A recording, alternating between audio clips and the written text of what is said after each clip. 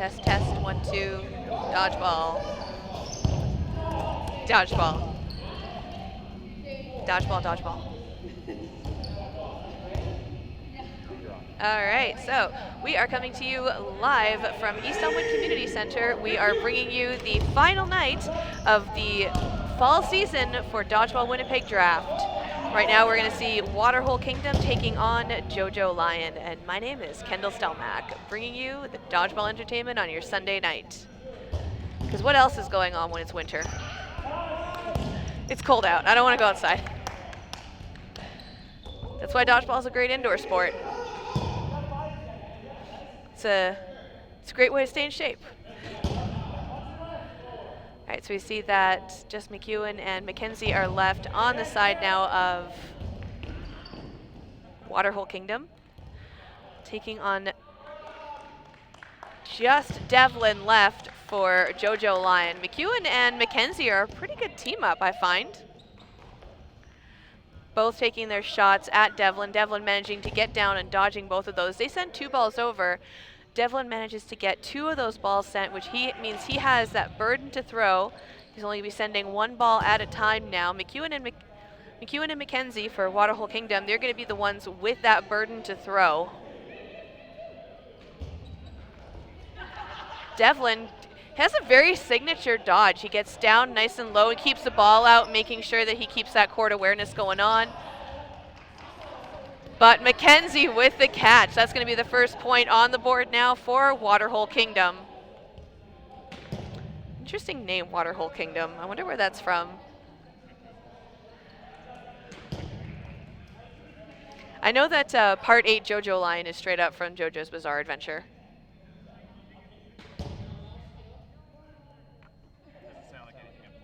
Okay. All right, and the second rush. So we see Gatsa and McEwen going for the balls.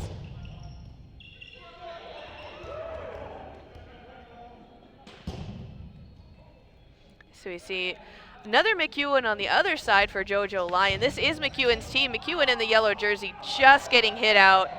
Gatsa trying to tip the ball to his teammate for a catch, but just missing. So Ewell takes up that wing position for McEwen. Captain of JoJo Lion being eliminated on that opening rush.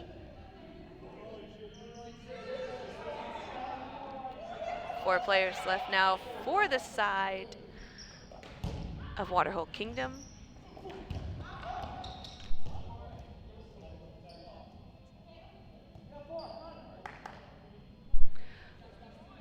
All right, so 4 players left now.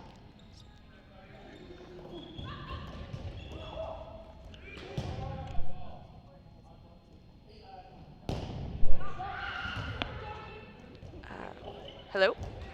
Ooh, much better. Yay. But we can...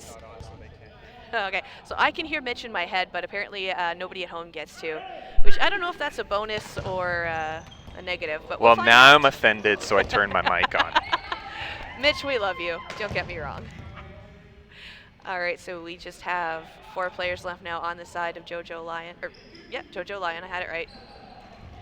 Ooh, Mackenzie getting taken out just barely on the calves there. They were going for the kneecaps. That'll get pretty confusing with 2 Macs on one team. Yeah. Plus a third on the other side. Yeah, so there's 2 McEwens, 1 Mackenzie, and that's it. So we're good for now. Ooh. Otherwise, I'm just gonna start calling everyone with a Mick in their last name. Ooh. What a shot right at the end there. Yeah, that was a player for JoJo Lion. I think that is Eric Blair. Or as you would call him, Eric McBlair. Eric McBlair, yes. Yes, what a mustache he's got over there. But the mustache power isn't quite as heavy as that of Corey Jansen yet. No. Assuming that guy has a mustache still, because I haven't seen him in a while. Fair enough. Well, it was, we're only, how many days into December now? So people still might have their November mustaches left. All right, so we're going to go another opening rush now. That's 2 points on the board for Waterhole Kingdom. They are currently performing a shutout against JoJo Lion. Oh, and you just ruined it, because that's usually a word you shouldn't say in that case. Oops. Sports, man. Do I have to go sit in the corner now? No, continue on with your job. Okay, yes, sir. All right, so we see still 5 players left on the side now for JoJo Lion. Throwing at Trudeau on the Waterhole Kingdom side. Trudeau managing to just do a side jump, but he manages to dodge those balls. Ooh, that's a double shot. Going right into Duarte's head and taking out Yule on the side of her head.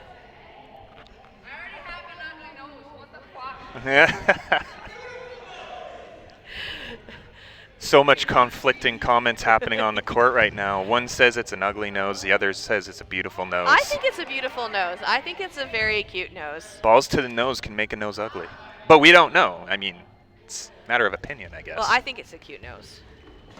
I think everyone here is beautiful. Holzer's nose is quite cute. He's got hit. He's got a little button nose. It's the most adorable The thing. mustache hides, or the facial hair hides a lot of it. Oh, just like, it's a cute little button nose.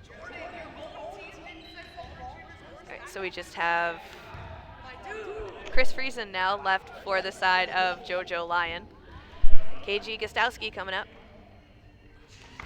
Ooh. Oh, what a shot. He was not expecting that one from Nah. him. The ball in her hand was itching to get rid of it. Yeah, they are definitely one of those players where they've been playing for a very long time, but they're also very unsuspecting. Like, you don't necessarily see a lot of shots coming from them, so they know how to take their sniper hits. Correct me if I'm wrong, second season back after the break? Yes, I believe so. And that's not bad. That was not bad of a shot. No. After just getting right back used to the game again. Yeah. Although, when you're in the sport of dodgeball, do you really lose the ability? One game and you're pretty much back That's into like riding it. a bike. Yes. I don't know. I've fallen off of bikes before, so that might be a terrible analogy. But anyways. I was going to say I never learned how to ride a bike, but I actually have. I'm lying. A lot of shots being exchanged right off the bat in that opening rush. Another point on the board for the Waterhole Kingdom team. KG blocking down, getting that 4th ball for her team now. They're going to have Burden to throw. They're going to be talking it out. We see Gatsa, McEwen, and Gostowski left. Yule with a beautiful block off of that throw from Gatsa. And now, for those of you who don't recognize him, we did recently have a fundraiser where all of his luscious blonde locks were shaved off for charity. So we have the full bald Gatsa on display today. I've only been privy to 2 Balgatsas in my lifetime. I don't know if I really knew him the first time. You know what? We still don't see any receding hairline or bald spots yet, though. So he's pulling it off. He can pull off any type of hair look. He's not like Gareth. Or Treebeard. That's true. That's true. There's a He covers it up with his dreads, though. So that's something Gareth cannot pull off. Anyways, 3 balls in hand. I was going to make a very inappropriate joke, but I realized I'm his ride home Nope. later, so I'm not going to. That would be my job, not yours. Alright, so majority of the balls now in the hands of Gostowski and McEwen. They've got 5 balls on their side, sending 2 over. They still have that 3rd ball on the back line. McEwen bounced right into the ball. Holzer taking her out right What a block. Right in that jump. Gostowski blocking off to the side. Very offensive player. Did you see that switch up? She just went right off to the other player because she's just like, no, I can't make that shot, so I'm going to go with someone else.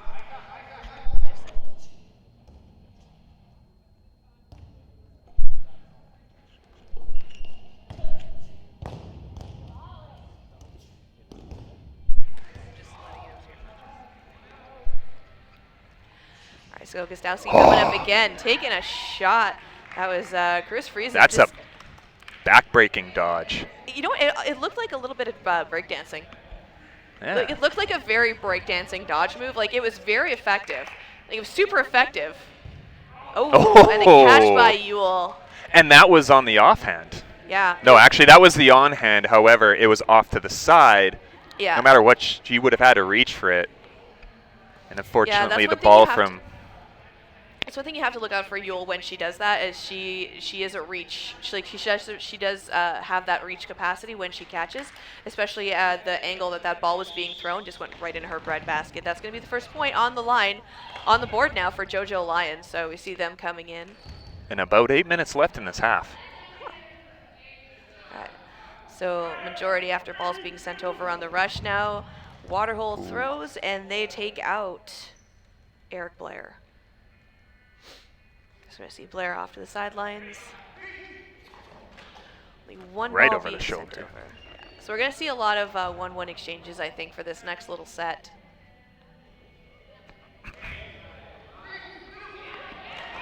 Gatsa dodging that one. Oh! Catch by Holzer. That's going to bring Blair back in. And Blair just realized that he was back in, so good job on him for noticing before that 10 seconds was up. During that sequence, Gatsa had a nice shot up and on McEwen, and McEwen dodging nicely as well. Oh yeah, McEwen's a good dodger. He's a very tall guy, but he's got a lot of flexibility in his movement, so he can do a lot of versatile dodging. Which one are you describing? They both describe Gatsa and McEwen. Oh, boy, it doesn't McEwen. matter at that point. Oh! That was almost a 1-1 catch, but unfortunately McEwen couldn't grab it. But What Holzer a grab. takes that catch off of Gatsa. Just Gostowski left now. Oh, and Blair catches it. Oh. And that was like a fumble from Devlin, but Blair manages to come in clutch right at the end and save it. That was a beautiful heads-up play by KG. Oh, yeah. Right before the catch, though, throwing at somebody who they knew was going to reach for it. But they were on the ground, so like on their knees, so they no matter what they had to reach above their head. Unfortunately, it got caught right after the fact. But yeah, they are very good at making those strategic throws. Schrosch. McThrows, does that help? McThrows, yes. Oh, Blair going right out there. But Blair is a bit of a target right now because he's been a contender for these past couple of matchups. JoJo fans in the chat, obviously. I mean, and you're not wrong, Broku Games. Holzer does go, I'll just catch it. Oh, and he just got hit. Ruined my theory. Well, he tries to catch everything. He doesn't always catch everything, but he says he'll catch it. Yeah. But you know what? You miss 99 of the shots you don't take. 99 shots? Isn't it Percent percent? of the shots. It's 99. I don't Michael even know. Scott, Wayne Gretzky. So We're not going down this rabbit hole. All right, it's not JoJo Rabbit, it's JoJo Lion. Because the rabbit hole and Holzer on that team. Just. I'm not catching any references you're making. I missed right you now. so much, Mitch. All right, so we have 4 balls now on the side of JoJo Lion. It looks like they're just discussing who they're going to be throwing at. Dropping one of the balls instead of hanging onto them. That's fairly interesting. That is a block off of Gatsa there, so Gatsa does keep that ball. Absolutely mint-looking block. I did. No reaction whatsoever. I was referencing the Alberta team, but okay. Oh. The jersey he's wearing. Well, you missed my references, so I'm missing yours now. That's fine. Yeah, well, what goes around comes around, I guess. Yeah. Ho, ho, ho. Yule hitting him right in the feet there. That was a sniper shot if I ever saw one. Comment made by President Mech, the other Mac over there. Mackenzie? Mackenzie, spicy throws. He's right. Oh, yeah. Absolutely spicy. Yule is a spicy player. All right, so coming up after this, we are actually going to be watching the Hewen Cup, which is the draft finals.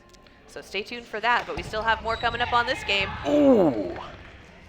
That was a great catch attempt by Duarte, right? Yes. Yes. And a beautiful hit on Mackenzie there, going straight out. Mackenzie being one of the players in the Dodgeball Winnipeg League to sport those awesome goggles. That was a distraction play, right? What just happened there? The spinorama, but then the ball came from Mule to take out McEwen. Unexpected. Ooh. You know what? It works. It's a good way to learn proper dodging mechanics if you're relatively new to the sport, is to make yourself a distraction. Ooh. McEwell taking McEwell. out Gostowski Yes. in the feet. So it looks like they are Zafit. tied up now with 3-3. So JoJo Lion making a comeback because I jinxed it. Totally, that spin play was all planned. Oh, yeah. It was just a distraction to. It's like finding a shiny object on the floor or a nickel. Yeah. Everybody looks, and then Ewell takes advantage. I definitely do a lot of those plays myself, so I am here for the distraction plays.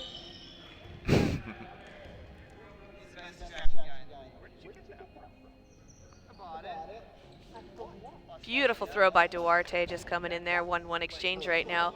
Ewell going straight after Gatza there. Another throw by Blair going straight for Trudeau, but Trudeau managing to just sweep it between his feet right now. So that's going to be 5 balls in hand. Every member of Waterhole Kingdom with a ball in hand right now, but they send one over. So JoJo Lion, no balls now. They sent their last ball over, so it's 6 balls in hand. That's going to take Ewell out.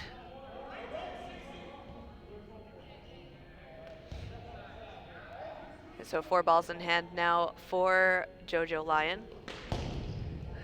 Yeah, Mackenzie being the target of that one. Duarte managing a beautiful shot on Gatza there. Wasn't even paying attention to her and just smacking the thighs. Yeah, if Mackenzie was wearing a hat, there'd be a big dent on the top of his head. Ooh, McEwen going after McEwen there, but she misses him. What a honesty play over there. Trudeau, I believe, could have stayed on the court, but one slight finger hair that he forgot to shave this morning caused him to walk off the court. As Trudeau, he's wearing the tights. He's wearing a lot of the tight clothing, short hair. He is a very aerodynamic player. And very honest. Not that Yes. tight pants will do that. Yeah. But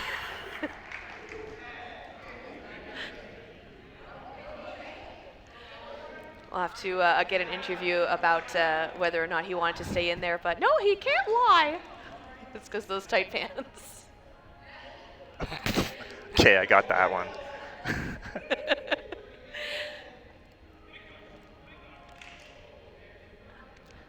All right, another lineup that we are taking a look at right now. JoJo Lion now with 4 points on the board. We have how many minutes left in this half, Mitch?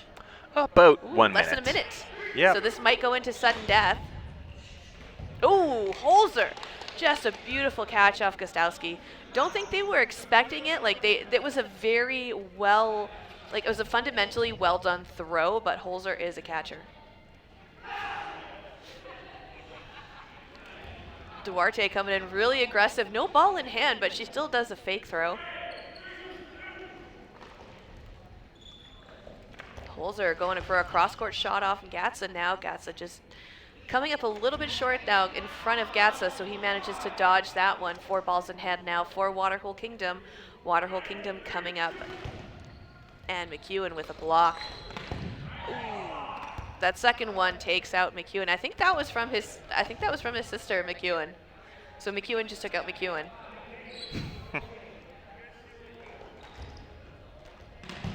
Mackenzie going for a catch, but pops off of his chest, and McEwen gets down, does a knee slide, and manages to catch it, saving the Dodgeball Manitoba president.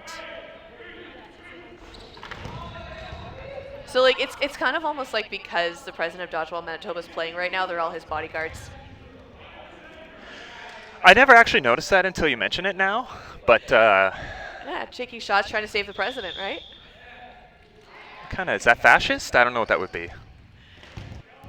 I'm not sure. I'm not good at politics. That's okay. We don't need to talk about politics. We're talking about dodgeball, Mitch. So I believe we're in sudden death, right?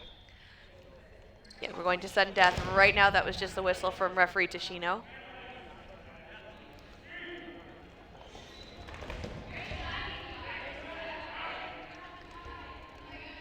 So 1 ball now on the court. 5 balls for Waterhole Kingdom. Gostowski throwing one of them away.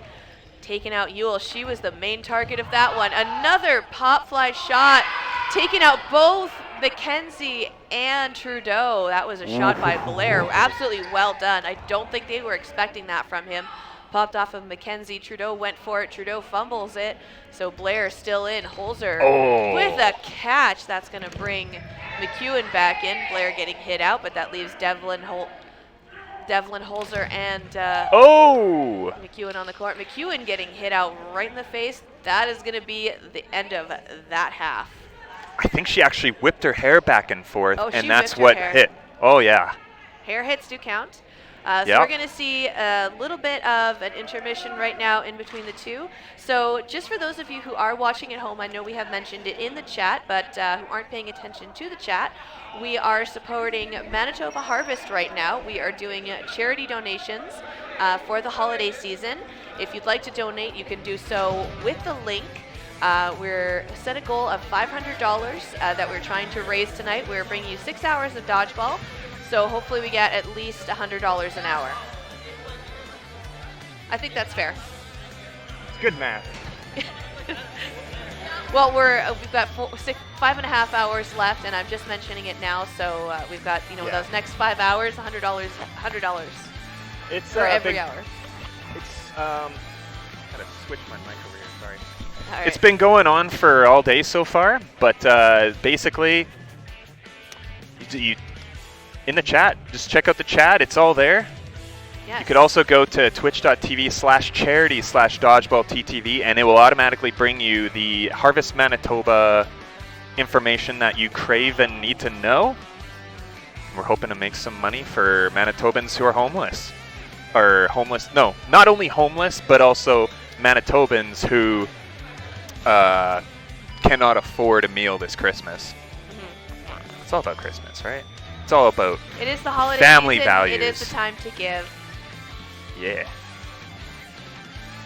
And those of you who are looking on the websites in general, I want to make sure that you know that it's just checking here.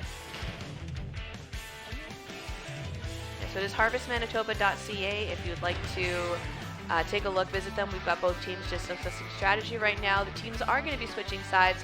So on your right-hand side, left-hand side of the screen, you're going to see JoJo Lion.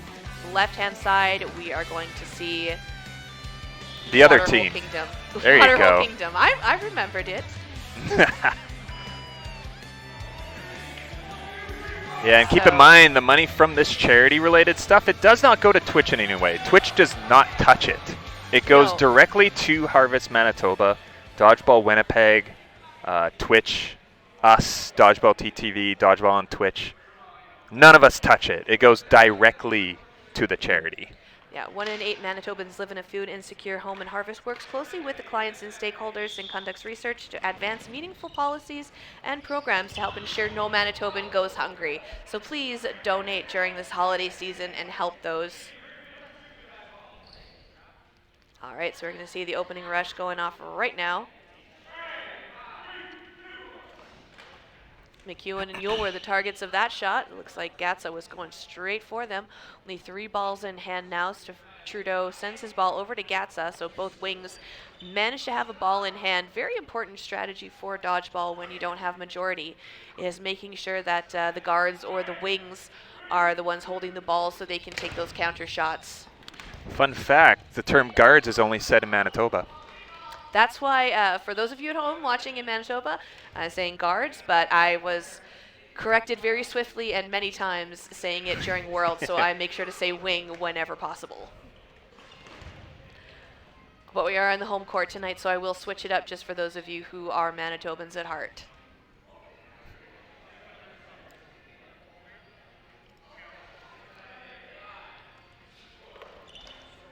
That was a beautiful shot by Holzer going for Mackenzie there. Trudeau going out, but that's going to be a hit on. That is a hit on Devlin, and they were just double checking there. Devlin was staying in just to make sure. But no, that is a hit. Referino Tashino calling that one a hit on Devlin. He's like the Fonz. He's the old Referino. Hey. Hey. I mean, we've got some music going on in the background, so all I have to do is just whack it to get it to work. Yes, and we shall see if we get any copyright-related stuff based on that. I think it's quiet enough. The gym noise is loud enough, but the guys in Arizona still haven't figured out their volume, so their audio after each stream that they do I'm just going to get a lot of flack for making very dated references. I think my references just didn't reference any reference you just did, too. I think I completely changed the subject. But anyhow... That's usually how it works, is I say something that only the boomers can understand. Do you mind taking this and sharing it in the Winnipeg thing? I'm not there, so. And I'll go post it in the Dodgeball family.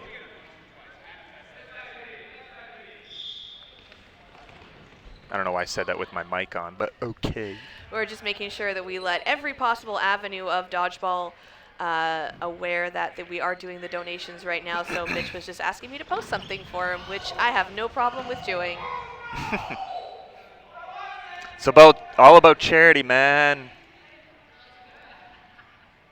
Drink it in. Oh, what am I doing?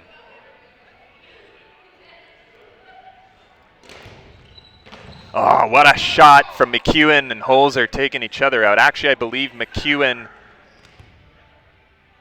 hit... I keep wanting to call him McPhillips for some reason. I don't know why. Yeah, Mackenzie.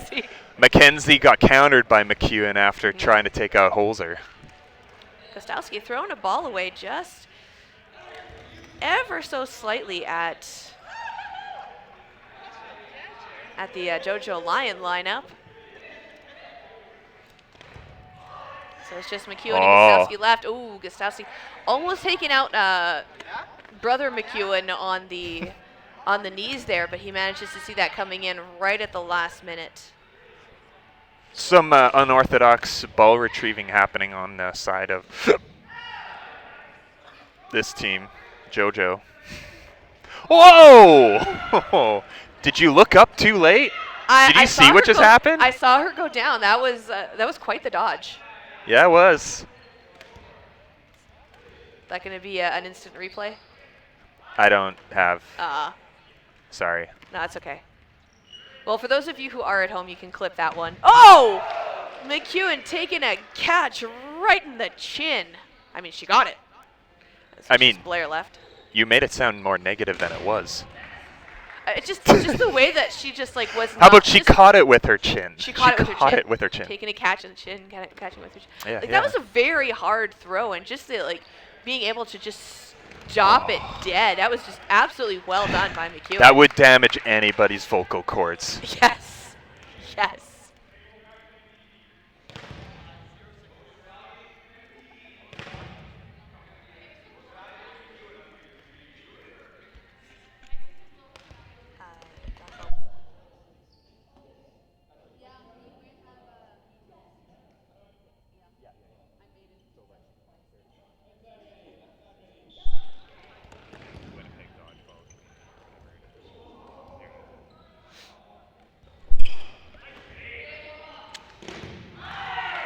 McEwen coming in with a block.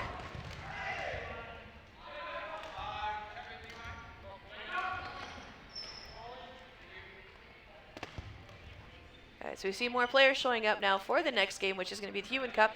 It's for all the marbles, but we do see some shagging coming from them, which is really nice, or ball retrieving.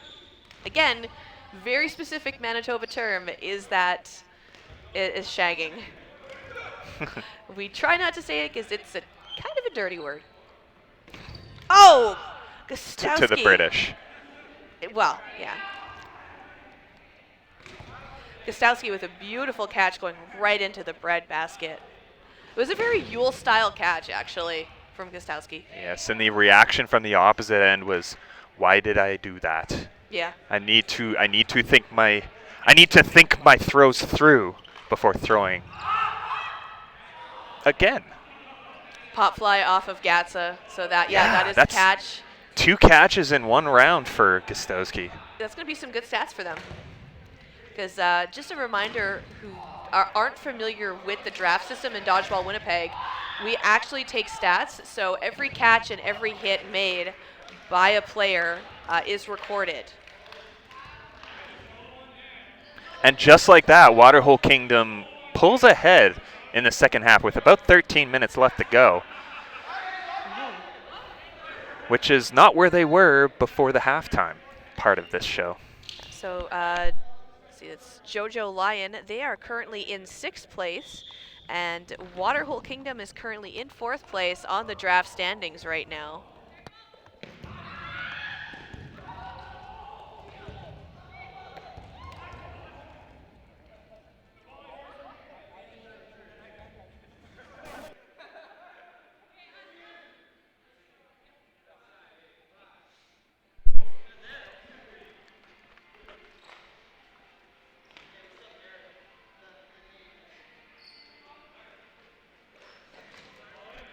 Coming through, going between McEwen and Gatsa, both of them managing to block it. We're going to see now 4 players left on the side of Waterhole Kingdom. Going for Duarte off of Mackenzie. Oh, Duarte jumps and dodges it, but takes out Mackenzie off of that return throw. But Duarte does get hit out off of that secondary throw. That's going to be 3-3 now. So players being exchanged 1-1 right now. So 4 balls in hand, so it's going to be on the burden now. It's going to be on Waterhole Kingdom. They have to throw. And McEwen throwing at McEwen. Ooh. All right, so we're just going to take a quick moment now. Looks like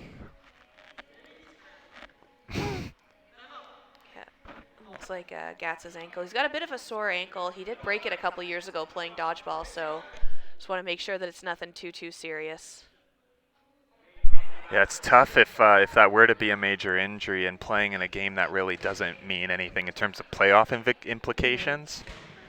Would really make any player.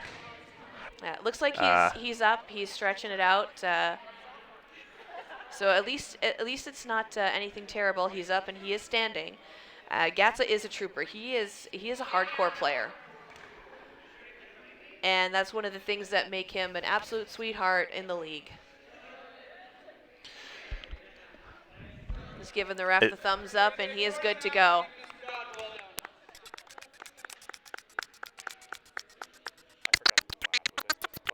No, I just clapped.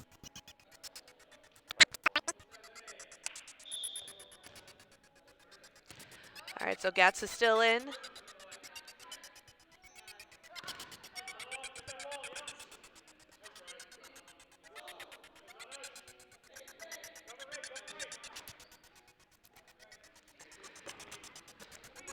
So Gatsa's going to be taking it a bit easy this round, but a lot of the throws are going to be at McEwen and Gostowski, I think. All right, so 5 balls now. No, it looks, yeah, 5 balls in the hands of Waterhole Kingdom. They're going to be taking their shots at McEwen. He's going to be the main target, and they get him. One of those 5 balls that got sent over got him. Gatsa blocks and takes out Blair. Waterhole Kingdom now with their 7th point, and we have about 10 minutes left on the game clock. I think so.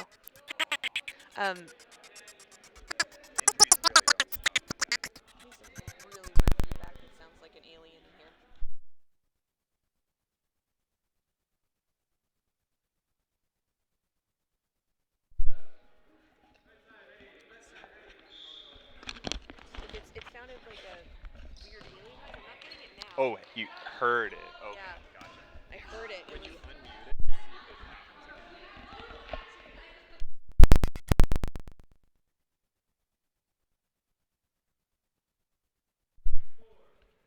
Is this unmuted? Okay.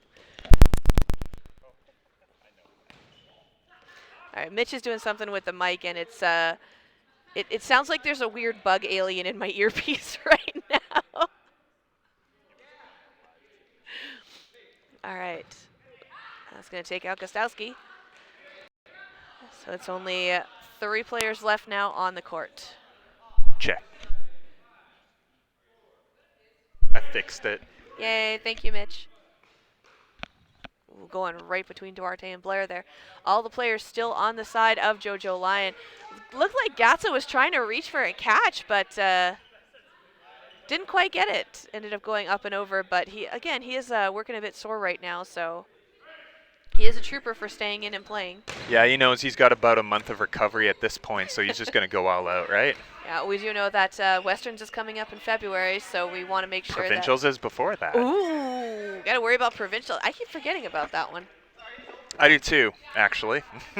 We're terrible. We're terrible Manitobans. It's not promoted very well. Well, we can talk to the president about that later.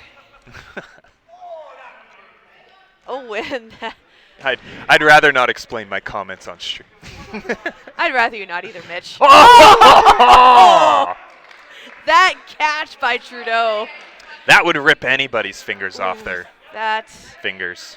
That not only is that like a finger ripper, but that's a self-esteem crusher. Oh. With a. Ooh.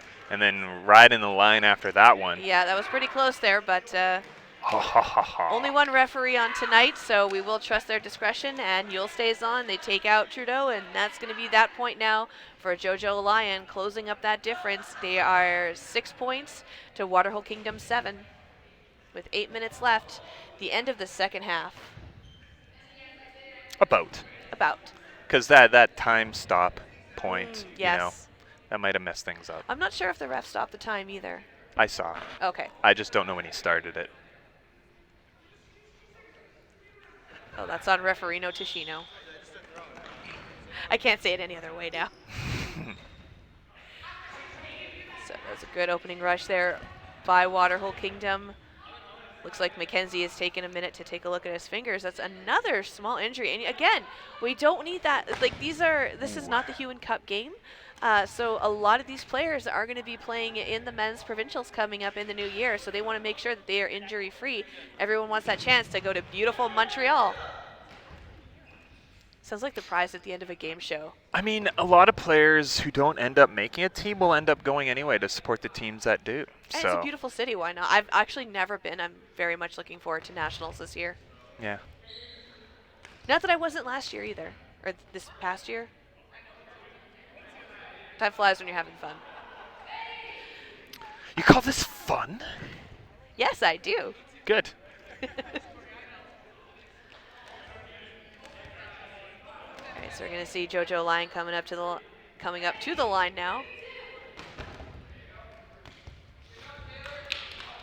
Looks like they are taking advantage of the fact that Gatsa does have that small injury right now, so that he is target number one. They are just getting him off the court, which is, it's almost like a mercy killing because they don't want him to strain himself further because we know that Gatsa is never going to say never. You know, Gatsa, he's going to play even in the grave, you know. He's going to be buried with a dodgeball. I would not be surprised. No, I would not be either. Ooh. Gustav's getting hit out there. Duarte coming in. She's taking the guard position. That's not something that she does very often that I saw during this game. But she does a very good job of it. She is a very solid player. Some absolutely eccentric cheering coming from Ewell on the far side, too, after some of those hits. No, it's Ewell. I mean, she is a bundle of energy. If she's not cheerleading, she is out there playing, giving it her all. So she just shows 100% destroying people's faces all the time. with balls. Yes. See a lot of hesitancy coming up to the line. Blocked by Blair, but it's a catch by Mackenzie, but it looks like it takes him out in that sore finger, and he is not happy right now. He is doing a little dance, shaking it off. Shake it off. Shake it off. Yeah. Sorry. No one wants to hear me sing. I get it. Taylor fans are mad right now. Don't make them even more mad.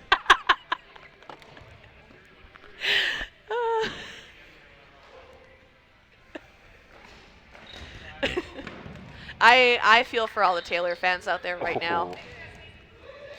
I'm sure they're shaking it off right now. They probably need to drink it off with some of those ticket prices on resale. Oh my goodness. Ooh, and out he goes. That was a slide out from Chris Friesen. It's just Duarte left now. They've got 4 balls, so it's going to be Burton to throw on Jojo Lion. Duarte manages to dodge that one. Ooh. Going for Gatsa, but Trudeau comes in with that shot cross court from that wing position, trying to take her out. Going again straight across court for Gatsa. She does a very good job of keeping in her lines and throwing those throwing those straight shots, but she does have to worry about those cross court ones from the guards. It's amazing how much she throws herself to the ground as well to dodge. There's very few people who are willing to do something like that. Ooh. Couldn't get low enough on that one. No, she's very, like, she's got a very low center of gravity. She's very dodgy. She's very agile. I've actually had the opportunity to play with her a lot before, and she's very jumpy.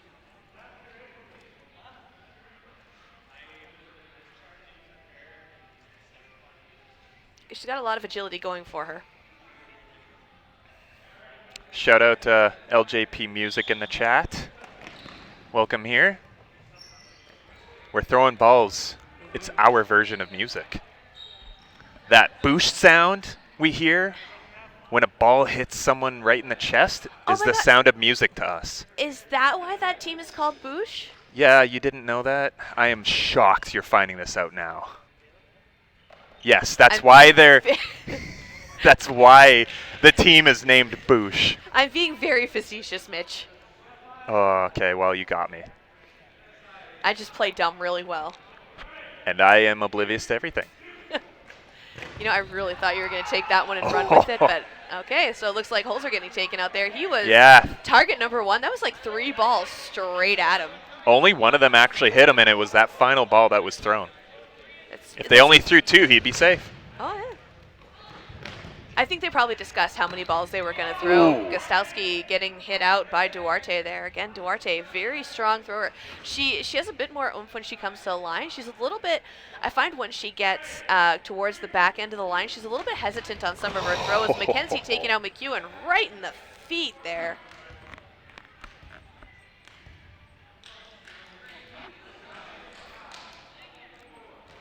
So 4 balls now for the side of Waterhole Kingdom. Looks like they're going for Duarte. They managed to get her out.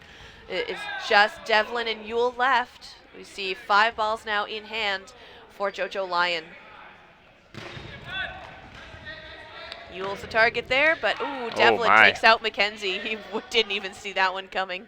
He did not. The goggles, they do nothing. His peripherals, I want to know what they're like. Yeah, me too. Ooh, ho, ho. If Devlin had an afro on the top of his head, that would have been a hit.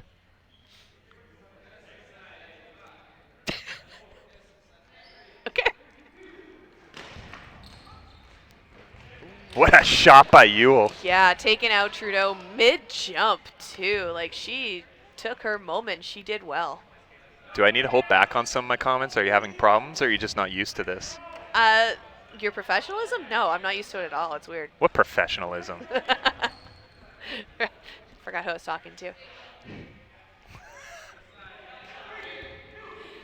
Oh. That's going to be hit on McEwen. So we've got less than 50 seconds left in the game right now. This is a very entertaining game to watch. I almost forgot to look at the clock, so I think we're gonna start in again. There's still over 30 seconds left, but it will go into sudden death very shortly. We see both teams lining up now, getting ready. There is potential of a tie break overtime right at the end. Yes, if they do get that. So if when it does go into sudden death, if Waterhole Kingdom manages to score if JoJo Lion manages to score that 8th point, we are going to see a 4-minute overtime round, which is a tiebreaker. If no points are scored in those 4 minutes, then it will go into another sudden death match. 2 balls being sent over now by Waterhole. Holzer going for the shot off on Trudeau there, but not quite making it. He does manages to dodge the shot at him from Gatsa. McEwen coming up, brother McEwen coming up to the line now, throwing at sister McEwen. Yeah, that's going to be an awkward Christmas dinner. The amount of siblings that play dodgeball is very interesting. I would love to know the statistic on how many families are playing dodgeball and how many people play dodgeball because of a sibling or cousin, etc. Yeah. I remember there was one season I played against an Eric McEwen team, and almost everyone on their roster was named McEwen. Huh. Yeah. Interesting. It was a Thursday Silver, or intermediate as it's called now. Gatsa going for the catch, just not quite connecting with it. Yule's really padding that stat board for herself. Let's take a look on the fall draft right now, where Gostowski is on the... That's okay, G. Gostowski, we have 40-something, right? 40-something? 49? I study the entire stat board this week. Call me 49th with geeky, 16 hits and 3 catches. So I will not... Out of 64, 49th is a decent place to be. Yeah, it's absolutely. Not last. If you're not first, you're last. Actually, that was negative. I shouldn't have said that. So we are going to see that. So that was actually the point now by JoJo Lion. So we're going to go into a tiebreaker. Yeah. Yeah, 4-minute tiebreaker, right? Yeah. 4-minute overtime. So we're going to see 4 minutes of regulation play, and then if no points are scored within that 4 minutes, we will see a sudden death match again. A safe way to figure out sibling rivalries is like, how much do they talk about it at the dinner table? Fair enough. Totally. Holzer taking out McEwen. I myself am lucky enough to never have played against a sibling. Holzer taking out Mackenzie. Mackenzie, I think his finger is a little bit tweaked, so he's trying to play it safe with those catches. The way he's moving his hands makes me wonder about worried. carpal tunnel a little bit. Is it here or is it here? Jammed it. Right in the alternative of a middle finger. You know, one thing I forgot to do today was have a counter for how many times Nate Gatza hits that line. I just saw one. Now, it's the holiday season. Let's be nice, Mitch. What's wrong with you? In the spirit of giving, let's not call out Gatza for being on the line all the time. Hey, I'm giving him stats. Okay. Fair. Oh, what a catch! That McEwen doesn't even break a sweat looking at that one. Takes out Gostowski. That's going to be the final point now. So JoJo Lion takes it home 9 points. That was an interesting tiebreaker. Yeah, there you have it. That was quite a back and forth match. That was really fun to watch. It was a very entertaining game. Like, a lot of great attitudes. Pardon me, from both sides. Yeah. Everyone was very friendly about it. Everyone was very congenial, and it was overall nice to see. That's why I wasn't even paying attention to the game clock half the time, just because I was enjoying watching the match and being able to commentate on it. You know what? On that note, Terrence, whichever team won in this case was a comeback. Strangely enough to say, because Waterhole was behind at the half. They came back and then were ahead by, I believe, 2. Yeah. And then JoJo also came back after the fact. So either win, it would have been a comeback win. Usually at a lot of those games we see like a point-for-point exchange between the two teams, but this was more of a block of points versus block of points. Like it wasn't it was kind of interesting to see. All right, so we've got both teams coming up and practicing right now. They're going to be warming up. So this is the Hewen Cup coming to you from East Elmwood Community Center. We're going to see Jonathanigans taking on Shenanigans 10. I'm assuming because Shenanigans has been used as a team name multiple times, it's the Roman numeral 10 and not just X. That's a safe bet. Here's open. Shenanigans. Again, so Jonathanigans, team captain Jonathan Tashino, and Shenanigans, captain, obviously, Shane Willem.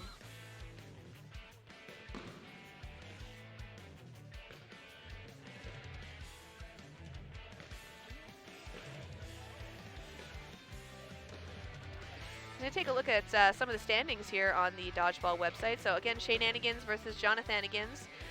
They have both 5 wins each. Shenanigans has 1 overtime win. Jonathanigans has 2 losses.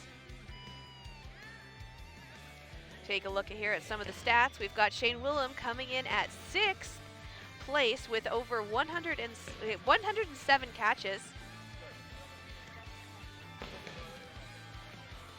So we got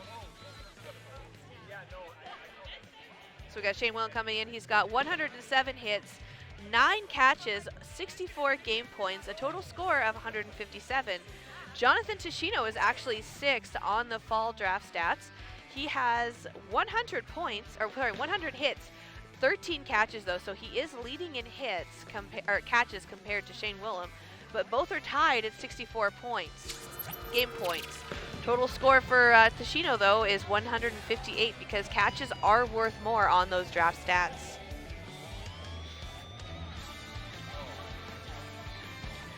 Not to mention, just played Nathaniel Gatza. He's got 130 hits and 4 catches this season.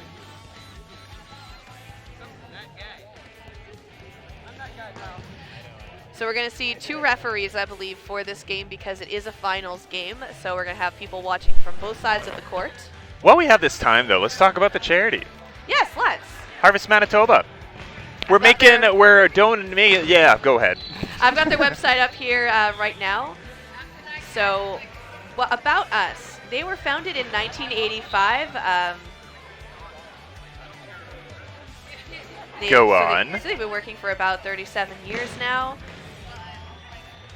This is, over time they grew, and in their 35th year, Harvest officially amalgamated the Manitoba Association of Food Banks into the Harvest family. They joined forces and resources to become the 4th largest food distributor of its kind in Canada, and the best and only provincial food network Manitoba has ever had. They prepare harvest hampers for the Winnipeg warehouse and are distributed to feed more than 83,000 Manitobans, hungry children, hardworking families, struggling adults every month. Our volunteers donate almost 200,000 hours of hands-on community service annually to make this happen. Yeah, we have 500 set as the current goal, but we could always go over top that number. We did set 500 for yesterday's tournament in Arizona, going to Make-A-Wish, Arizona, which Cactus Dodgeball was very, very involved with down in the Phoenix and Mesa areas. That's really so, nice to hear. Harvest Manitoba being close to Dodgeball Winnipeg's part of Dodgeball Winnipeg's area just made it a very easy one to decide on to make some fundraising happen before the Christmas part of the season. No. We are looking for $500 in donations. Some other ways that people in Manitoba can donate is not only their time, but they can donate food as well. Their hampers are always looking for ways to make those hampers more diverse. They are looking, the top 10 most needed foods from Harvest Manitoba right now are canned fruit, canned soups, stews, tuna, vegetables, pasta sauce, rice, peanut butter, baby formula, and instant oatmeal. Those are some of the big ticket items that they are looking for in terms of food donations. That sounded like a Mojo top 10. At almost every grocery store. Mojo top 10 needed items for Harvest Manitoba.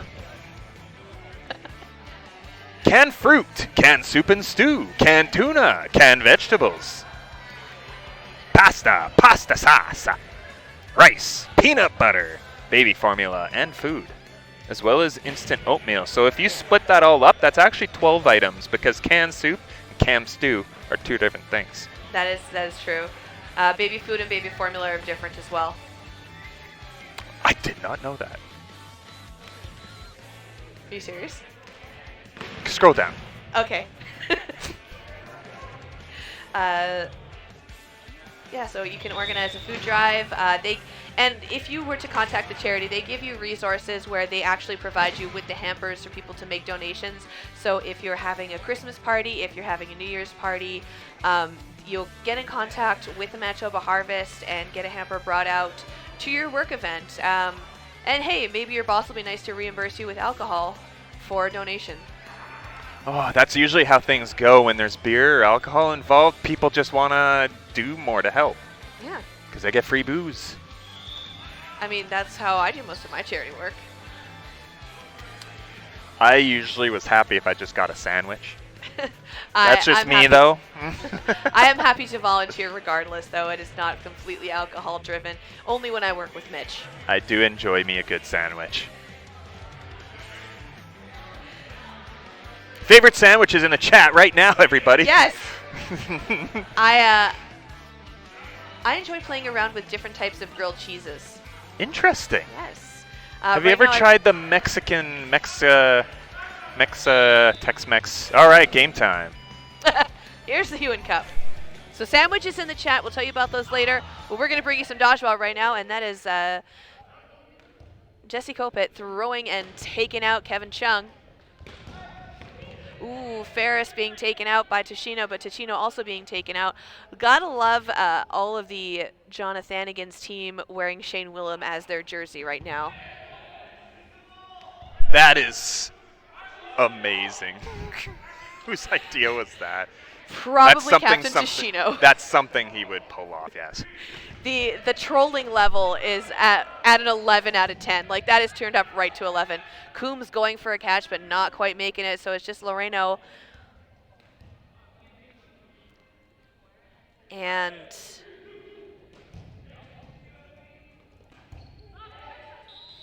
Parr left on the court.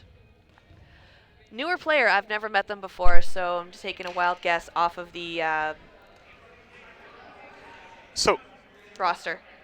One thing I was going to point out too, did you notice that the team name, Jonathanigans, is very similar to Shenanigans?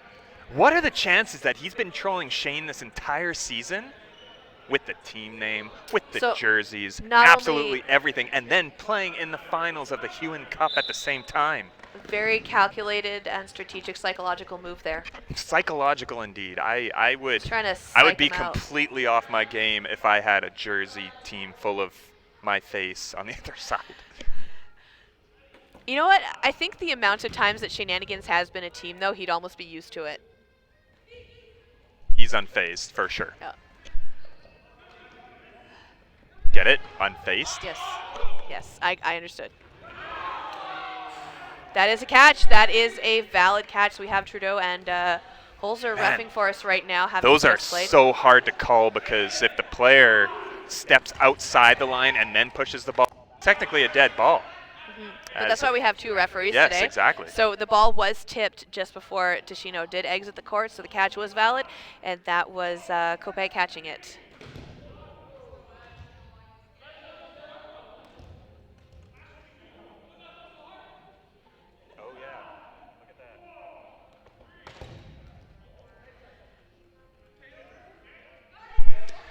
Wow. Oh, so. Thanks for that, Timmy Tenders. Oh. Because honestly, I didn't even notice. Yes, so Timmy Tenders in the chat just let us know that Shenanigans is actually the team name that Jonathan Ticino chose. And so Jonathanigans is actually being captained by Shane Willem right now. So Ticino stole his name. They trolled us. They trolled us. They trolled us. That's how that is. Ben being hit out and then Tenenhouse getting hit out as well. Tenenhouse? I believe that's the name. Emily Tenenhouse. Want to make sure it's pronounced correctly. I did not see that coming, and I am flabbergasted. So we got a prediction coming up here in the chat, so fill it out. Don't forget to tell us your sandwiches. Yes, I really want a sandwich now. Also, don't forget, and this is a timeout right now. Yeah, you're right. Also, don't forget donations to Harvest Manitoba in the chat. Think of all those people who are not able to enjoy being able to buy groceries as easily as some of us. Especially during this Christmas season where, you know, things are not cheap right now for a lot of people, and a lot of people are struggling, and some worse than others. And if you have the ability to help, we recommend that you do. If I didn't have gravy for Christmas, I would be very upset. I think it's about just being able to eat on Christmas at this point for some people, Mitch. I know. Donate now. Yes, please. Make those donations in the chat. It'll be all on behalf of Dodgeball Winnipeg. Twitch does not touch this money whatsoever. Neither does Dodgeball Winnipeg, but it goes straight to them. Yeah, it goes straight to the charity. If you don't wish to make a donation through us, you can always just go straight to the website, which is yes, I and didn't make a say it with my donation mic there. on. Harvestmanitoba.ca. You can go straight to the website, which is harvestmanitoba.ca. You can make a donation there. I believe that you will probably be provided with a tax receipt as well if you choose to make an individual donation. Make one on behalf of Dodgeball. Bring some food to your local grocery store, but please donate. If you do provide your information through donation through chat, sorry, I was distracting the end of that, No, go for that it. part of the set there. If you do decide to make a donation through Twitch, all that, you do get emailed a receipt as well. So no matter what, you do provide your name or email. When it's a Canadian charity like this is, you do provide your mailing address as well. Oh, good to know. So they will send you a tax receipt after the fact. They've got you covered.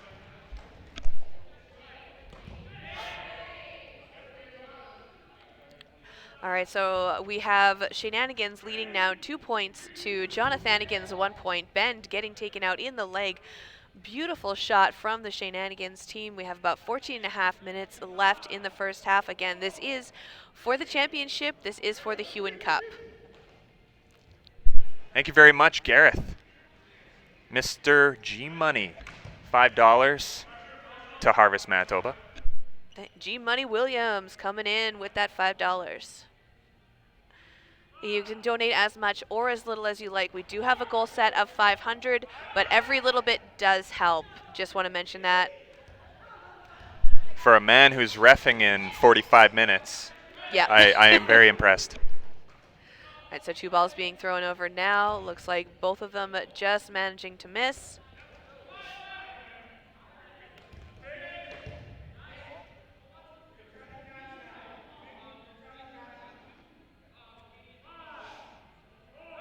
So we've got Moonchamp and Williams left in there right now.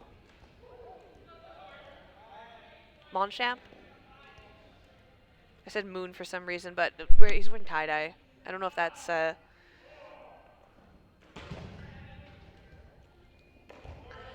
These are newer players to me, so I'm not 100% on who's who yet.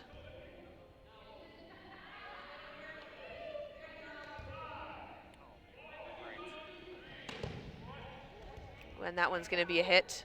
So just 1 player left now on the side of Jonathanigans. And that's either Evan Williams or Aaron Monchamp. Tashino, oh, getting taken out. It looks like he was going to go for a catch there, but gets him in the fingers. Coombs throwing in just a little high. It looks like 5 balls now on the side of Jonathanigans. The ref calling that one a hit. Didn't quite see it there. Yes, and with that being Gareth's little brother, he is not allowed to win before Gareth wins a championship, according to Gareth himself. So. Okay, so that was Evan Williams who just got hit out. That was the last player for the Jonathanigans team that was eliminated off that call from Holzer.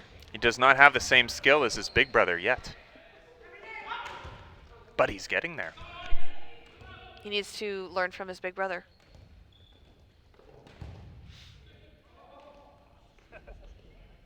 Gareth being a longtime member of the Dodgeball community.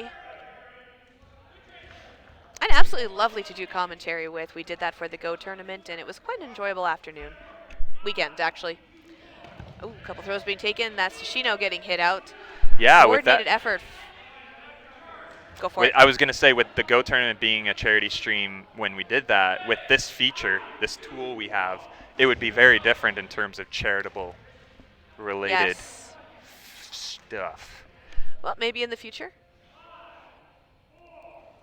Working at getting Growing Opportunities International listed on Twitch, so very nice. Hopefully we can get there. All right, so it looks like 5 balls now for the side of Jonathanigans' team. We've got 4 players left on the court. Looks like they're going straight for Clan.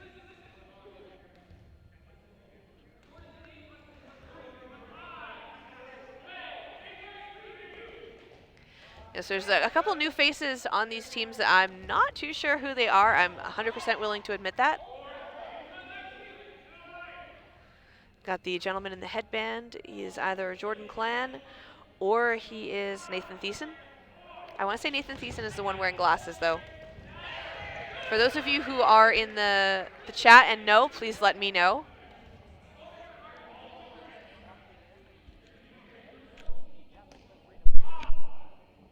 Yeah, you can go ask.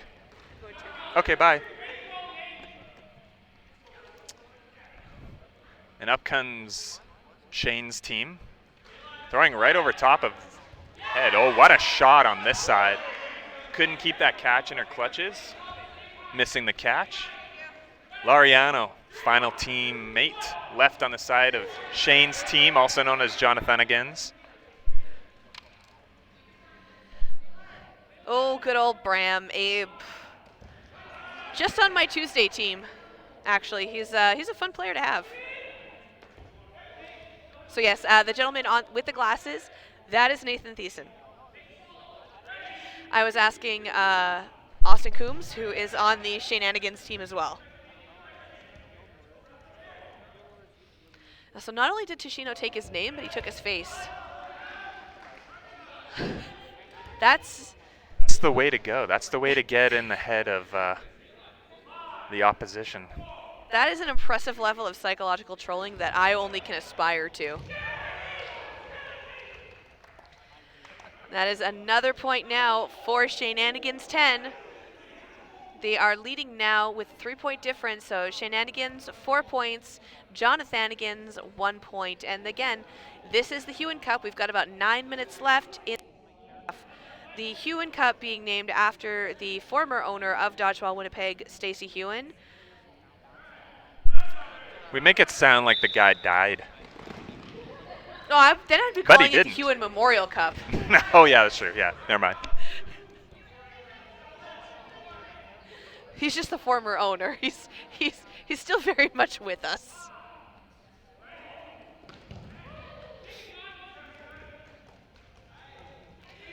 Hopefully we don't have to call it the Hewen Memorial Cup anytime soon either. Okay, back to the game.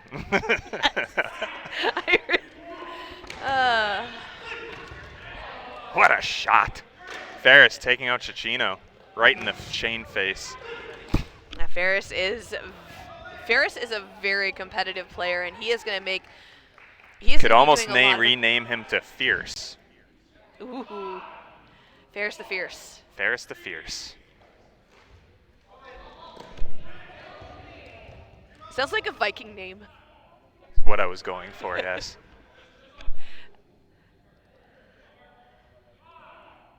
Sometimes I just need things spelled out for me, Mitch. Beautiful hit by Coombs on Shane Woolham there. Oh, Coombs going for the catch, just missing it. That second shot coming in and taking him out right in the family jewels. And that's Parr getting hit out right in the knees. Parr, relatively, I haven't seen her around too much in the league, but very good catcher. I've played against her a few times, and we want to say thank you to Celine Cote 10 for donating $15 to support Harvest Manitoba. I'm shocked you put the number in her name, because we know exactly who that is. Well, I said the whole username. Yeah, no, I know. I'm just shocked you did. I'm just bugging you. Don't mind me. But yes, thank you, Celine. Thank you to Celine, yes. Again, please keep those donations coming in while we bring you this evening of Dodgeball live from East Elmwood. We've got about 7 minutes left now. 2 points for Shenanigans, 4 points for, 4 points for Shenanigans, 2 points for Jonathanigans. This is going to trip me up the entire rest of this game, so bear with me for those of you who are at home watching.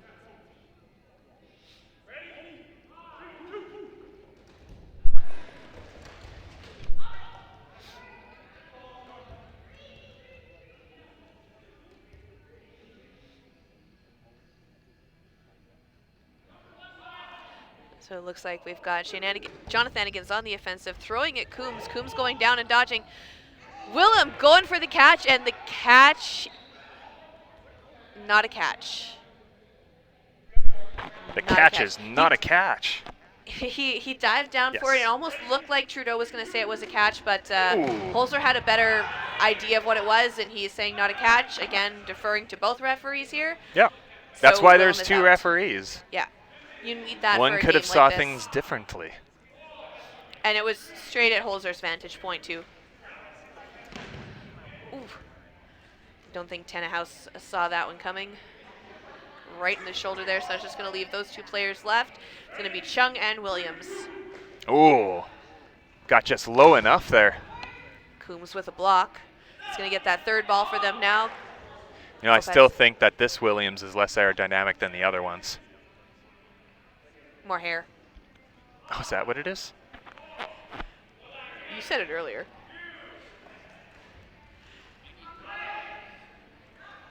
So one thing that Chung is very good at doing is getting really low to the ground. Coombs taking out Williams. Sorry, Chung taking out Williams. Nope, Coombs taking. Anyways. So much back and forth. Yeah. Ooh, nice blocking on the side of Chung. I stuttered. Nice So 5 shot right points at the now. end. Shenanigans 10, 5 points. Jonathanigans 2 points. Got less than 5 minutes now left in this first half.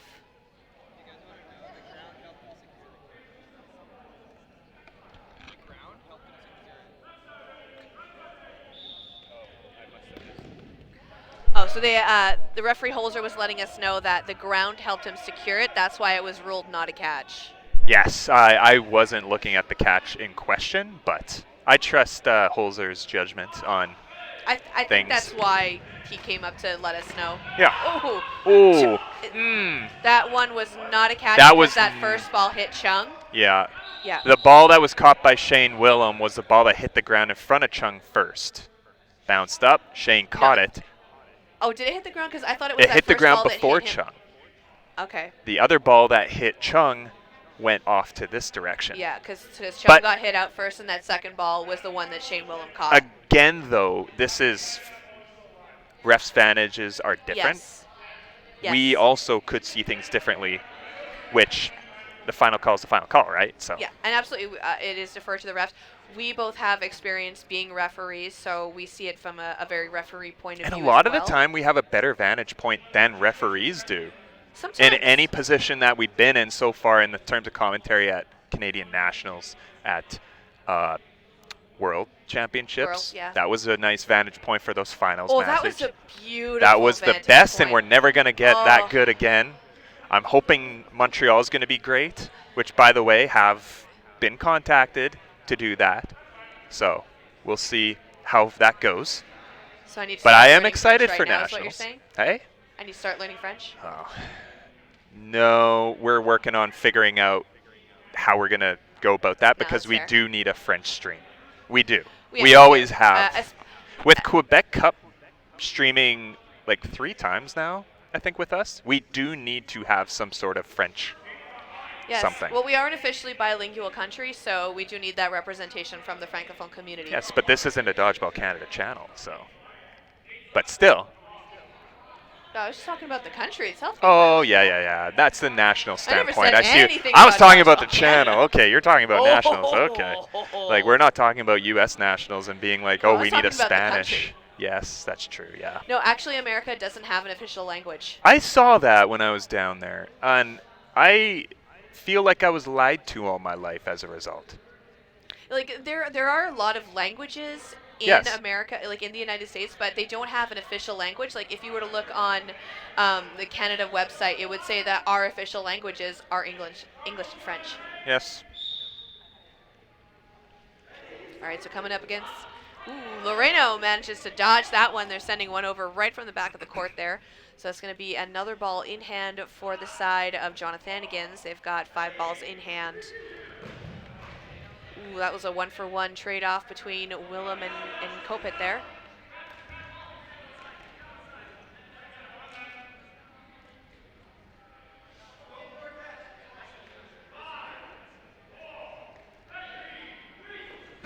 Ooh. And that's Ben taking out Coombs right in the toes. Ben is a relatively new player to the league, and he is making a name for himself. Another hit right in the feet there, taking out Parr.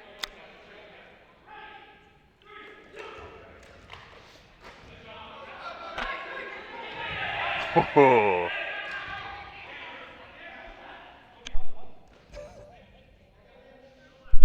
So it's just Jordan Clan left now for the side of Shenanigans.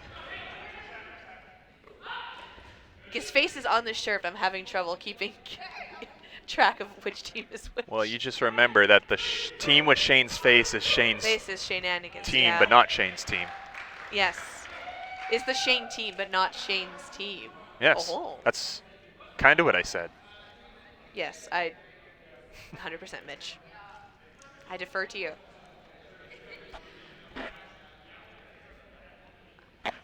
We got maybe less than 2 minutes left in this half.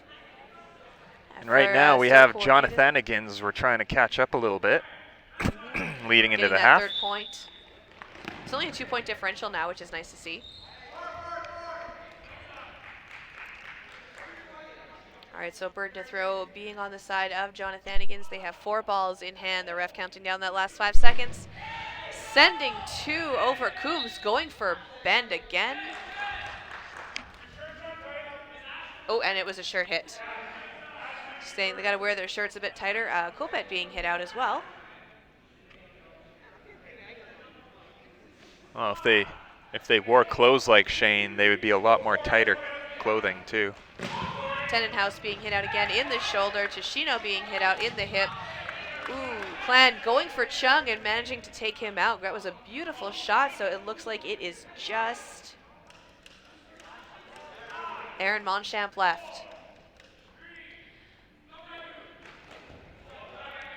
Managing to stay in. He's got the majority of balls, so Monchamp is going to have to throw. Little bit high, going for Clan there. Not an invalid throw, just a bit of a high throw.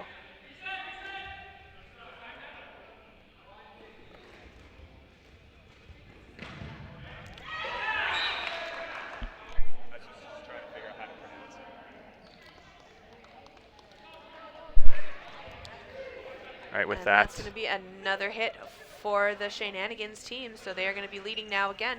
That 3-point differential. We've got less than 10 seconds left on our clock, so I think. Yeah, Monchamp could not get swifty enough for that one. Break. Yes. He couldn't get swifty. Couldn't get swifty. Oh, there goes Chung.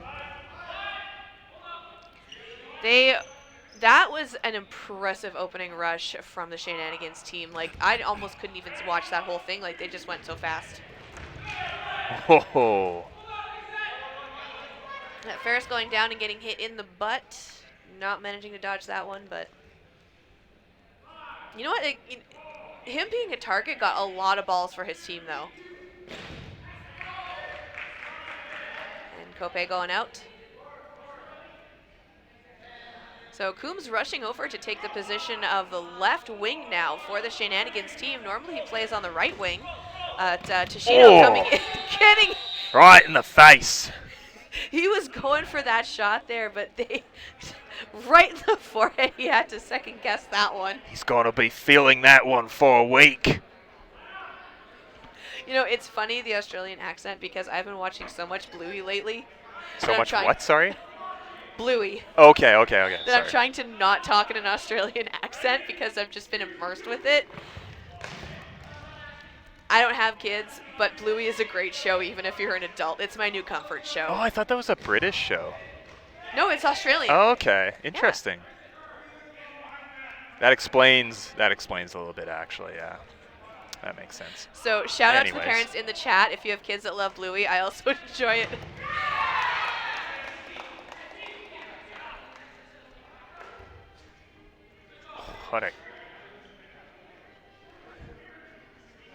It's kind of scary seeing 3 shirts with Shane's face on it on the opposite side. Yeah. Especially when you got one on the one side. And that was a catch by Caitlin Parr there off of Emily Tenenhouse. So we're going to see the teams switching sides right now. So we have $25 raised of our $500 goal. We still have a couple more hours of dodgeball, but for those of you watching, again, please make those donations. Please reach out and donate food, time, money, all the things. Yeah, keeping in mind that's twitch.tv/charity/dodgeballttv.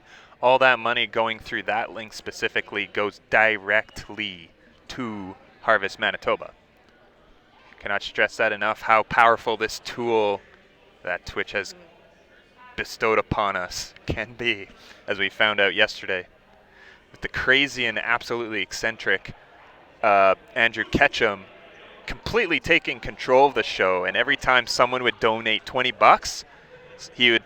It was a Harry Potter themed show, right? So he would do some sort of a spell, and somebody had to start playing with their shirt off.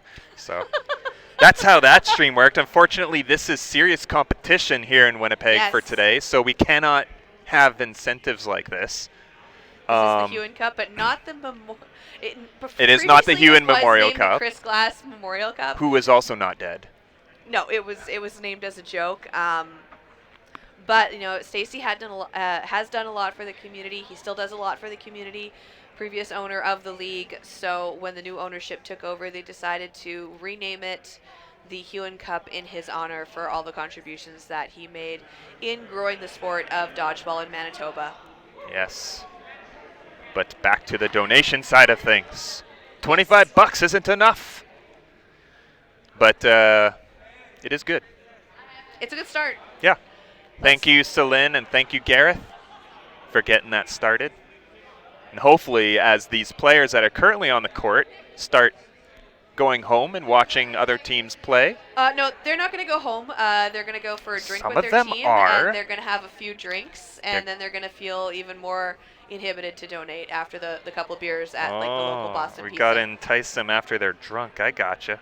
No, I mean, you go out, you celebrate with your team, you have a couple celebratory drinks, you're not 100% of your inhibitions gone, but you're feeling more generous. A side note, actually, speaking of donations and volunteering time, Dodgeball PEI just had their Christmas-related charity thing yesterday. Oh, nice. And they had a raffle in there for 1 year's worth of subscription to Dodgeball on Twitch. So somebody did win that yesterday out in PEI, so they'll be that's the sort of thing that we can provide. It's money that comes out of my pocket, so would but we be able to do something like that for this tonight, like the largest donation made? I have a shirt. Give them a subscription? I have a shirt, one of those loudly inclusive shirts that were never claimed from Worlds. Remember those? So we have some shirts we could give out. Yeah. What about donating? What about giving a subscription for largest donation? I don't know if that's legal in terms of money-related incentives. Although a subscription isn't really money-related, but I'll think about it. No, it's just a thank you because you donated a lot of money. I'll have to look at the rules on that. Okay, we'll look at that and we'll get back to you on the stream. All right, so they are off. It's the second half now. We're going to see Jonathan Anigans on our right side and Shane Anigans is on the left. And Jonathan Anigans is coming in hard off of this opening rush. They are playing for keeps now. They talked a lot of strategy during the half. We're going to see a lot of hard throws being made by competitors on both sides. So much so that Chung, he had to change his shirt. He was sweating so much, and he gets hit out. I'm not sure if it was sweat or just giving her, but we had a costume change. Ooh. Well, he was wearing one of the old style VCs from back in the day that were a little bit sweatier than usual, so you never know. Could be the case. It helps you slide, though. Like that moistness does help you slide on this floor. Gross. Speaking of, I did see Greg earlier today. Shout out, speaking about moistness levels. It's a block by Coombs. Coombs managing to stay in. Last player on the team for Shenanigans. And Shane going for him, but nope, that hits the ball right in front of his feet, so not a hit. Throwing it Ferris. Ferris managing to dodge that one. 4 balls in hand now for the Jonathan Anigans team. 4 players left on the court. Taking out that player. That was Willems being taken out by Coombs, so Coombs managing to stay alive. Down to 3 players now for Jonathanigans.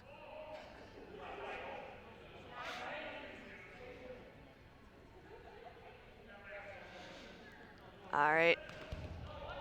Willem with the block. That's going to be all the balls now. Like, Jonathanigans has all the balls.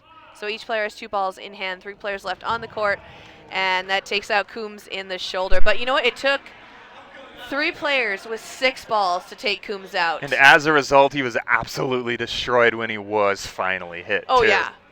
But you know what? He's the type of player where you need to absolutely destroy him in order to make sure he goes out. Like, okay, that made it sound like he cheats a lot, so I wouldn't word it like that. No. He's just he's a very good, like, he's very dodgy. He's very blocky. Dodgy also sounds negative. I'm just bugging you. I'm just okay. Carry on. Yes. Gonna pishnook you. I got an answer for everything. Remember? Why is a raven like a writing desk? All right, with that said, we're going to see now 4 balls in hand for the side of the Shenanigans team. They're coming up to the line. We've got Tashino and Kopet. Only one being sent over by Clan. We're going to see Thiessen sending it over to Clan. He's going to have that ball in the center. Usually center throwers are going to take over the majority of those throws during exchanges like this when the majority of the team still is on the court.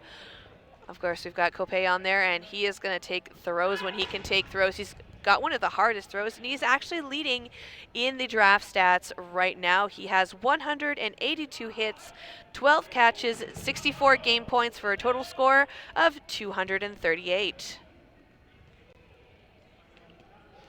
That math made my brain hurt. Yeah. He is a machine. Jesse is a machine.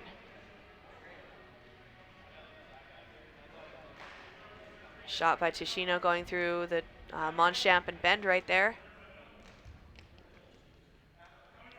For a while, I think he also took quite a break from the draft side of things too. Is this his first draft back? Worlds. Yeah, maybe. But I think even like pre-COVID. Oh, possibly. Maybe. I don't know. It's been a while since I saw him in draft, so that's why I say that. That's fair. Speaking of which, though, on the opposite end, we have number 2 on the draft stats.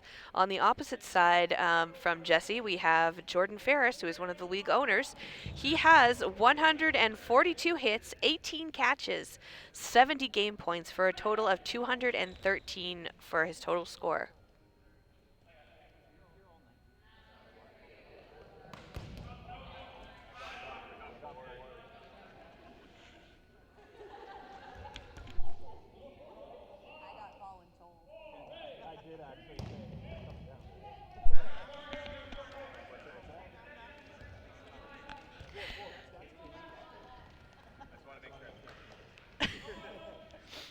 All right, so it looks like now there are still 5 players left on the side for the Jonathanigans team. They have 3 balls in hand.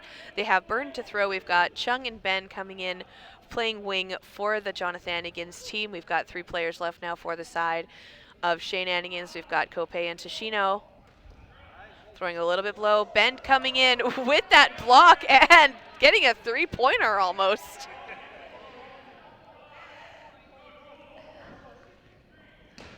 I think you should get bonus points in draft if you actually get a basket.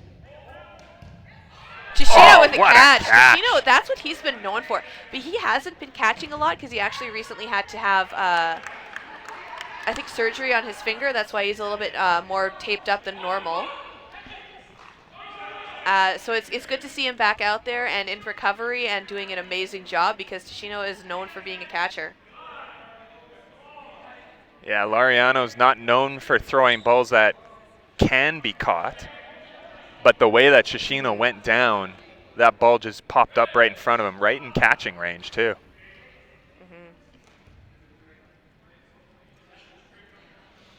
All right, so we've got 4 balls in hand now for the side of the Jonathanigans team, but it looks like Bend and Monchamp being taken out.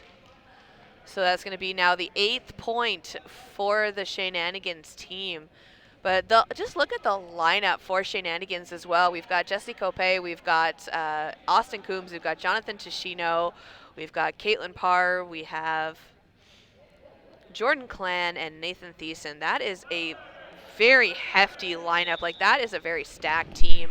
All I see is Shane Willem, Shane Willem, Shane Willem, Shane Willem, Shane Willem, Jesse Cope. He's the only one not wearing a Shane shirt.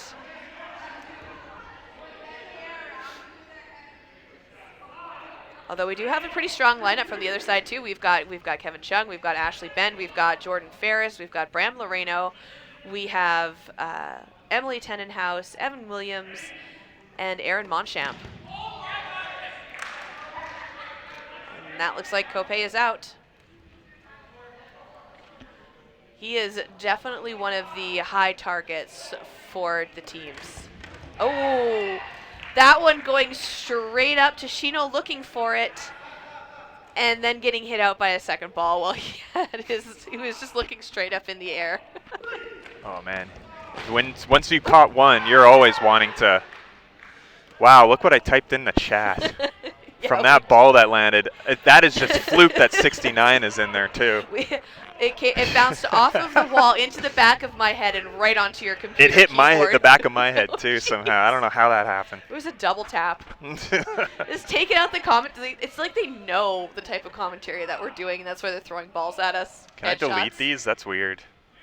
It just looks like we're doing really It looks like we're doing really difficult stat math in the chat. That's what it is.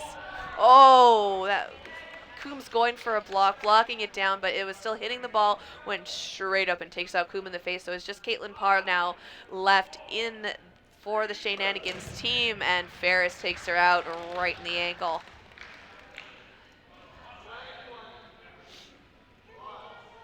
That's what we call an Achilles ball right there.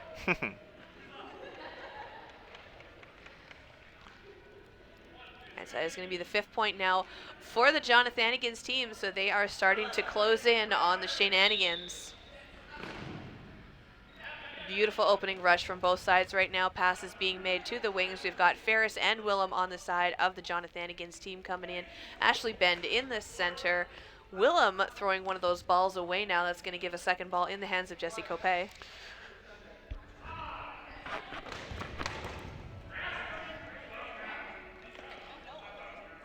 Looks like there might have been a bit of confusion on a catch that Ferris made. I think I'm not sure what the refs are calling that one. Coombs loses control of his ball as he goes for a dodge right there, jumping up in the air. But managing to get control back, though, and still trying to get a shot off at Bend. So great job for Coombs right there. Again, Shenanigans coming up to throw, but taking out Thiessen. That was a shot from Shane Willem. Coombs going for Willem, but just missing. Ferris going and taking out Coombs, but that second shot takes out Ferris. Cope just managing to get Willem out right on the side there. Just a head grazing shot. So it's just Clan and Cope left now for the Shenanigans team. Takes out Loreno, and oh, that's a block from Williams going right into Tenenhouse. And oh, that was so close to the line too. Yeah, it was very close. He managed to spin it around. He stays in, only player left. Oh, and takes out Clan. What a shot. It's just Williams against Cope right now. 9.5 minutes left in the second half. Oh. And that's a hit, yeah. Right in the elbow too. Cope was not going to miss that one with how close up to the line he was. If he did. Oh, he would be so mad. Like he's so hard on himself as a player too. Like he's very serious, and you know he's a very well-rounded player, but he is so hard on himself when it's an easy shot and he misses. And you know what? It's again with the amount of skill that kid has, absolutely no reason why he should feel that way if he did miss. Yeah, the way things are going in this match too. Jonathan's team Cicino's team is the one that was predicted by chat so the prediction to win is this for game. Shenanigans. Yeah, and Okay. it's definitely coming in that. Oh yeah, I believe it. It's showing up like that. There's a 4-point differential right now. Shenanigans have 9 points. Ooh, Parm trying to go for a catch, but missing that one. Coombs managing to sweep that ball for his team. That's going to give 4 players left now on the side of Shenanigans with those 4 balls. They have burden to throw. I'm hoping for a yellow card at one point so I could use our yellow card indicators on the score. Yeah, that was... Shot for shot. And no, that was Williams. He did hit the line, so there's calling. Oh, it wasn't shot for shot. It was hit in line. Yeah, he came in and they did that spin around, but he just managed to get a little bit further over the line than he should have. Something I'd expect from Nate Gatza. They're so mean. That's why they keep me behind the camera.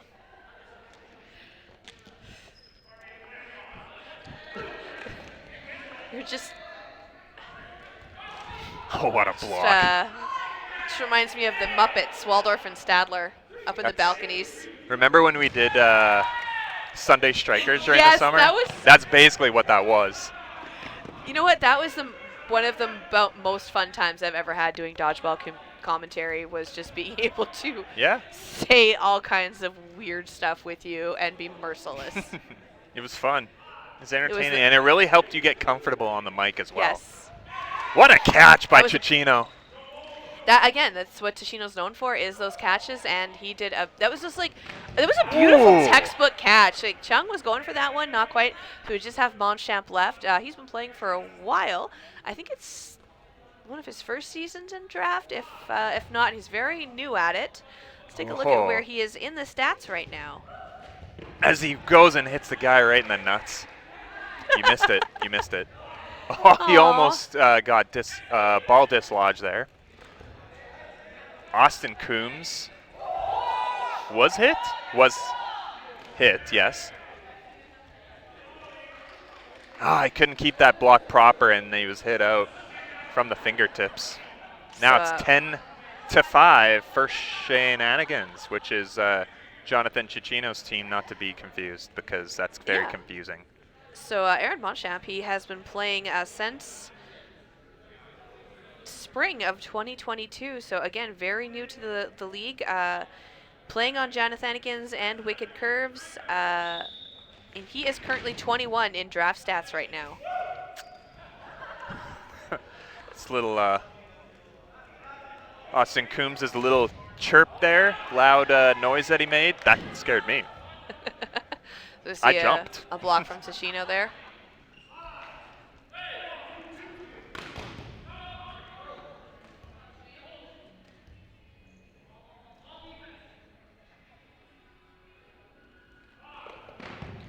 Ooh, that's taking Coombs out. That was... Did you hear the boosh? That was quite the boosh. It was quite booshy. Ooh, Ticino taking out Ferris, but then Willem coming back and taking out Ticino. Yes, quite a boosh. Trey boosh.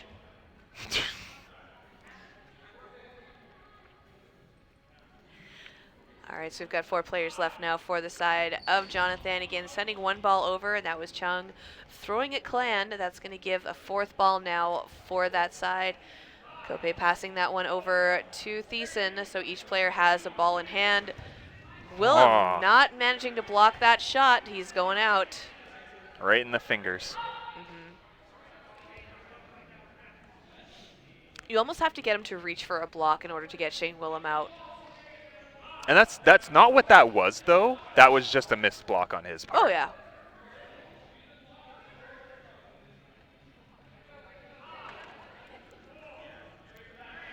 Got about 4 minutes left now in the second half. This is for the Hewen Cup. Yeah, that cup's not going back into Greg's den, that's for sure. He's not even captaining a team right now. I pity whoever has to take that and wipe the sweat off of the trophy.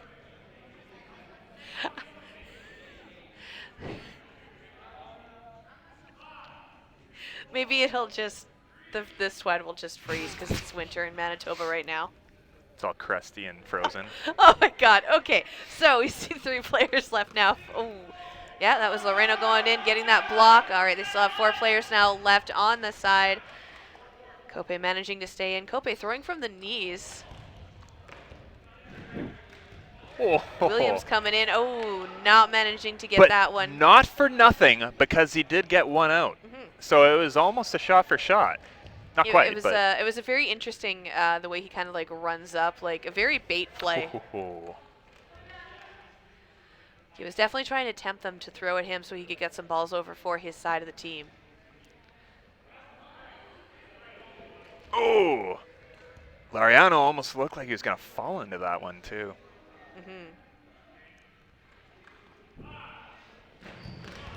Oh, what a block. Ooh, one down. One left, I mean. Yeah, just Jesse left. We've got Chung and Lariano left.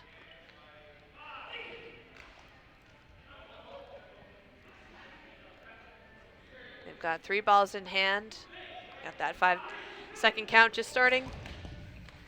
Blocked by Kope. He stays in. Throwing at Chung. Chung going down, managing to miss it. Chung on his knees, backing up, going for a catch off of him, and going straight up in the air. So it is just Kope versus Lariano left. Oh, right in the and fingers, he takes too. him out. That's going to be the 11th point now. So we're going to see a 6-point differential. We've got 2 minutes left in the game. For the Hewen Cup, we've got Shane Anigan's 10 winning 11 points to Jonathan Anigan's 5.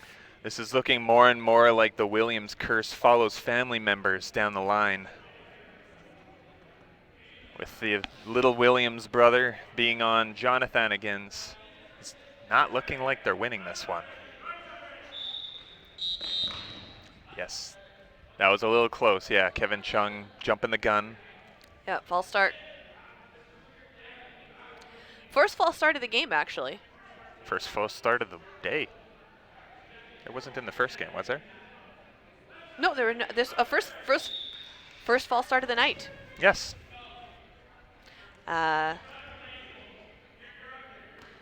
You think with some of the competitiveness coming out of both sides of the teams here that they have a little bit more false starts because they're very eager to try and get those balls as fast as they can. But you know what? No, first one in the second half. Ooh, Ferris with the catch. He does get hit, but he does manage to get that catch. Yes, bringing in one other player. Yes, I think one of the players was hit out before. Yeah. Parr getting taken out. So it's just Coombs left. That was a very quick round for the Jonathan Anigans. I think they know they don't have much time on the game clock left. So it's just Coombs now with the majority of the balls. Throwing at Monchamp, but ooh, he dodges. Going for Chung. Ooh, Chung almost going over the line, managing to get his balance back. Again, still with the majority of the balls. It is all on Coombs for the Shane Anigan side to take out 5 players. I think we're going to see a sudden death very shortly. Oh, again with Monchamp and distracted. Finally, he's like, you know what? I'm over it. I'm going to hit you in the butt.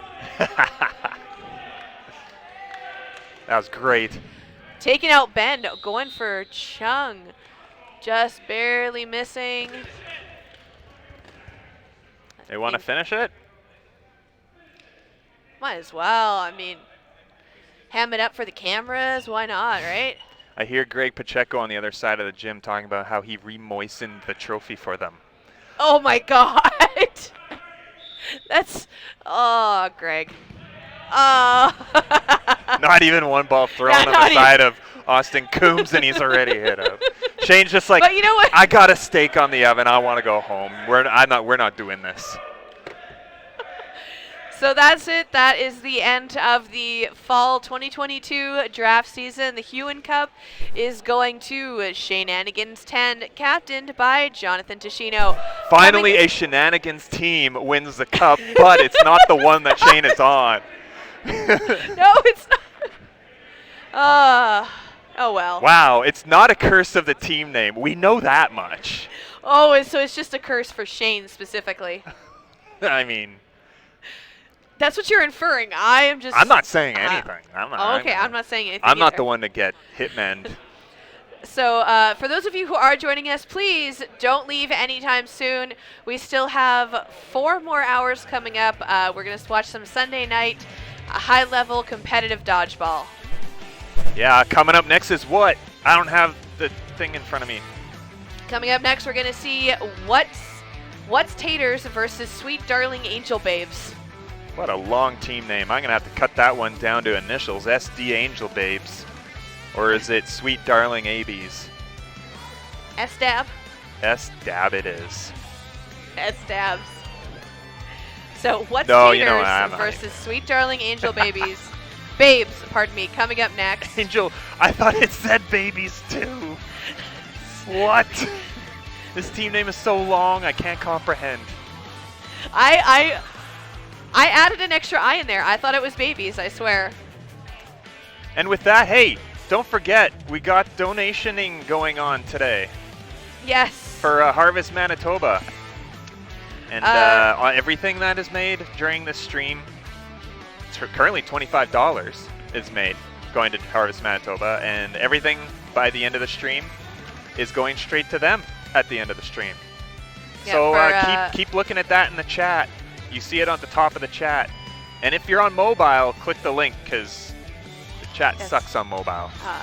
Please donate, and for every donation made, I will make sure to give you a shout out in the chat, and I'll smack Mitch if you want me to. Yes. You know what? That's a great incentive. $20 gets a slap in the back of my head. Oh, I awesome. I entirely endorse All that. right. And don't you go donating yourself just to do that. But if you do, I don't mind. I won't. $20 gets you a smack in the back of my head from Kendall, and boy, does she deserve to slap me in the back of the head plenty of times with what I put her through over the last 5 years. Taylor, I don't know what you're saying, but you're probably agreeing with me 100%. We're just announcing it in the chat right now that if you donate $20 to Manitoba Harvest, I get to smack Mitch as hard as possible in the back of the head. For $20? $20? No! Then nothing gets donated! It's for a good cause, though. It's for a good cause. I mean, I have brain damage already. It's okay. It's a good cause to hit Mitch, but it's even better if it helps donate to a charity. Are you donating right now? What is wrong with you? And no, we can't rack it up till the end of the night because that's gonna hurt me even more. We can't. Yeah, we can't stack slaps. I think that's fair Stack to say. slaps. We can't stack slaps. Oh, we can't. Like, I give him like the one, but then I can't. Or I can't. I mean, I can't just like take a good big, turn and wallow. If up we and do just, this again, though, for different charity stuff, we got to have like a list of stuff. We should have a list as incentives that happen. List of things that Kendall gets to do to Mitch. The thing is, it's tough to do on a day like today because these are supposed to be serious games, right? Yes. These are for championships. Yeah. So But the we next didn't do 3 that. games. Exactly. But So that's why you can't smack me in the back of the head, and we'll just go with that. Yeah, the next finals game we have coming up is going to be at the end of the night. If you're going to join us all the way till 9 o'clock, we're going to see Neon Vibes taking on the Golden Retrievers. That is going to be the gold medal game for the Sunday Platinum Division. But before that, we have some fun, competitive dodgeball coming up very shortly. Again, what's taters taking on the sweet darling angel babes, the S-dabs. Stabs. See ya. All right. So, yeah. All right. So we got the teams just warming up right now. Again, Mitch has to run to the washroom real quick, and then. Well, you don't have to tell the world. I just did. All right, so we're going to see some Sunday Strikers funness coming up shortly. Yeah, because you know what? Mitch had the logo on hand.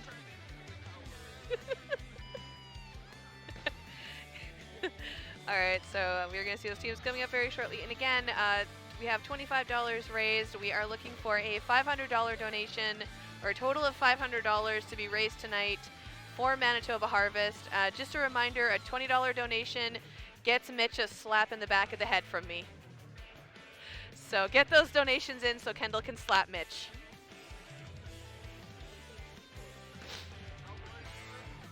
All right, so taking another look here at the Harvest Manitoba page.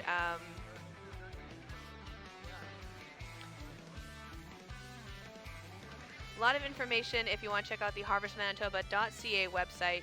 They do partner up with Winnipeg Harvest as well, so I know the names can be somewhat interchangeable and confusing, but this is for Manitoba Harvest.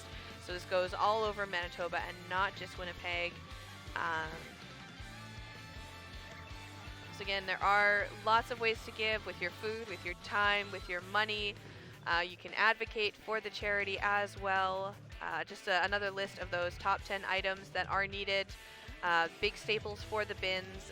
Obviously nothing perishable, so canned fruits, canned soups, canned stews, tuna, canned vegetables, pasta sauces, rice, peanut butter, baby formula and baby food, and instant oatmeal.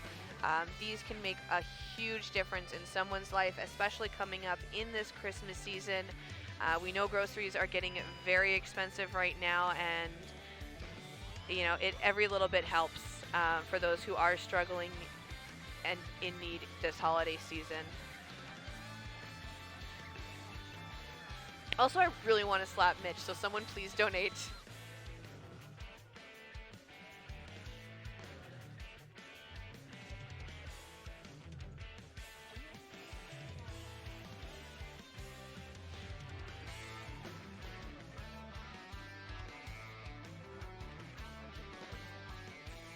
Alright, so let's take a look at the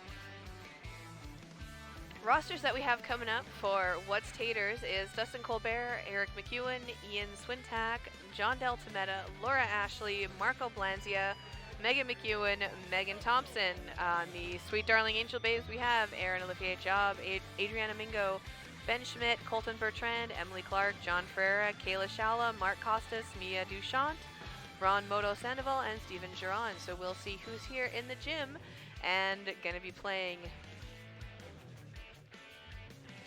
Thank you again for joining us. We are here at the East Elmwood Community Center.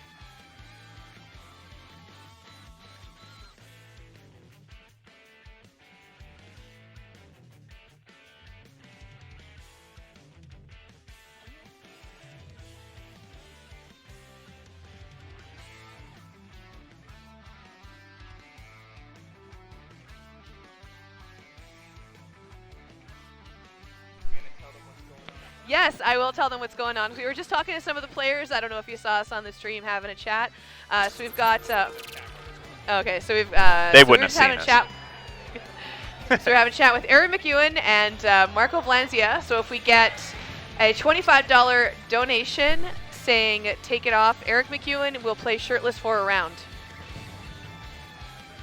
One whole round. And Was it 125? 125. 5. Tag the chubby guy. We will get Marcus Costas. You're having a hard time Dude. with this. I'm getting a little bit of feedback in the mic right now. We will get Marcus Costas to play shirtless as well. Both men were just recently featured in the Men of Dodgeball calendar. That also goes for charity, but if you want to see some Men of Dodgeball action, let's get those donations in so we can see some topless men playing dodgeball. Also, that $25 donation still stands, so I can slap Mitch. I really It was want to slap 20, Mitch. I think. 25 for Eric McEwen to take his shirt off. Okay, so 20 for me to a get slap. slapped in the back of the head, yes. 125 for Marcus Costas to take his shirt off and play one round without a shirt. Yeah, and 50 $5 for Taylor, apparently. and $5 Which to Taylor we make- won't tell you. and $5 to make sure Treebeard keeps his shirt on. He's looking comfy. He's not going to take it off in the first place. No, but we don't want to see that anyways. He's- Unfortunately, Voldemort isn't here. He was down in Arizona, and now he's jet-lagged or something. Catch-a-mort, yes. But I mean, don't we want to see a preview of the Men of Dodgeball calendar again with that $25 for Eric McEwen to play around shirtless? So you can donate $25 multiple times in order for him to take his shirt off. $125, tag the chubby guy, and that will get you Marcus Costas to take his shirt off. And $20, Kendall gets to slap Mitch. So whatever anyone thinks is the bargain, I am okay with that. If you can't remember that, we'll repeat it. Multiple times.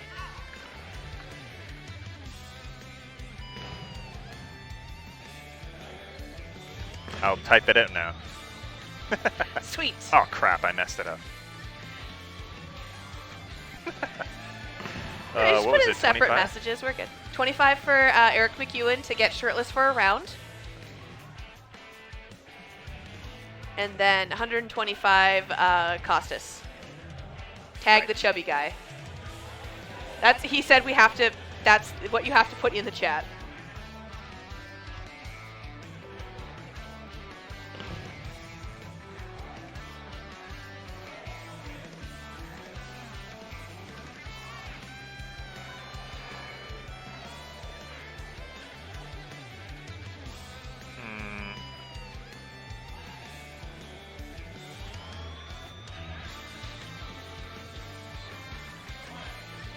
Again, this is all for charity. This is all a very good cause, and let's have some fun doing it.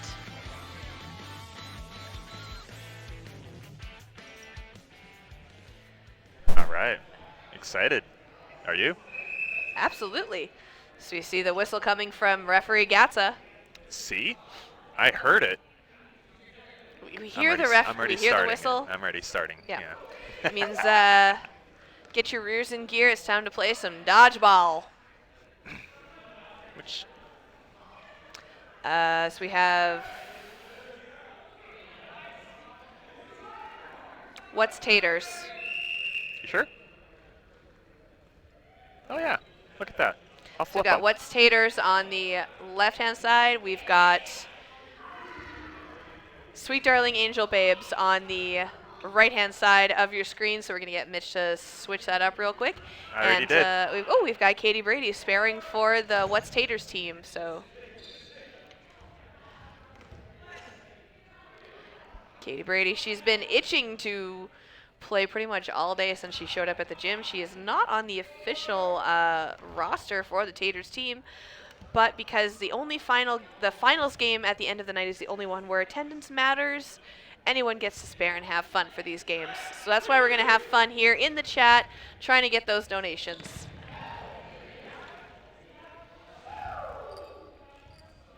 right, so we see McEwen coming up, getting that ball. It looks like brother McEwen is also on the team. Sounds very like religious-y when you say brother McEwen and sister McEwen, but it's the only way to really other than saying their full names, but you know.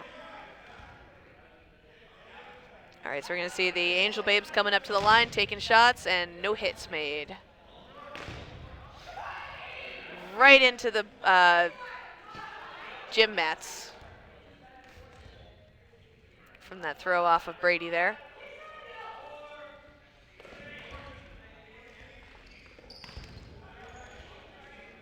Blocked by Giron, he manages to stay in. You see Costas sweeping the balls. Remember, $125 gets you a shirtless Costas. He wants that to happen with how I mean, excited he was.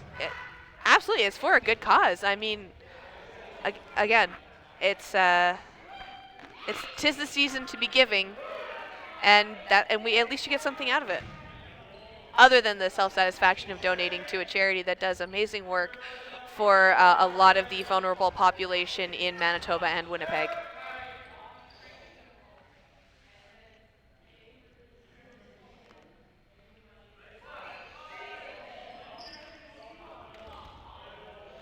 Blocked by Pacheco. So they have 4 balls in hand now. They've got Ferreira, Ewell, Giron, and Pacheco left on the side of the Angel Babes. Going for Ashley. He's got 3 players left now on the side of the Taters team. Looks like Pacheco was the target of that one, managing to block both balls, almost blocking into the back of Giron's legs there, but he stays in. McEwen dodging that ball thrown by Ewell. 4 balls in hand now. We've got 2 players left. We've got just McEwen and Ashley left for the side of the Taters team. Blocked by Ferreira, almost blocking it into Ewell, but managing to stay in.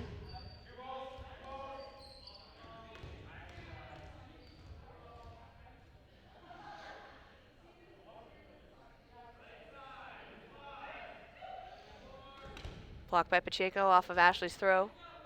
It's going to give 3 balls now. Burden over to the Angel Babes.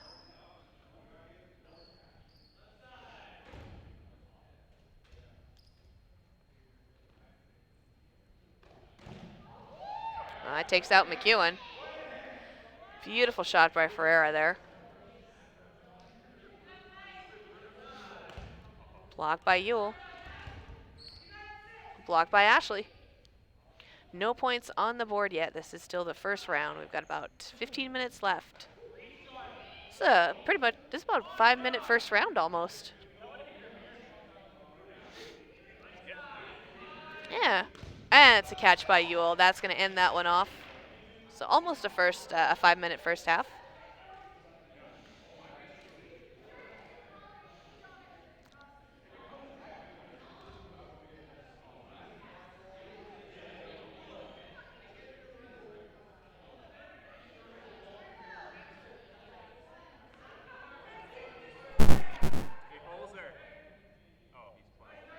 Never mind.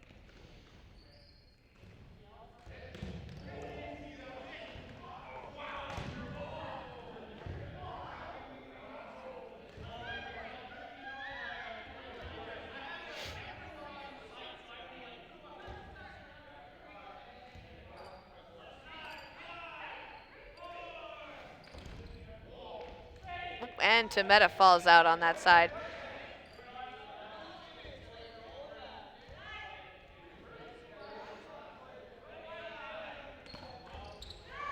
That was a beautiful jump by McEwen. Oh, catch does not count because the first throw did take out Pacheco.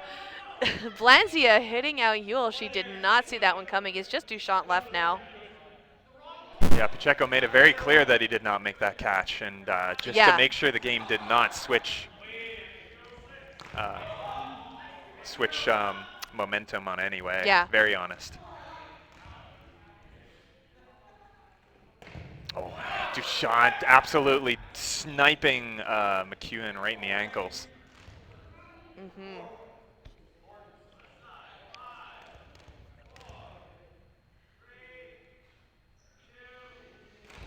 You can hear Ref Gatsa counting it down. Duchamp dodging both of those balls being sent over. That's going to give her the burden to throw now. 5 balls on the side of the Angel Babes. Oh. Ooh, taking out Blanzia. You know, I gotta say, the only way that I've ever been able to remember how to pronounce his name was thanks to you, Mitch. Pizza. Yep, Bland Just Pizza. think of pizza. Perfect. We still have Brady left. I totally forgot she was still in there. She was just hiding out in the corner. Pizza with only cheese is quite boring, is it not? Depends on the cheese. True.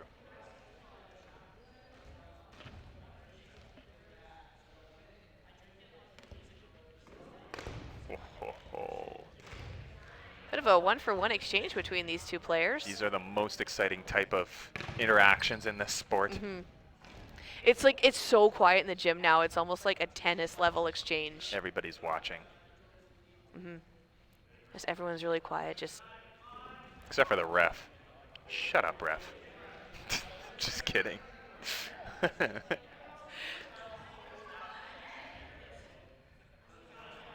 Both players just biding their time. Both players are so good at blocking as well, and they're very agile. They know how to retreat to the back of the court. You can hear Duchamp being a little bit annoyed by the fact that ball rolled over to her side. She's like, I don't want to have to throw again. Brady blocks. Brady blocks. Brady has to throw. Coming up, throwing it to Duchamp. Ooh. Distracted by grabbing a ball for 1 second. And Brady. Yeah, she needed that second ball to be able to block, but unfortunately, while she was reaching for it, just bam, right in the face. Brady took advantage. She's always watching.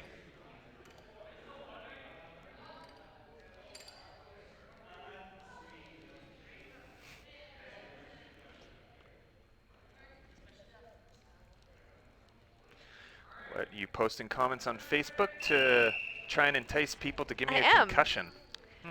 Fun. I've got a few people commenting. I got a few people who like my post in the Winnipeg Dodgeball community saying that we are broadcasting tonight. We're doing donations for Manitoba Harvest Manitoba.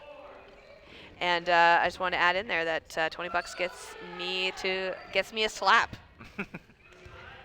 Fun.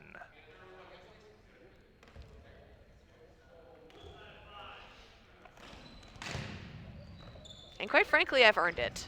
Whoa! Oh! So Yule gets the catch, but she also gets the hit. That was a very split second where she did have both feet on the ground right before she got hit in the legs. Yeah, because it was an ankle shot that got her out, but she did manage to get control of that ball.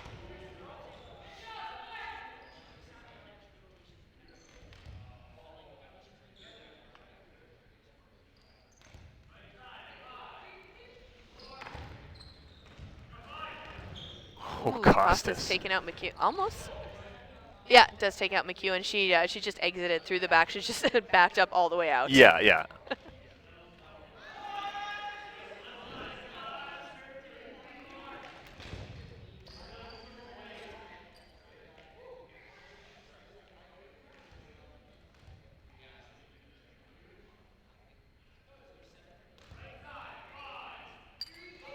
So 4 balls in hand now. We see Tameta, Ashley, and Brady coming up and taking a shot there. That's going to give 3 balls now to the side of the Angel Babes. Angel Babes with burden to throw. Oof. Brady losing a little bit of control of the ball there. She goes for a throw, but swings a little high over people. Ooh, taking out Tameta. It's not like her. Yeah, she lost control of the ball as she released. Maybe she needs more chalk. I blame Greg. Or that's you need more chalk because the balls are too moist thanks to Greg. That's, yeah. That's the official story. Oh. Almost taking out Giron there. Greg Pacheco dodging it, but it goes straight through and almost hits Giron, but ref calling it a ground ball first.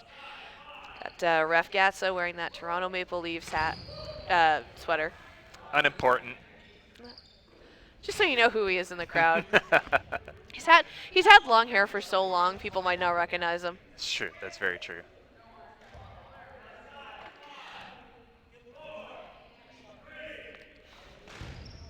Brady blocking the ball there.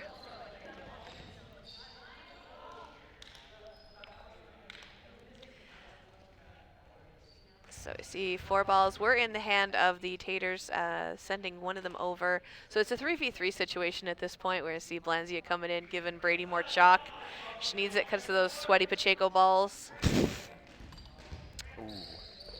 Oh, that sounds so bad. Anyways. I should not have said that out loud. Yeah, moving on. Oh, hey, Pacheco got hit out. Don't have to worry about him no more. Him and his sweaty balls.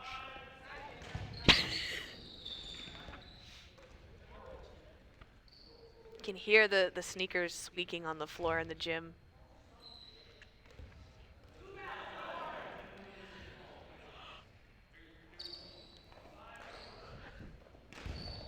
Ooh. And that's Costas going out. Nice shot by Tameta. There's no dodging that one. Yeah. Tameta, also a goggles wearer.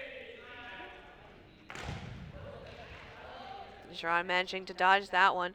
Looks like he almost slipped on the floor a little bit, but managed to regain his footing, trying to hold. Was he trying to hold 4 balls at once or just trying to grab that extra ball?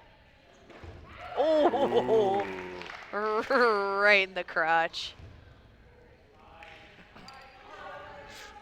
That's probably not a fun place to get hit. I wouldn't recommend.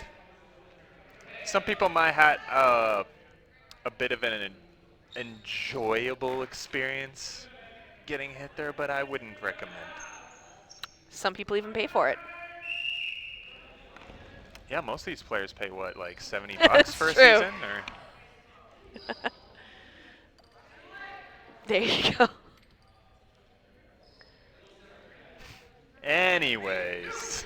So we've got, ooh, catch by Pacheco. Absolutely well done. Just brings it in and snags that ball, coming in real clutch. We've got 2 points now for What's Taters. We've got 1 point for the Sweet Angel Babes.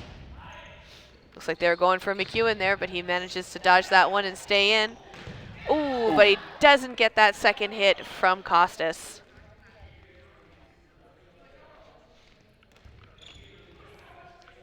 Just had to throw a ball back onto the court now from the referee, or referee, from the commentary table.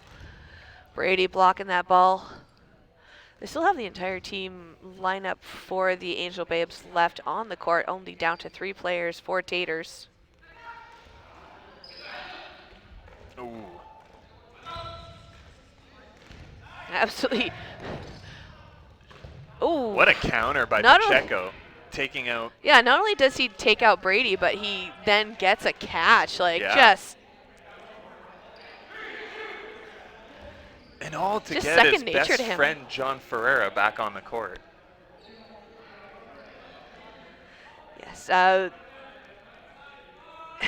They have a relationship very similar to that of Jay and Silent Bob. Oh, it's that way, yeah. Lots of balls flying into the commentary table. Now it's almost like they can hear us talking about them. Balls get offended easy, Yeah, they do. So it's a tie score now. We've got 2v2. especially in sports. And 5 minutes left in the first half for the Sunday night competitive. Again, we're still looking for those donations. We've already mentioned it in the chat. And I really want to slap Mitch. $25 for Holzer to take his shirt off? No, that's not what it was. No, it's McEwen. It was McEwen. Wouldn't be And the I mean, the first thing I've been donations hit are by for today. a good cause. $20 for a slap to the back of my head. Nobody's done it yet. I mean, Easy money. who hasn't wanted to slap Mitch at some point? Like, let's just. I would gladly can't- take one for the team and I can't slap name him. anybody. I mean, not offhand. No. It's not like they're going to tell you they want to slap it to your face anyways, right? Well, some people might. Ferreira staying in. Ooh, looks like they're going for a catch on that one. Not quite getting it. McEwen It goes landed out. right on the top of his palm, too. Oh, that's always the worst. Yeah. Costas going out as well. Absolutely crushing his palm between the ball and the floor.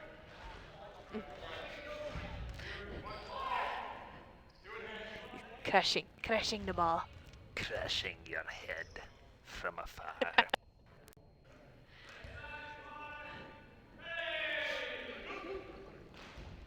Nice block.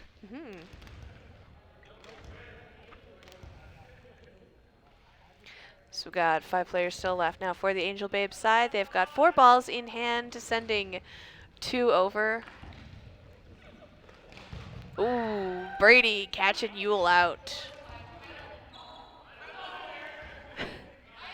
So it's nice when you see those friendly exchanges where it's like, you know what, we saw that happening. Two-shot managing to dodge that throw.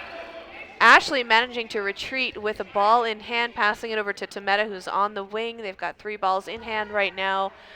They have Burden to throw. We see the ref starting to count them down. They've got that 5 seconds. Blancia throws it Chiron and takes him out. With a hit like that on yourself, you want that back. He basically blocked it right into himself. That was a little bit of a sidewinder throw from Blancia as well. Yeah, that's why it bounced off the ball and right into his chest too. Yeah, only way I can throw without hurting my arm is with a sidearm these days. It's not an easy throw to do either. No.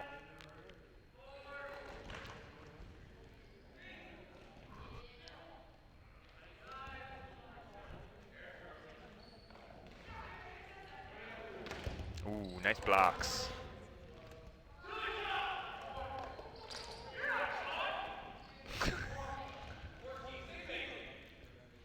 An interesting dodge by Ferreira that just took place. He kind of goes down. He puts had his legs straight out, and he put his arm down to kind of catch himself, and he manages to get right back up.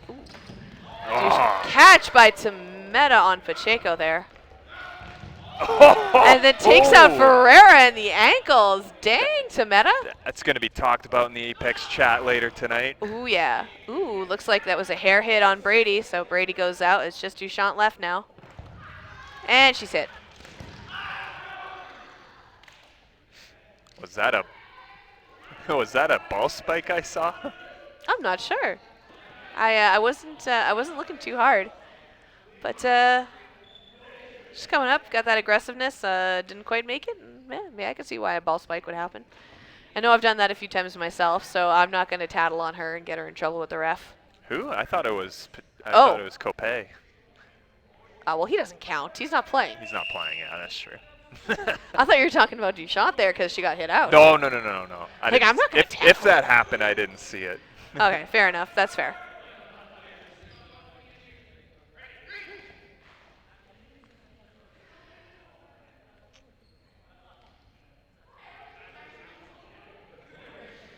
So we see 4 balls now for the Angel Babes. Oh. Almost a basket, though. Who was that just got hit out?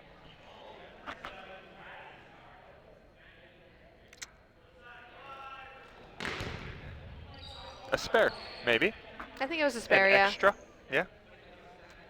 We're missing a few of their regularly scheduled players on the Tater side, so they've got Brady and another player filling in. And that'll happen on a final match day when you're not in the finals. Yes, these games especially because the attendance is not being recorded, so it is a bonus where it's almost like you're able to do like a bring a friend to dodgeball night because you don't have to get approval ahead of time for sparing. Oh, Belangia with that catch, but getting hit out right away. Oh, and that's the half. And that was Brady taking out Pacheco just before the half, too. 1 more second, and Pacheco would be completely safe. Yeah. Alas, he's not. So it's going to be just Ferreira and Giron left, and then we've got McEwen, Ashley, guy who's the spare, and Brady. Yeah. I'm not sure who that player is, so I do apologize that I'm not sure of what the name is. We don't have access to the rosters right now. Where'd you put your money on? Where would you put your money on right now? To win this round? Yes. Katie Brady, says Holzer. Yes. Yeah, Holzer said Brady. I'm. Especially when Ferreira makes moves like that. Yeah, that's a Taters one. Yes, Holzer's always right. I know that. As you see teams switching sides right now, so we're going to see that halftime. Again, please make sure you get those donations in. Now, you don't have to donate those amounts specifically. You can donate as much or as little as you like. But we Yep. wanted to throw some incentives in if you do feel so inclined to donate. And, everyone in the chat is a willing... Everyone who is part of the donation incentives is a willing participant. Look at those incentives. Look how beautiful those incentives are in the chat. Mm-hmm. They are only valid during this game match. That's fair. That's fair. As they reference players. Personally, I think it would be a great Christmas gift if anyone would like to donate a slab. All right, I'll stop. I have not many more brain cells to save, so I am fine. Yes, we need your brain cells for the dodgeball streaming. Yes. And I'm sure you need them for like your regular day job and everything too. I don't brain much. Good job. No brain.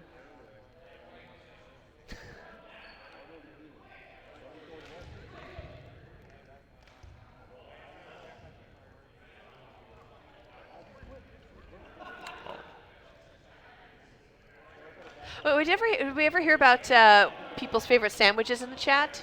Oh, no. No, we did not. Oh, except for Celine said, was it egg salad?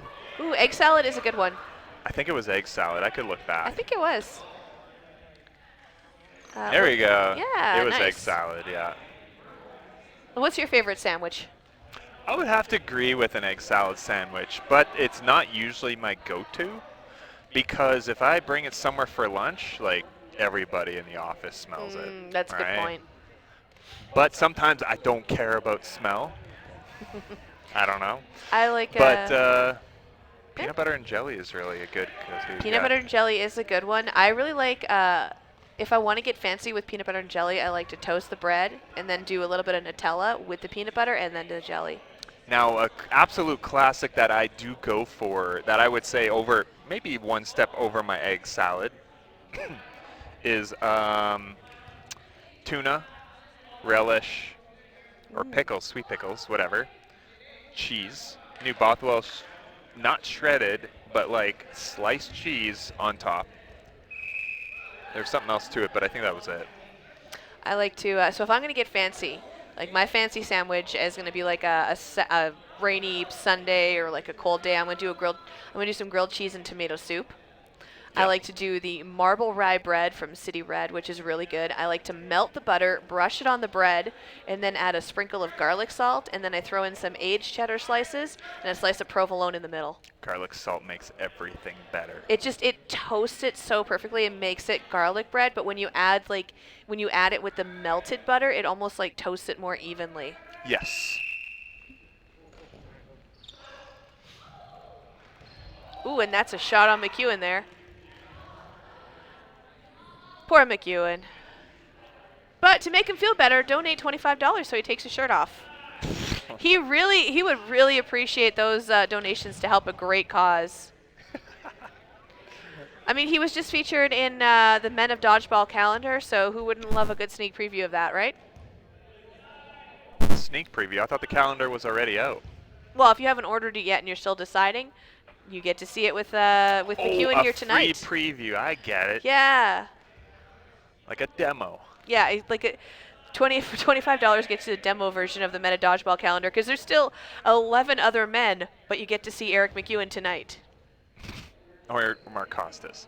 Yes, or If Mark you want. Costas. If you want. You don't Yeah. have to.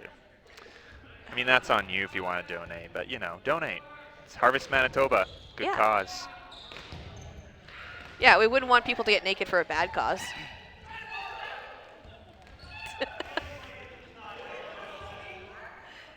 3 more hours, Mitch. We got this. So you see them coming up to the line right now, blocked by Pacheco. He was like, oh, the ball went the wrong way. It went back to the other team. Tometa blocks it up. It just goes up in the air. No one gets it, but that is gonna get that team their 4th ball now. They got to throw, and Tometa throws right between Costas and Duchamp, misses. But Pacheco and Blanzia take each other out.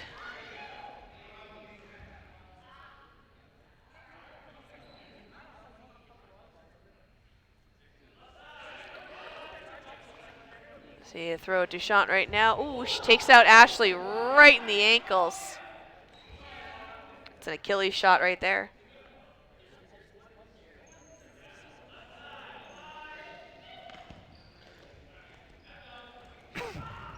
There goes McEwen. So it's just a spare player left.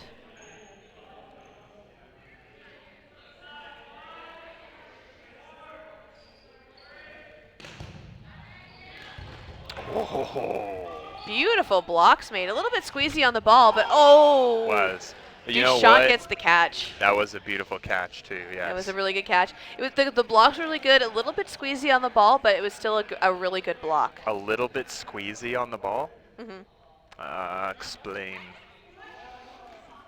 So I believe in the World Dodgeball Federation rules, there is a stipulation that you cannot over squeeze the balls. I got what you're saying. Yeah. I know totally what you're talking about. Yeah. Sort of a bit of a hard grip. So the part of the reason you don't want to squeeze the balls is it does make the ball a little bit harder to. It adds a bit of a disadvantage when you're throwing the ball, and then it also just wrecks the balls themselves. And you know the amount of gameplay that happens with these balls is we really want to make sure that we don't have to keep ordering new balls all the time because they can get expensive. Ooh.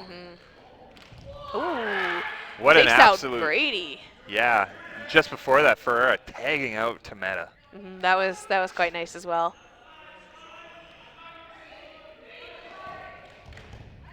And Ferreira going out.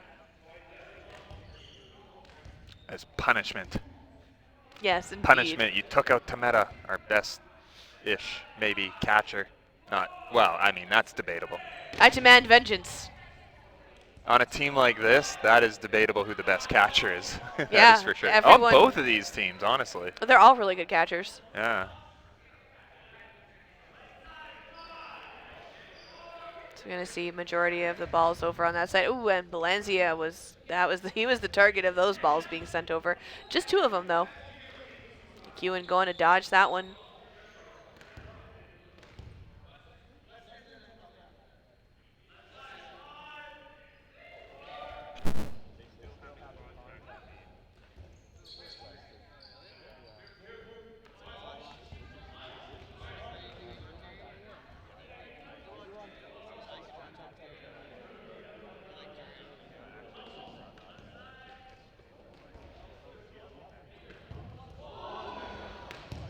Ooh, so it looks like that player gets taken out. Again, the gentleman in the Under Armour shorts sparing for the What's Taters team. Ooh, Ashley getting hit out. Yule getting a catch. That's going to be the end of that round, and it's going to be a 4-4 tie. We have about 14 minutes left now in the second half.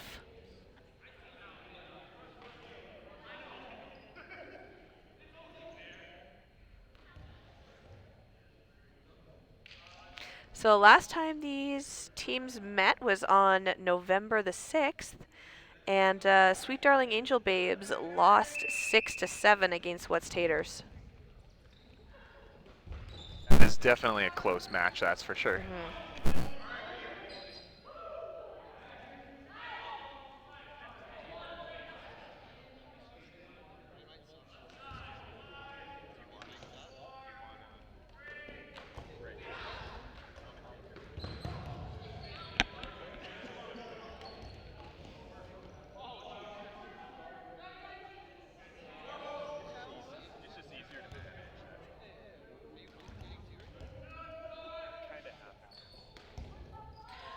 Oh, Brady blocks that ball right into Blanzia. Oh, I don't think he was expecting that one. And everyone just gave her flack for it. Meanwhile, she's blaming him for not catching it. Yeah, well, I mean, With a row jersey, you should catch it. I'm just saying, yeah. Ooh, Tometa goes out. But he does it with a smile on his face, so it's all good, folks. He's always got a smile on his face. Oh, yeah, he's absolutely one of the most congenial guys in the league. Both of those going into the gym mats meant for Costas.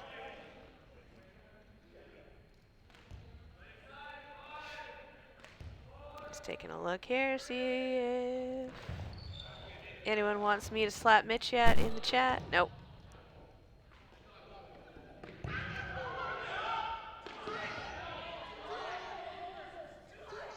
Turtle Beaches is upgrade. So if you press that, that unmutes. He's done it before. He's done it before.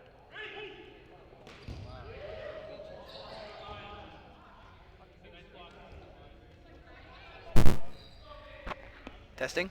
Hey, there we go. All right. Nice. So we have Dan Holzer joining us now. Hello. Welcome. Thanks. Thank you for joining us. Everyone Yeah, got sick I have of a little listening to bit of time. Mitch, so now we get you.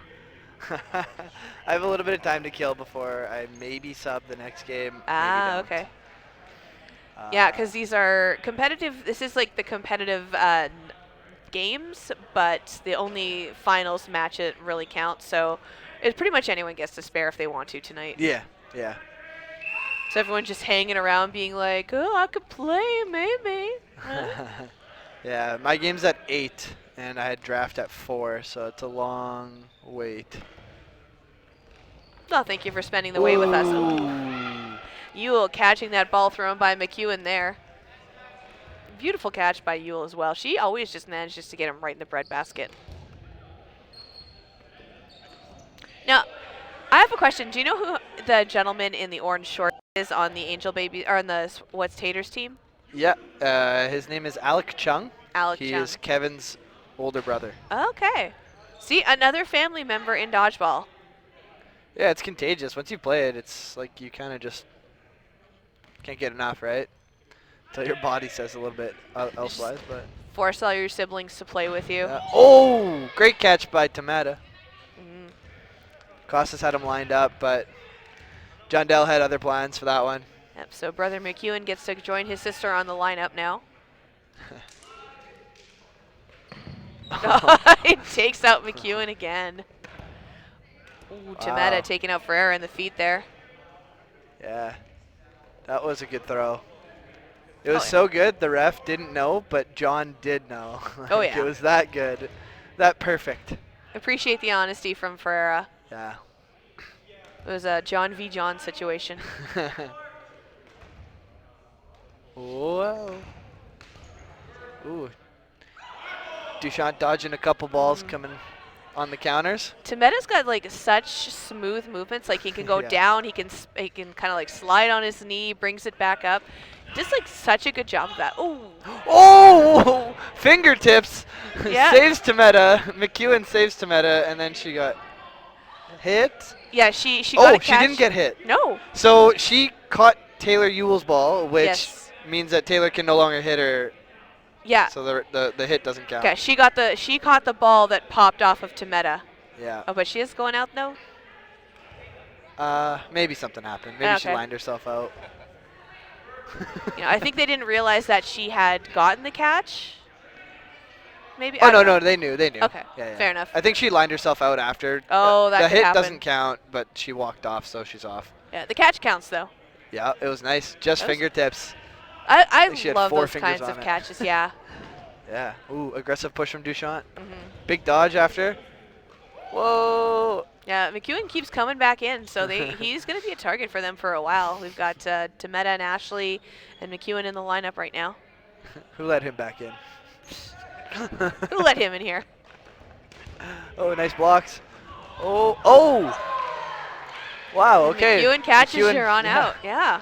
Hits the cross on Duchamp, and then Giron gets a little antsy and throws his ball. McEwen makes a nice catch on it. Mhm. let's take a look at some of the draft stats here. I'm just curious because I kind of want to know how many catches on average McEwen gets. He was solid this season for catches. I would say it was above his normal year. So he's 13th right now. He only got 5 catches on record, though. Yeah, that's above average for him. Fair enough.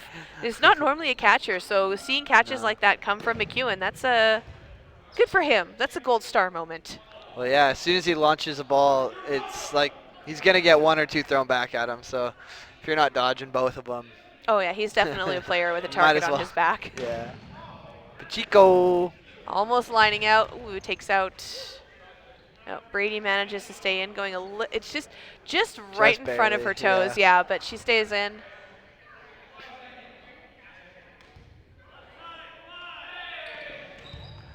Going right up. Oh, but Pacheco catching it.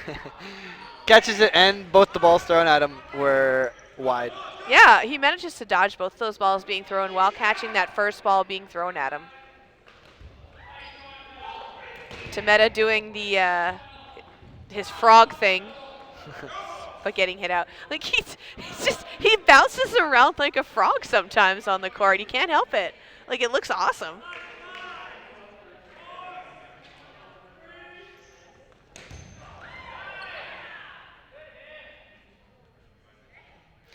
Can hear a good hit coming from the court.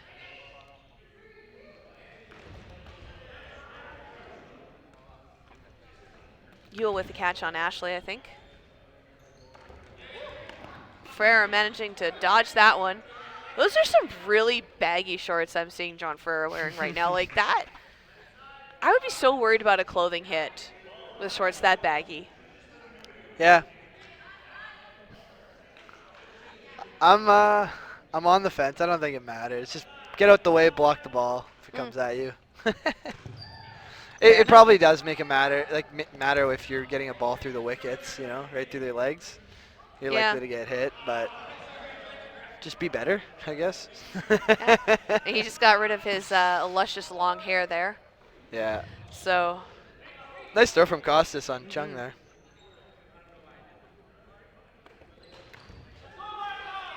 Blanzia managing to stay in just on the tip of his toes.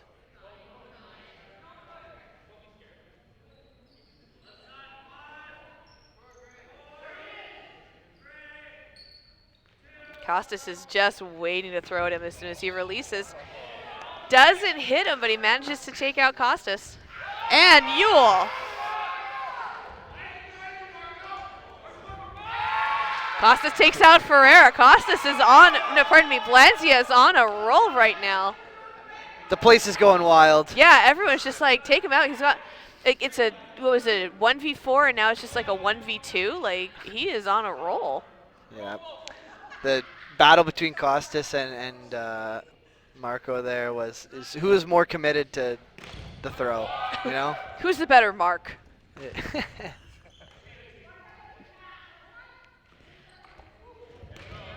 Taking those shots at Pacheco. Just waiting for that ball to come in because they've got Burden to throw now with those 3 balls. So they're just making sure that they get all the balls in their hands so they can line up at him. Dodges both of them, keeping the balls down for blocking. But Pacheco gets them with a catch. That was the man he was avoiding his as a target for the last probably 8 to 9 throws. He has to go at him eventually. Yeah. It's almost like Greg is one of those targets where you want to be throwing at him where he doesn't have too much room to move around or get a catch. Yeah, which is not often. No, but you don't want to get Greg to be one of those players who's left on the court for last because he will use the full court. Yeah, depending on how many players you have, it's okay. Or he could soccer kick a ball. That's tough to catch. Yeah. Tough to catch with your feet. He just passed it to the wall. Yes, he did. Atta boy. Ferreira blocks. Ooh, and then throws it That went right into thud. Balancia. Yeah. Katie rolling her every letter again. She does No, that she often. doesn't. Yes, she does. Oh, I know, but Oh. I Yeah. shared a hotel room with her at Worlds. I heard so many R's being rolled. It's not just ours anymore. Oh, It's evolved. well, that's good. It's funny. It's quirky.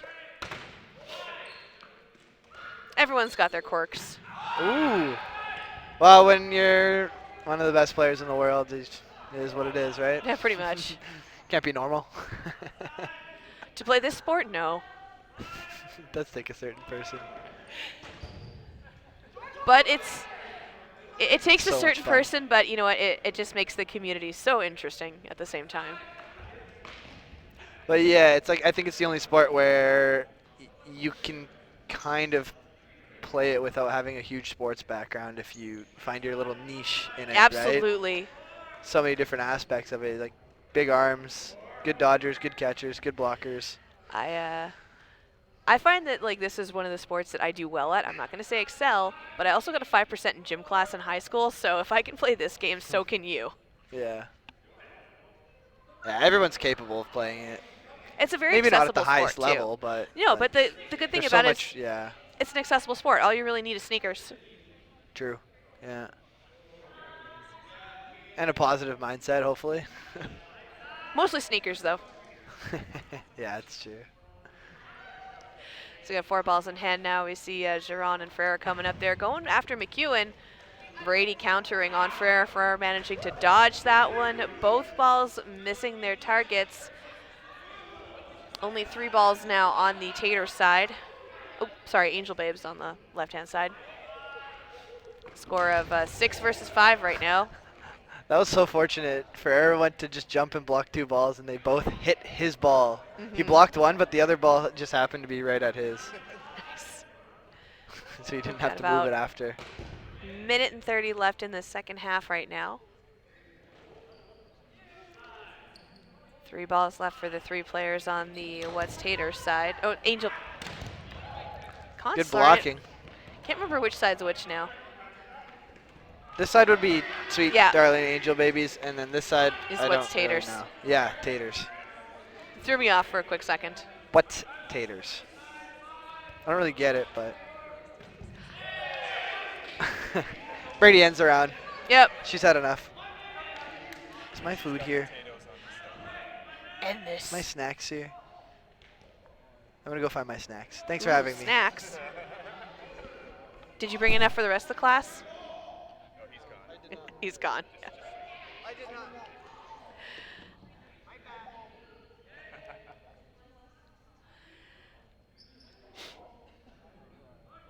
Alright, so we got more players showing up now. Looks like some snacks arrived. We don't get anything. We're just stuck here. I think I have some Tic Tacs in my purse. You want a Tic Tac, Mitch?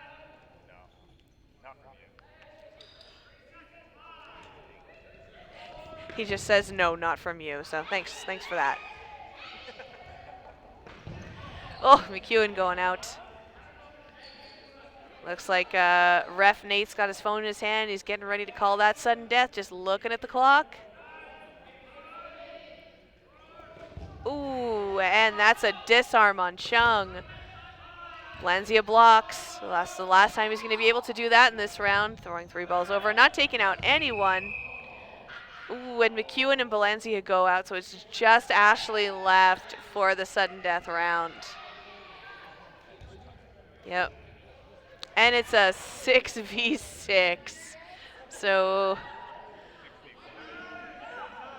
well, the score is 6-6 right now, but it's a 6v1 against Ashley for the What's Taters team. Oh, going for a catch, just missing it. That's going to give her burden to throw. Oh, and she catches it. She brings Brady back in. Oh my gosh. That's a TSN turning point for this round. Sorry? It hasn't ended yet. No, well. Oh! Pacheco catches Brady. That's a. Oh, she's going for another catch, unfortunately. Doesn't quite get it, so that's going to be that 7th point now. So the Sweet Darling Angel Babes are going to take that one with 7 points to What's Taters 6 points, which is actually a reverse of the score from the last time these two teams met. So they played against each other on November 6th, and Angel Babes lost with 6 points. What's Taters won with 7 points. Angel Babes took it tonight in sudden death with 7 points, and Taters had 6 points. So they had a reversal of their score from the first time they met. That's interesting. It's almost an eerie coincidence. I don't know. No. It's just cool. It just looks cool. All right, so coming up next, we've got Dodge D's versus Kirkland Signature. I wonder where they work.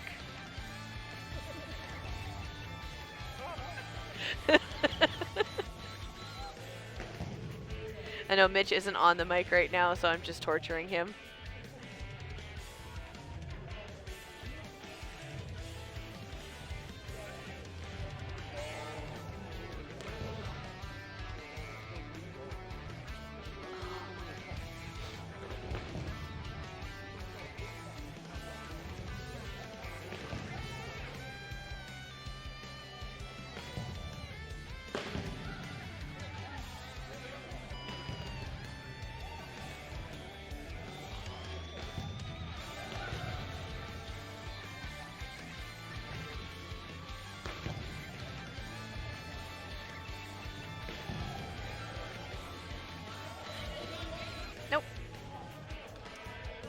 Alright, so don't forget, we are still doing those donations for Harvest in Manitoba right now. We still have that going on in the chat, so for those of you who would like to make a donation, any little bit matters. We do have some incentives going on. 20 bucks gets me to slap Mitch. We did have 25 for Eric McEwen to play shirtless, although he is not playing this next game coming up, so might have to think of something else. And we've got Mark Costas. That was get him to take his shirt off was 125 bucks, but neither of those two athletes are going to be playing in this next game.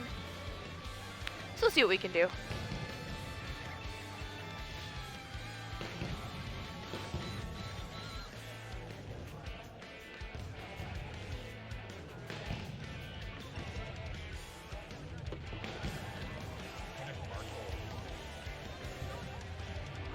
Oh, yeah.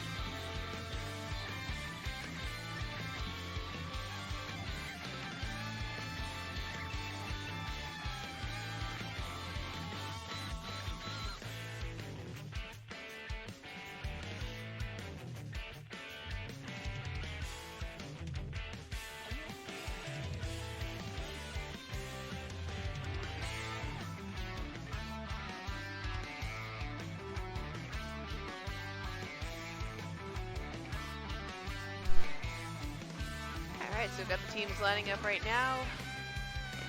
Bunch of practice throws being made, but I think we've still got the Sunday Strikers logo coming up. So, again, we are doing those donations for Manitoba Harvest. We're looking for a total donations of $500 tonight, but would like to take what we can get. And the game will start very shortly.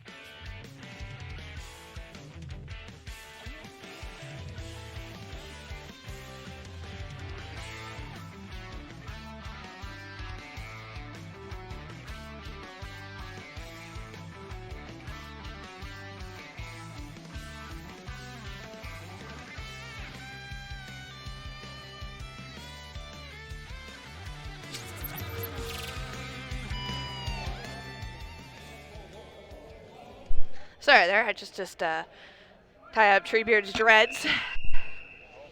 You know, I wonder how much of a donation it would get to be able to cut those things off.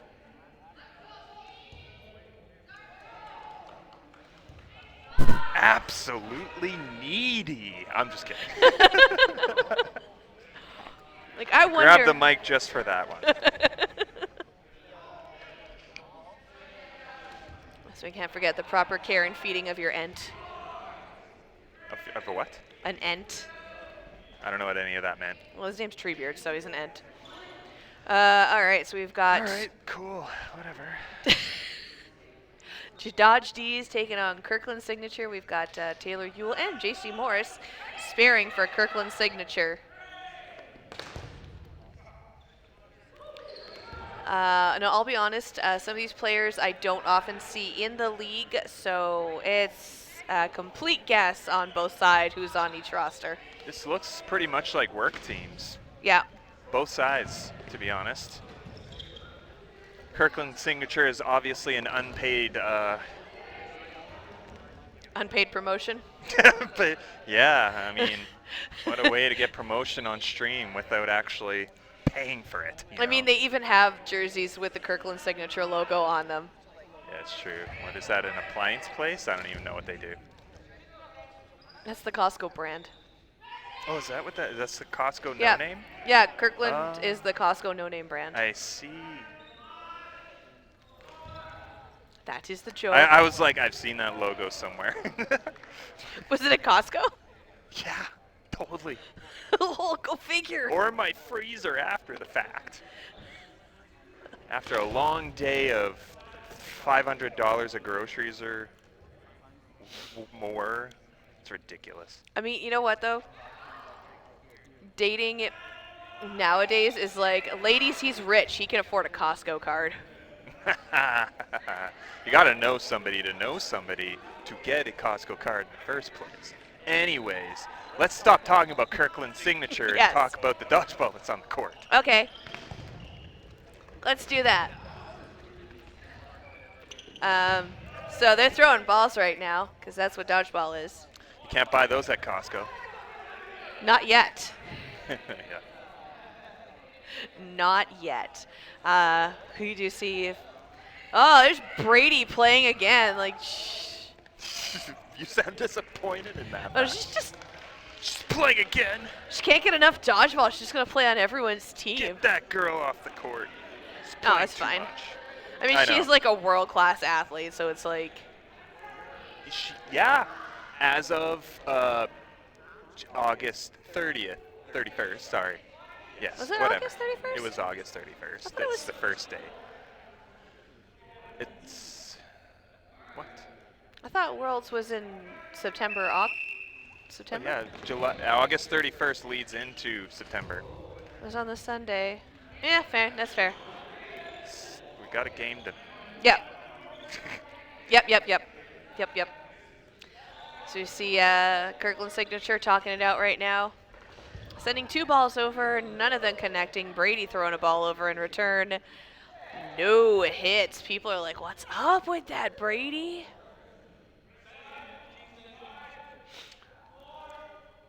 Ref's The last counting day down. of the season. Nothing counts. Except for the finals game coming up.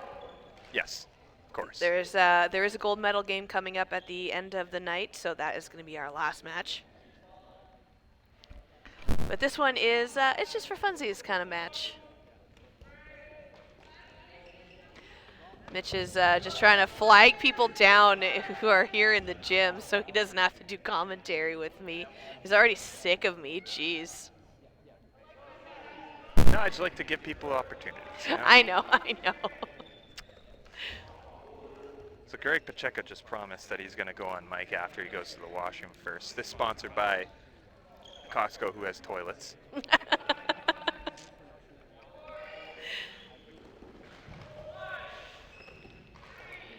What a dodge by Kirkland. Gotta give it up for Mira Duarte on the Dodge D's team. She is wearing the most epic shirt. Not only did she like cut it up and she's got like the dangly bits, but she's got pom-poms on her shoulders. The dangly bits. Hey, she's got dangly bits. Look at her. shirt dangle? Trying to figure out what this is on my pants.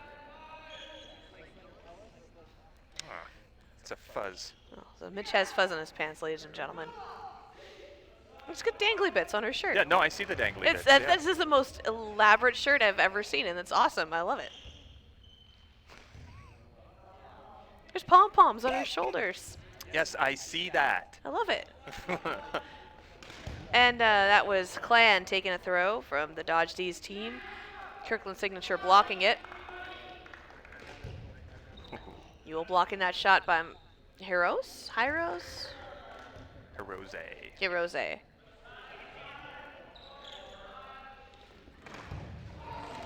Ooh, that was a shot in the feet. That's going to take out that player from the Dodge D's team. Brady managing to stay in. I think I've seen the phonetics written Hirose. Okay. Hirose. Hirose. Grant. Yes. Which could also be a last name.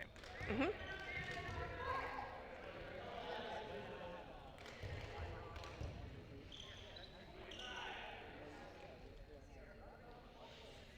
So Kirkland Signature coming up to the line. Two shots being thrown at Grant Hirose. Ground ball from Taylor Ewell at Hirose while he's trying to throw there. That's going to give them 3 balls each. And they both have 4 players on each side, but Dodge D's has to throw. Hey, Treebeard hit something. So mean to him. 4 balls now for the Kirkland Signature team. A little bit of a high ball. Wasn't I think the throw had intent. He just lost a little bit of the control over it as he released. So valid throw. That's a shot taken out Ewell right in the ankle. Jaw. Right in the jaw. She is Don't know what word you're going for. I was going to say All ankle, right. but I was like, that is not the correct body part. Right, nah. Yeah. I don't know why I kept wanting to say ankle when it was her face. Yeah, yeah. I just glitched. I just had a glitch in my matrix. It's all good. Ooh, Clan going for the catch. Brady taking out the player on Kirkland's Signature. Managing to dodge both of those shots. Is just the one player left right now. A little bit of a wide shot again going over Brady's head there. Treebeard trying to be sneaky, but takes him out in the hip when he goes for the block. That's what Treebeard is known for. Most of the time making those trebuchet shots where he basically rips his arm off his sockets. But when I used to try that shot, it gave me tendinitis. That's why I don't play anymore. Yeah, he's very lanky, that one. Yes. All right, looks like He's have 10 feet tall when he's like this. So tall you can see my hand on the stream. Really? You could, yeah, when I did that. Oh, do it again. Oh, okay, fine. All right, so it looks like we're going to have Greg Pacheco joining us now.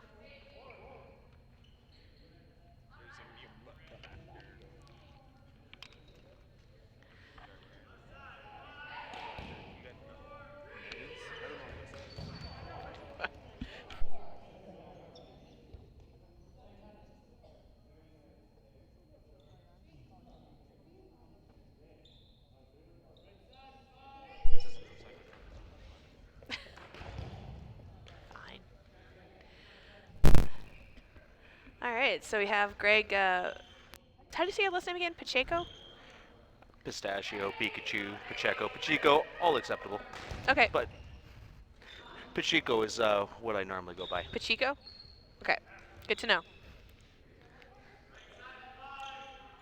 It's spelt where, you know, you try and say it phonetically, but you can still kind of mess it up.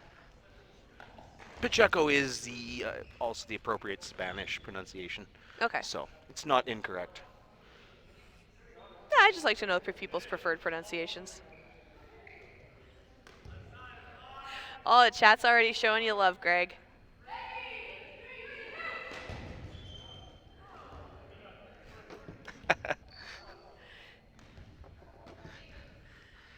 Yeah, Mitch was just saying earlier that you had to clean all the sweat off of the cup so you can be delivered to the new winning team.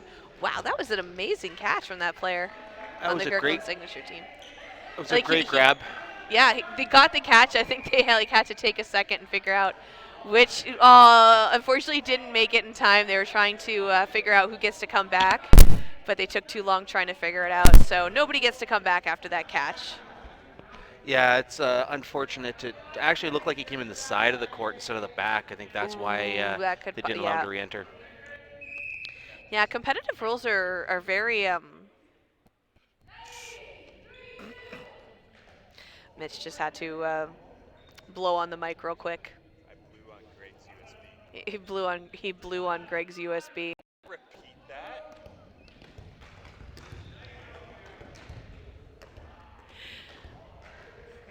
That's Ooh. wow. That was a great exchange and a great catch to finish it off. Yeah, so that was Jordan Clan with that kind of showboating. Well, not showboating, but like he was just kind of dominating that round. He did really good. I think he got 2 hits, a catch, Yeah. all in the same play. It was a good rally. Yeah, that was his MVP moment right there.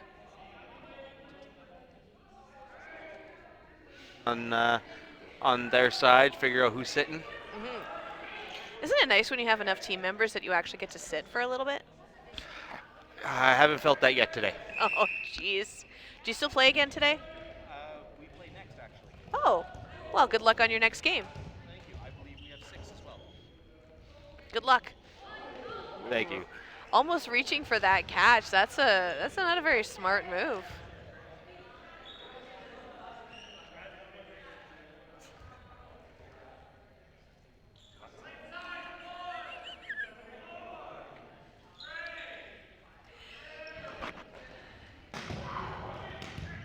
Ooh. That was a beautiful throw by Hirose there and the hit. So right now we have Dodge D's leading 3 points to 0 points from Kirkland's signature. We've got about 7.5 minutes left in the first half right now. Katie Brady just releasing the full force of her fury. Her throw from the back line is a very dangerous tool she has. It's there's so much movement without the Yes. ball spinning, and it can almost travel 2/3 of the court from left side to the right side. And She is. she got me a couple times with that last game. Oh, yeah, she, we saw that, yeah. Oh, Hey, a catch. Good job. Trying to figure out who gets to come back in, and it is the player with number 14 on his jersey, which is not on the roster at all, so I have no idea who that is. I believe that is Hirschfeld. Okay, Jeffrey Hirschfeld. I believe. If I'm wrong, I'm sorry. Me too. So we got just Morris and one of the regular roster players for Kirkland signature left, coming up against all 5 players still on the court for the Dodge D's side.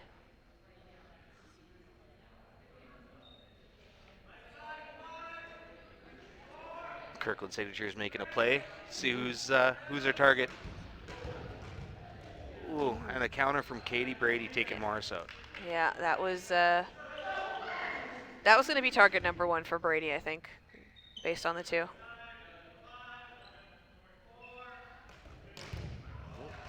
Beautiful shot. He was definitely staring down Brady, so he wasn't expecting that cross-court shot from the wing there. It's a nice opportunity taken to finish that point off. That was Justin Tran for the Dodge D's team.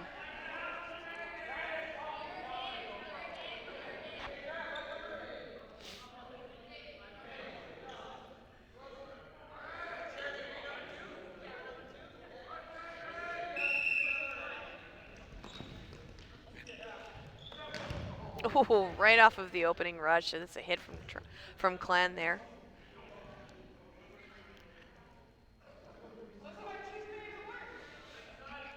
You see Brady taking a shot, going a little bit short on that one, so it hits the ground before it hits a player, but throw needed to be made, so she does it. It's going to give them third ball now, so I think it was a 1-1 exchange right now, so No, Dodge D still has a full line of 6. I think they're only missing one from the Kirkland Signature side, sending one ball over. It's going to give them that 4-ball advantage with the 5 players on the court still. You can hear Ref Gatsa counting it down, saying, someone do something. It's going to take out Tran. Got 4 balls in hand, and someone gave one to Treebeard. Ooh, big catch from Morris. That's a beautiful catch from Morris. You could hear the boosh on that.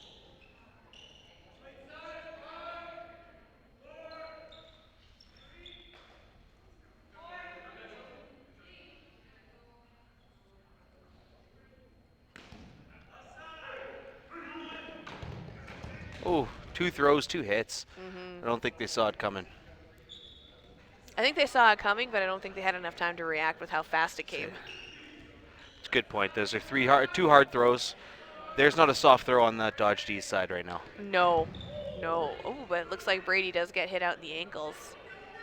She couldn't do much on that throw. That was perfectly placed.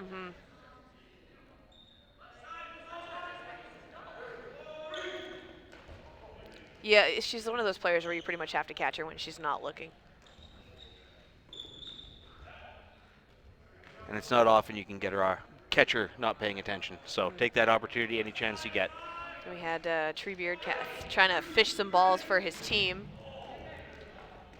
That like weird thing that he does when he comes up with only 1 ball left and tries to tempt people to throw at him. I have been on the same side and on the opposite side of that. And out of all the people I play against, he seems to have the highest percentage of catching me. And I don't understand why. Which is funny because he's not really a catcher too. I think that's what confuses me the most.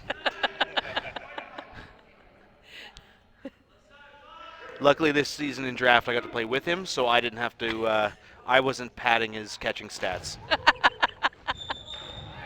If that was me, he would have caught them both. I don't even think he knows how he does it, to be honest. I don't think he does either. Yeah, who knows why he does half the stuff he does. Ooh, Block. that was a Oh, no, great it looks throw. like Morris is going out right there. That was a great cross throw. Fill it up. Tempting her right at the line, but unfortunately Duarte takes her out.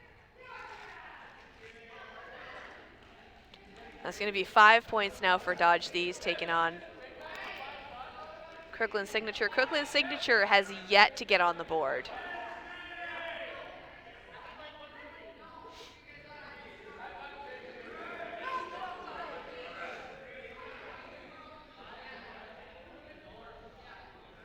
Both teams lining up right now, just trying to figure out who stays in, who stays out. Looks like Brady's going to be sitting this one out.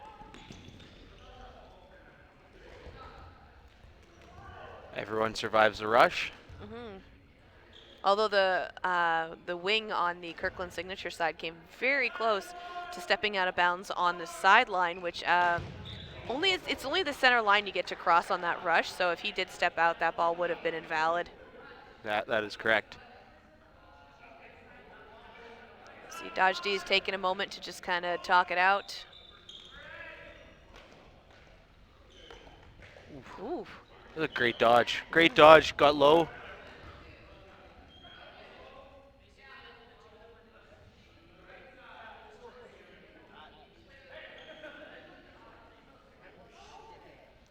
So Kirkland Signature now with the majority of players throwing at Hirose.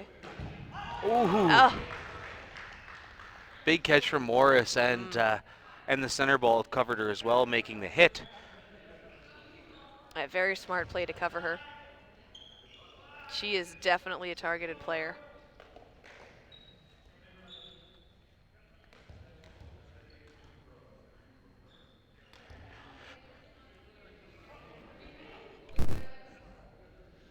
And of course, we see the wind-up there from Morris. So she's just known for that windmill shot, like even featured in a Dodgeball Dudes video. Shout out to Phil.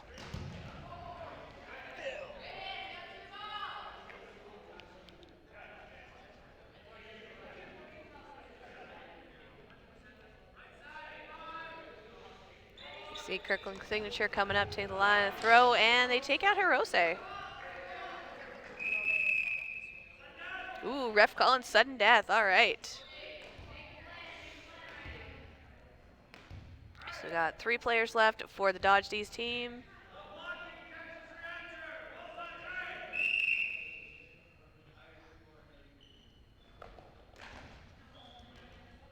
So there's no blocking in sudden death, so it's going to be very interesting to see how they kind of change up their gameplay. Because I think a lot of players, when they're new, are very dependent on their blocking, like what just happened.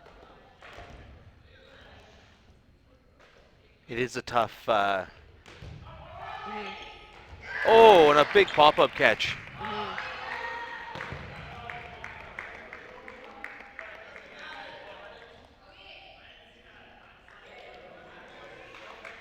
So a little bit of confusion on what happened there. I think Glenn got someone out, and he just wanted to confirm that he did get them out. But it looks like the ref was saying he didn't see it, so he did allow it. But again, it's the end of the season tonight for these games, so it doesn't really matter too much. Also, there's no stats on games like this tonight, so.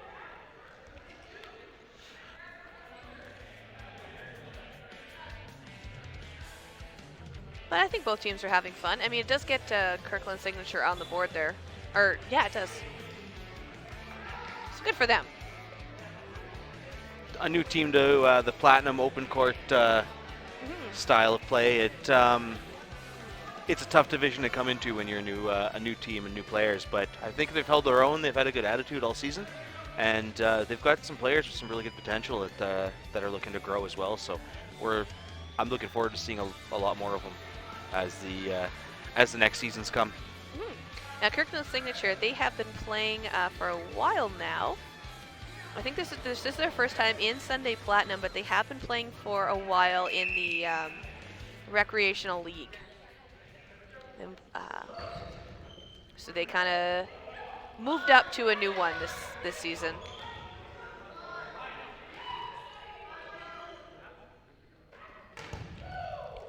Big jump by Hirose there.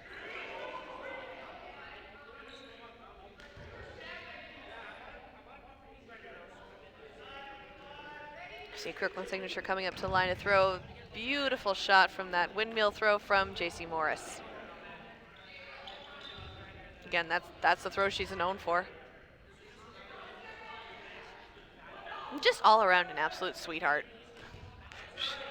She is quite kind, and she enjoys giving me a hard time about my caffeine intake. She doesn't think me drinking coffee is a good enough source of water. I disagree, but that's a conversation her and I have almost weekly. I mean, I drink a lot of coffee too, but I do try to supplement it with a lot of water. There's water in coffee. It is technically just hot bean water. Exactly, it's healthy beans. Ooh, big pop-up. Brady saving herself after Yule hit her. I think she almost might have saved Treebeard too. I don't know if that hit him in the shoulder or not. It's hard to tell. He's tall and squirrely, and you never yeah. know if he gets hit or he doesn't, the way he can move. It's true. It's very true. He's like annoyingly good for how serious he takes the game sometimes. That was a great. It's hit and miss. Sometimes he's out to have fun, and when he decides to take it seriously, he can be a little scary to be up against. It's just the facial hair. I believe our draft game today, he spent the first point and a half trying to get his hair tied up on the court. So yeah, he usually gets me to do it for him. I do a much better job. Yeah. Yeah, he had some hits hit him in the beard and he didn't catch it. So I feel you could have done better. Oh, hands down. 4 balls left for the Kirkland signature side, taking out Hirose there. Morris blocking down and up right into the arms of her teammate. That was a beautiful pass for the ball there on that block. They've got 4 balls in hand. They do have burden to throw. They have the majority of the balls on the court. They really need to pick a target fast, as referee Gatsa was counting them down, but Brady takes him out. So it is just J.C. Morris left now.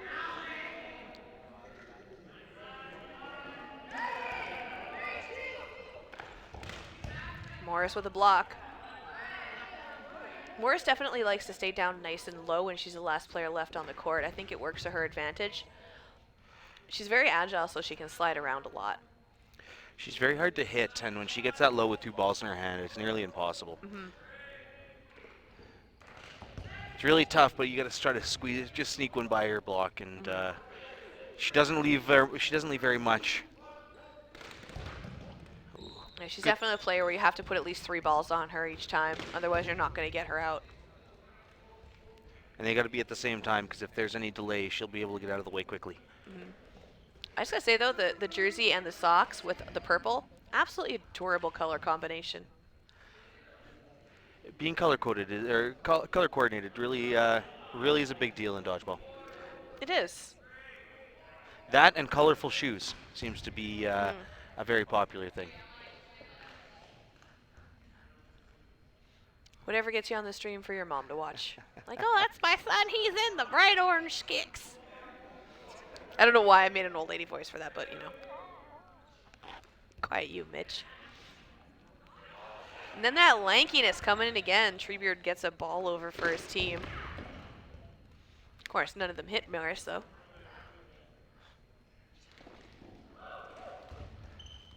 It's an odd change of pace where Treebeard almost gets hit in the face. Oh! What an impact! Both balls dead as they collide mid-air, instant. I think we may need to switch those 2 out after that one. Yeah. Does a little hop, skip, and a jump there. I think he's gonna be sparing for another game later, so he's trying to save his arm. Yeah, he's playing against me again. I'm sorry. I expect at least 1 catch. Oh, and a skim, just getting her hair, ending the point. I appreciate the honesty from Morris as well, though. Like, that's something that's really nice to see. You know when you're playing against her and she's the last one left. If she's not going off, it's because you haven't hit her, even though it looks close. And any slight graze that she can feel or hear that she knows hit her, she will call herself off for it. Oh, absolutely. Again, that's one of the reasons why I think she got. I think was it a Spirit Award or a Congeniality Award at Worlds. She was chosen from the mixed foam division.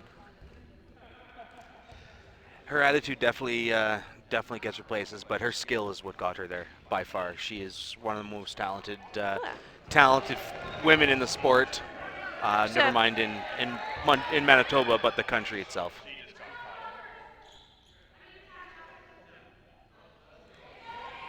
So we're just trying to. So was it?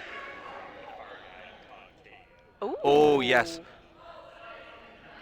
Yes, Katie Brady getting caught out. That's a risky move because like that's a finger breaker. Twice, a 2-time finger breaker.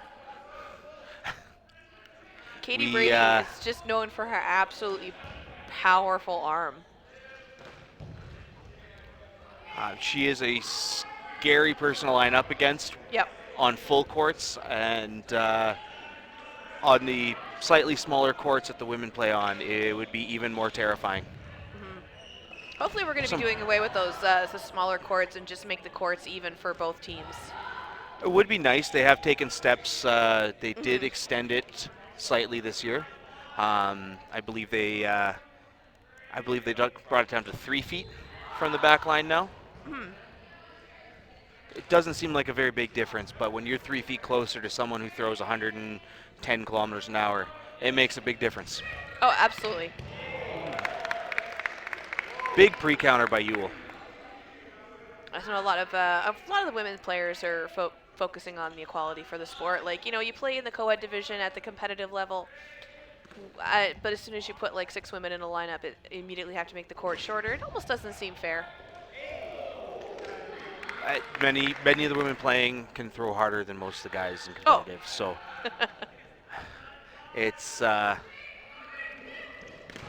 Oh, Big hit and a catch from Morris. I think both were on Treebeard. Probably.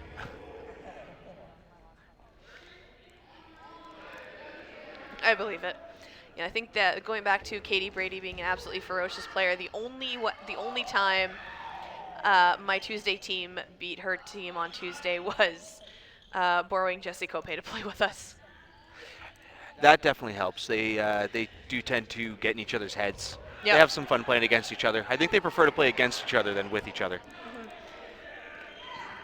It was nice that we were able to borrow him for that. Looks like 4 balls now for the Dodge D's team. They only have 1 player left on the court now. I think it's back to 5. I believe one of the Shaggers touched the ball when it was still on the court. Ooh. Yeah. Got caught. Just a small lapse of concentration. You have to make sure the ball is completely out at the sides before you touch it, otherwise it does get forfeited. And yeah, And that there's- is a hit. So that's going to be the second point now for Kirkland Signature. So go Kirkland Signature. Yeah. It only took 3 balls to get her out that time. Only. Only. Kirkland wanted to make sure they finished it off. Well, 2 to distract and 1 for the kill, right? That's all you need. It's a bonus when you have the 4 balls on your side, because then you still have 1 left over for counters when that player does if that player does have a ball in their hand. It's all in this strategy, folks. That was a Big block. Yeah, that was a great block, especially when he was on the retreat off of that opening rush. Got about 10.5 minutes now left in the second half. Got the next game coming up after this one is going to be Royal Flush taking on Gripping It in the Bath. Oh my gosh. It's going to be a moist game. Yes, Greg Pacheco is famous for his moistness. It's been mentioned a few times on this stream. He's infamous.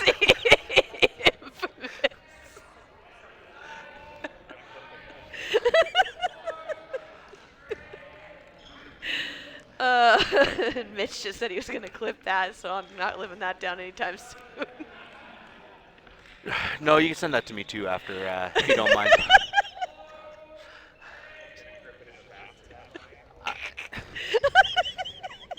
I believe dipping it in Greg's garage is one of the upcoming potential team names. So we have quite a few options. Just constantly pushing the envelope with some of those team names. Well, we've got myself, Josh Schmidt, and Akita Lewis. We have 3 of the sweatiest people in the league playing on one team. So gripping it in the shower and gripping it in the bath was well needed, because it was a damp team. Yeah, that's for sure. Yeah. I'm sure you probably purchased the really high-end adhesive ducks from Bed Bath & Beyond for those team showers, Greg.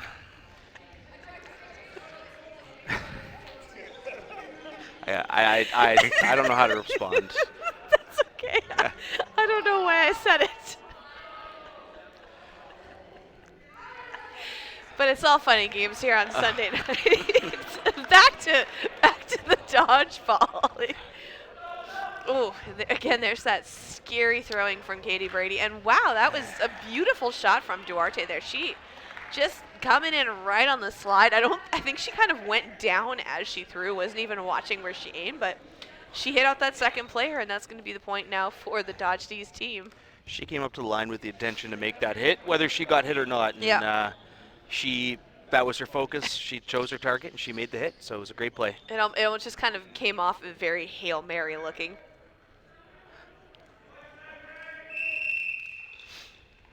I just had my water bottle stolen. It's because his is in my car still, Oh. and I couldn't find my keys to let him in.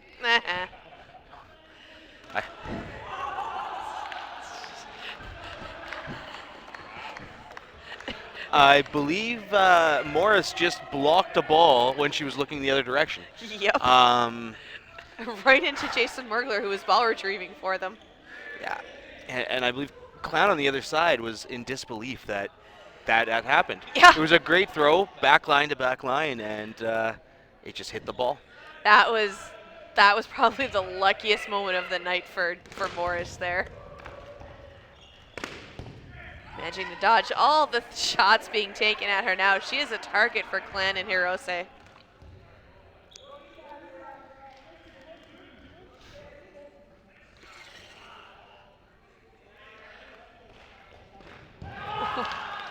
And that takes out Hirose. Ooh, and that takes out Duarte. You see Clan coming up to the line. Very, very good aggressiveness on his part. I think he's a relatively newer player to the league. I could be wrong. I've seen him a few seasons now, but his development and his the progress he's made over the last couple seasons is quite impressive. Looks like we have on record that he started out in fall of 2021.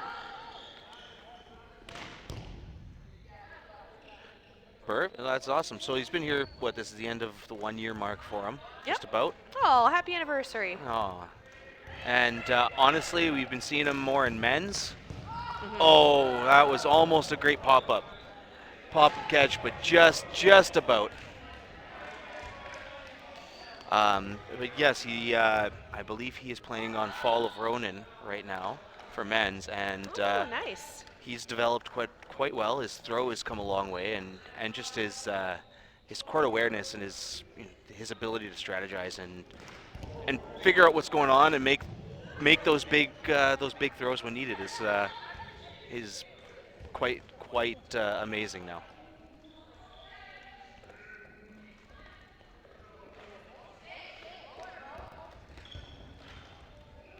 As you see, he's 6 foot, almost the same height as Treebeard, just about that, and his mobility is quite nice. He's hard to hit at the line. They can't seem to get get connection on him.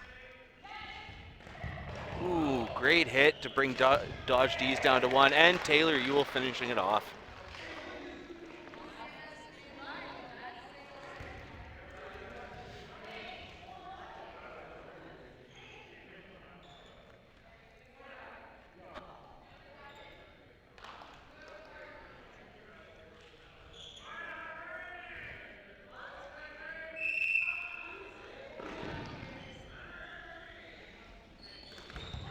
Oh, that was a few hits at once. I don't think Morris was expecting that one.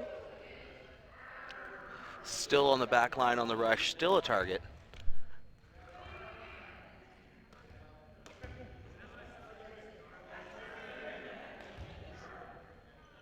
Thought I had to sneeze for a quick second there.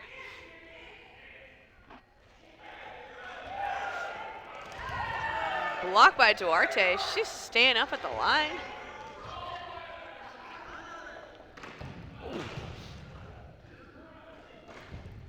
So I was talking about Clan with the power in his throw now.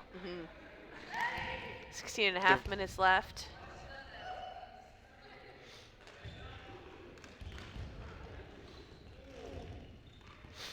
Now, I will say one thing for Treebeard is you had mentioned earlier that you can't always tell when he gets hit out, but at least he's honest with a lot of those hits that do get him. Very much so. You know, another one of those, just like Morris. If he's not going off, it's because he either doesn't know he got hit, or he wasn't. It's tough on the throwing end because anytime you make a throw, even if it's close, you automatically want to think it's a hit. Oh, absolutely. And sometimes it's hard to get over the fact that not every throw we make is a hit, even if it's close. But Treebeard will call himself out on even the smallest graze. Yeah. On one of his rogue beard hairs might get hit, and he'll be walking off the court. The way he maintains that thing, they're all rogue beard hairs. Brady with a big catch.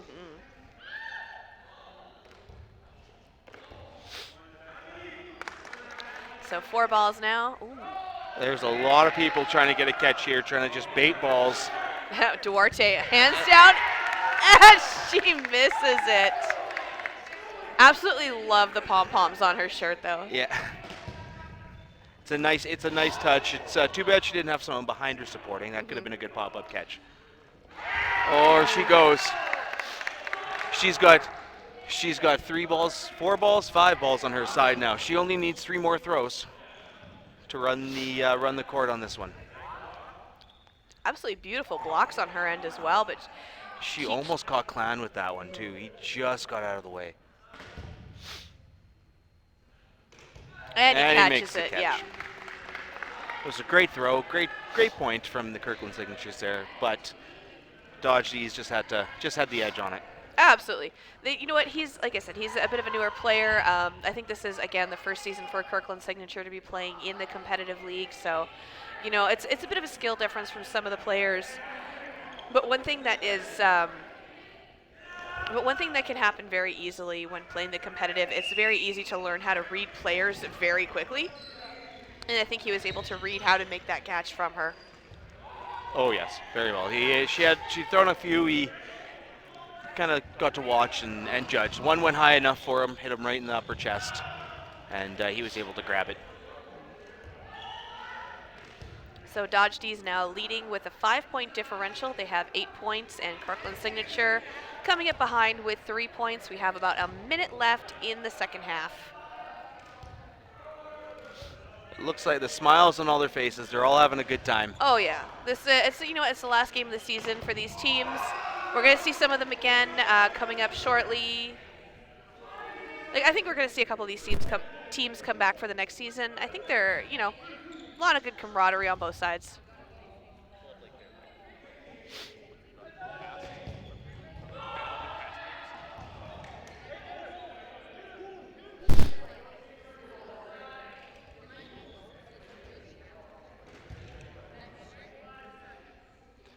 Okay, so it looks like 8-3 is tied for their best scoring yet this season. Hopefully they can get another one in here and get themselves a personal best, and it's looking like it's in their favor. 4 players against 2. That's Treebeard and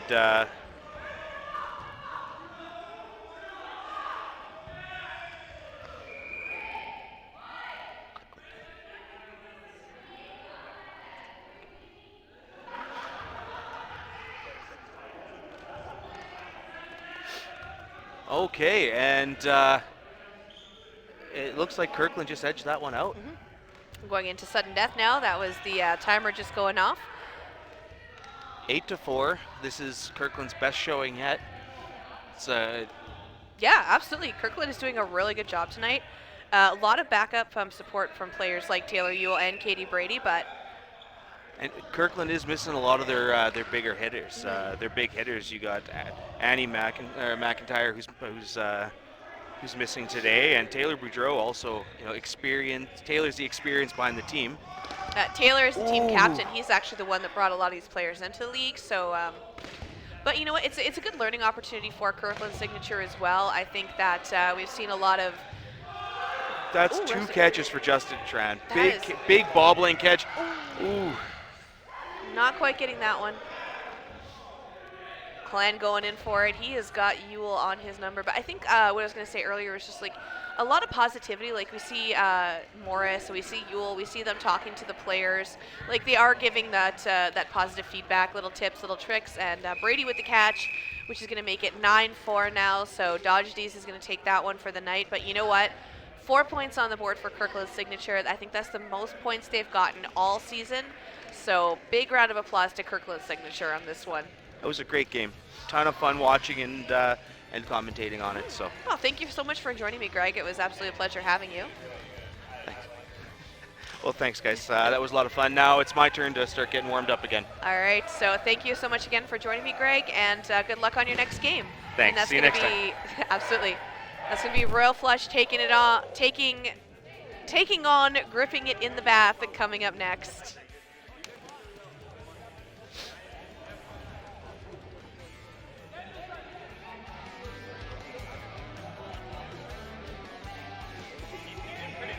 Yeah.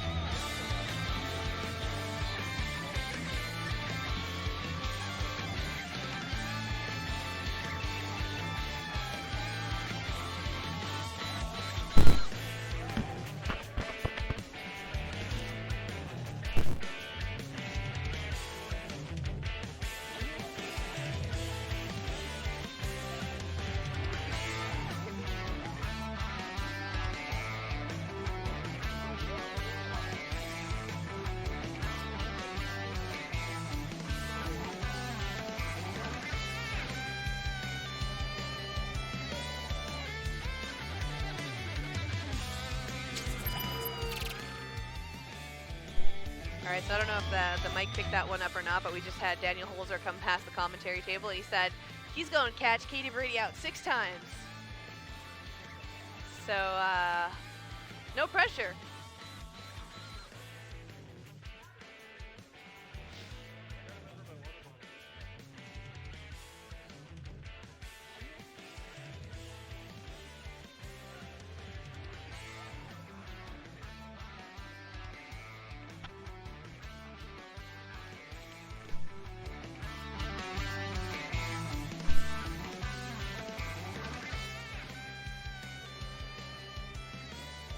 So just a reminder for those of you joining us in the chat tonight, we're going to see one more game of fun dodgeball between 2 competitive teams. And then we are going to see the gold medal game. So after Royal Flush versus Grip It in the Bath, it's Neon Vibes taking on the Golden Retrievers. I think they're a catching heavy team if they're named Golden Retrievers.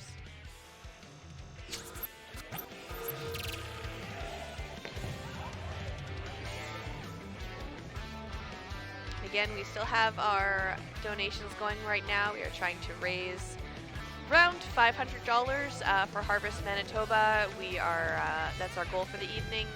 Again, it's a very good charitable organization, especially during the Christmas time when, you know, it's very expensive for groceries like right now, and a lot of at-risk Manitobans are even more at risk with how some of these prices have been rising. So it's a good job, or it's a good idea to help them out. You can donate your time, you can donate food, you can donate your money. Right now we are looking for monetary donations for the harvest. That way they can go and purchase food to create hampers to give to those people who are in need right now.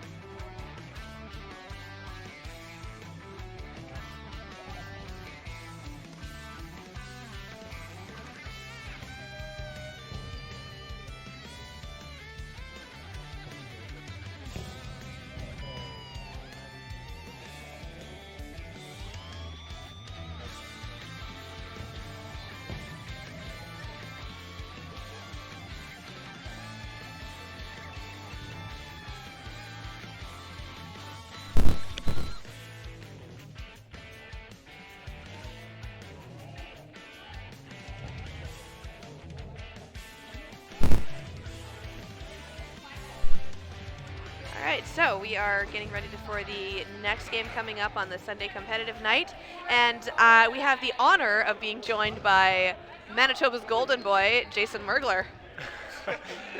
Thanks for having me, guys. Yeah, it's absolutely nice of you to be joining us. We appreciate it. Absolutely. This is my first time doing this. Ooh, well, no pressure. I think you'll be fine. You've played and seen enough dodgeball that I think you have a good idea of what's going on.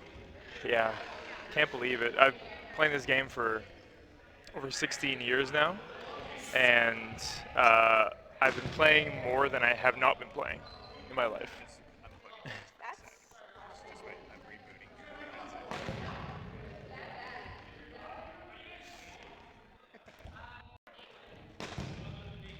All right, I just had to reboot the mic there. So we have Gripping It in the Bath taking on Royal Flush coming up. So who do you think's going to take this one?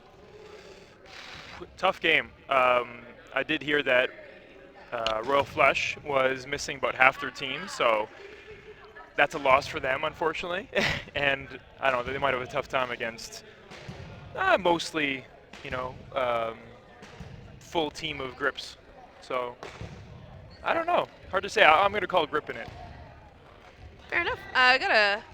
Yeah, we're not really seeing, like, I know we're missing a couple of the catchers from the Gripping It in the Bath side too. That's right.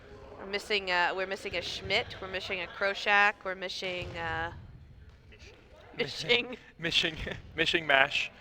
yeah, mishmash there. We still got a Yule though. We still Got got a Yule. a Pacheco, Chico. Yeah, a lot of catchers on the Gripping It team. Mm-hmm.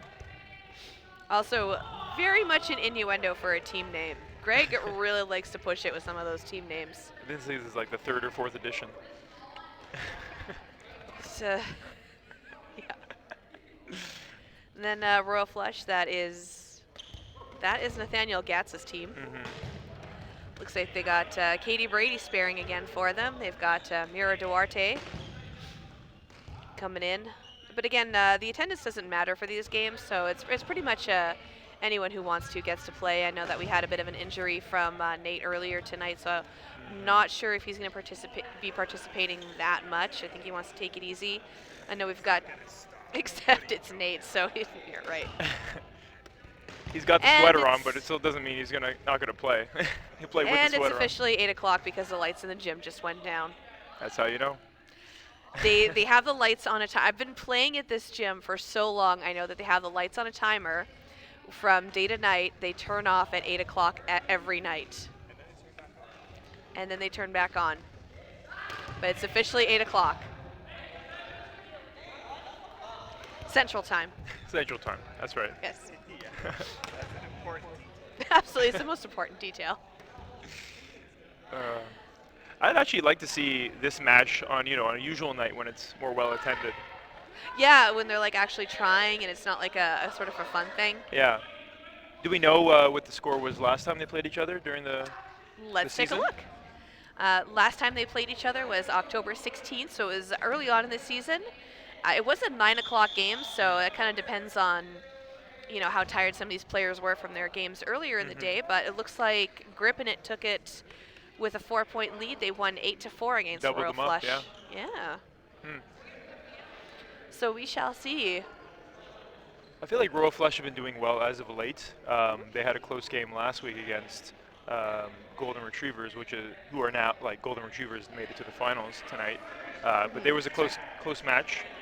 I think they were down by 4 or 5 points last week, and they came back to tie it up, and it went to sudden death or something, like overtime.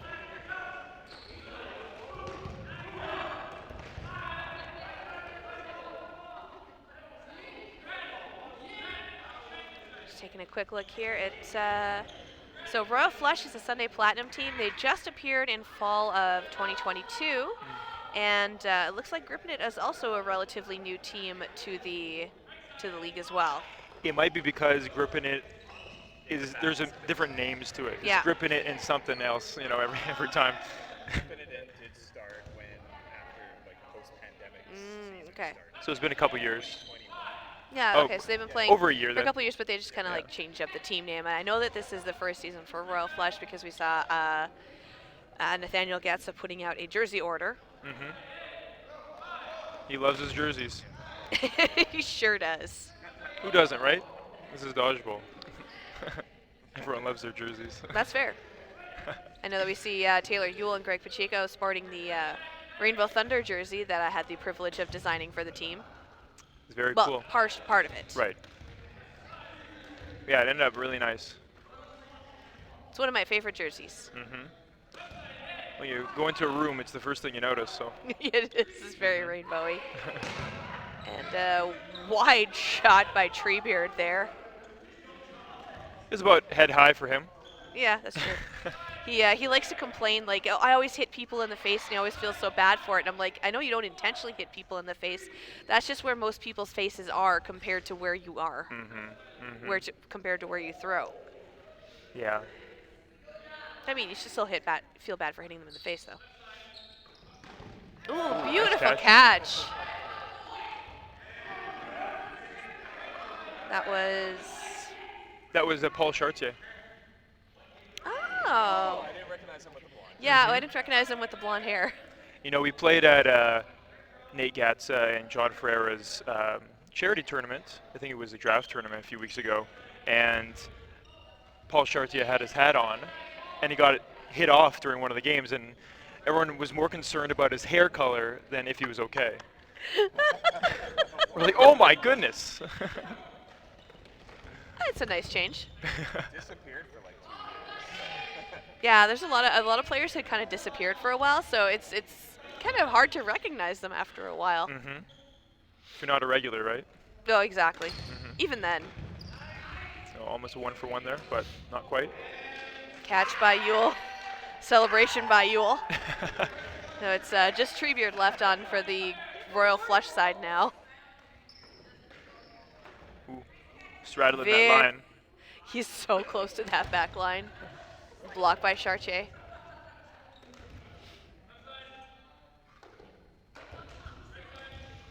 Just whipping him with those arms today, and yeah, that's a hit.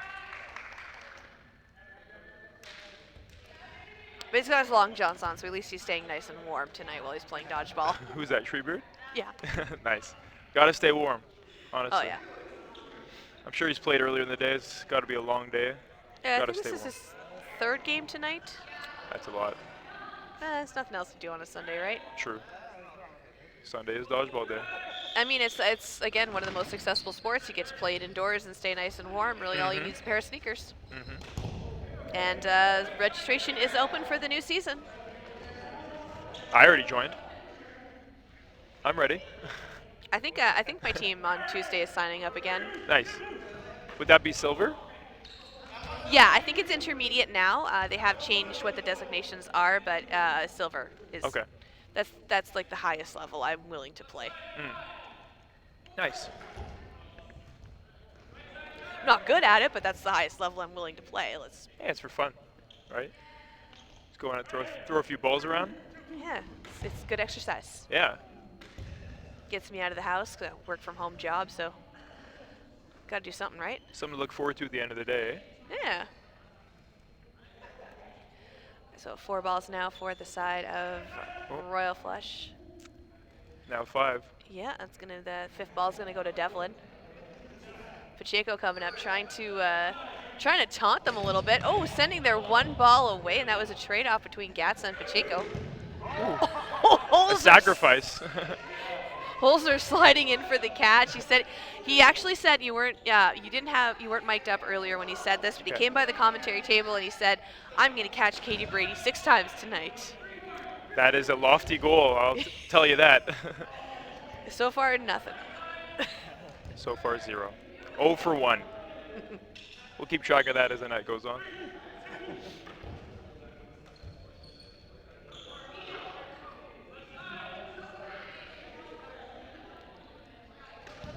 So 4 balls in hand right now for Royal Flush. Very colorful jerseys from the Royal Flush side. Looks like Chartier backed into Trudeau, so Trudeau ended up getting hit when he went to block it there. Bit of a collision. Yeah. Stopped him from going over, moving laterally. But all smiles, so that's nice to see. Yeah. Good toss. So this is the second time that Morris and Brady have faced off against each other tonight. Consecutively. Yes. And still on the both opposite sides with the wings. Yeah. Yule blocks Brady, taunts Brady. Bit standard.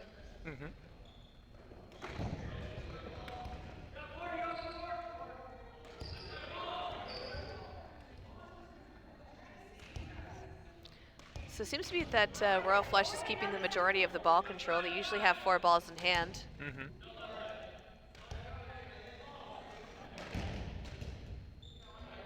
Good block.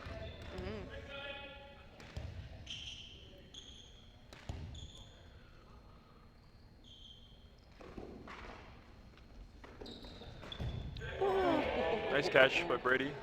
Yeah, Brady, she manages to gain control of that one. She blocks it, she takes it. Seems like she's locked on to Morris. Mm-hmm. Been going for the past couple of rounds.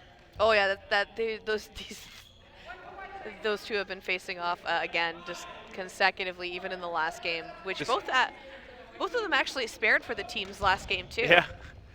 Despite being, diagonal from one another. It's they're almost like friendly nemesises. Friendly Nemesis? Nemesi? Nemesis. Nemesi?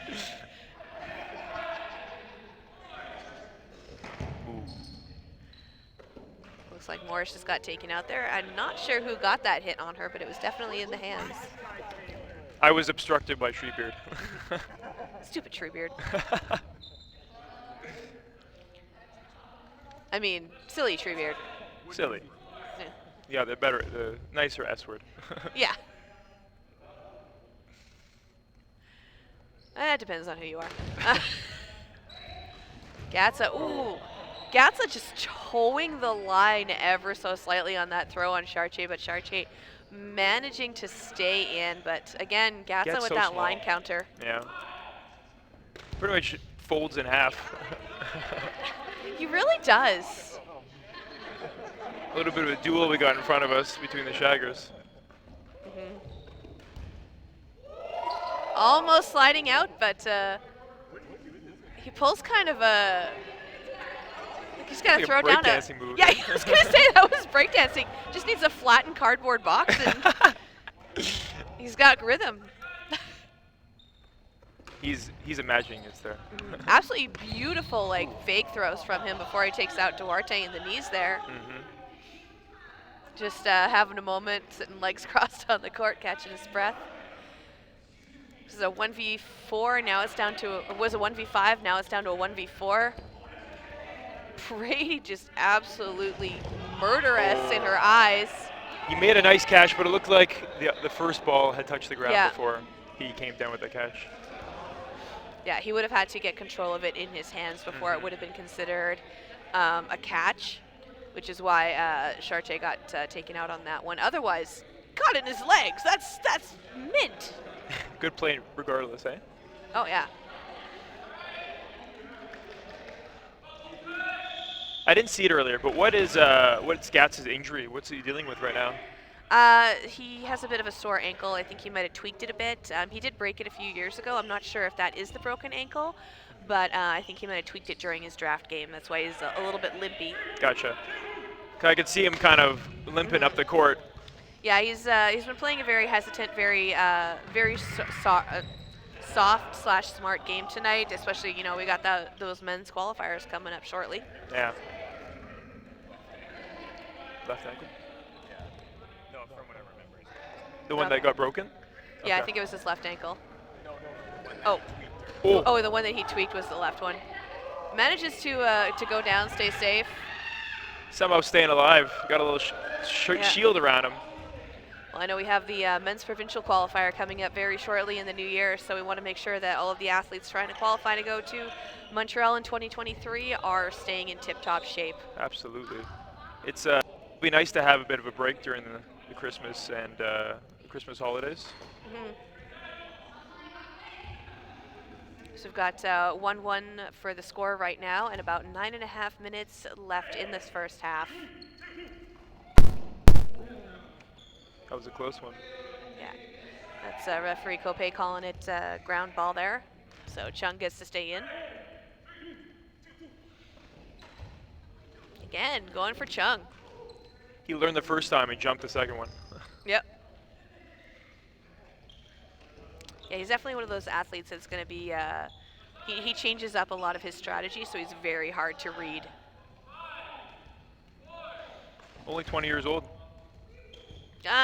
Okay, so he doesn't have to wake up in the morning with hearing nothing but cracks. Not yet. You'll have to Yeah, wait. not yet. Like 3 more years of dodgeball though, but he has made a name for himself in the league. He is very sought after by a lot of teams right now, and I can see him going far and potentially making provincials this year. Certainly. I think he's joined a lot of teams this past season. That's one way to make a name for yourself. Mm-hmm. Be available. That's right. Trudeau goes out right there, and Chung manages to get that other ball in. So that's going to give 3 balls now for his team. They do have burden to throw with those 4 players still on the court. Gatsa going for Morris and hitting her out. Close game right now. Chung blocking it up, but unfortunately it goes a little bit to the side. Oh, right back to the opposing team, so he doesn't get to save that.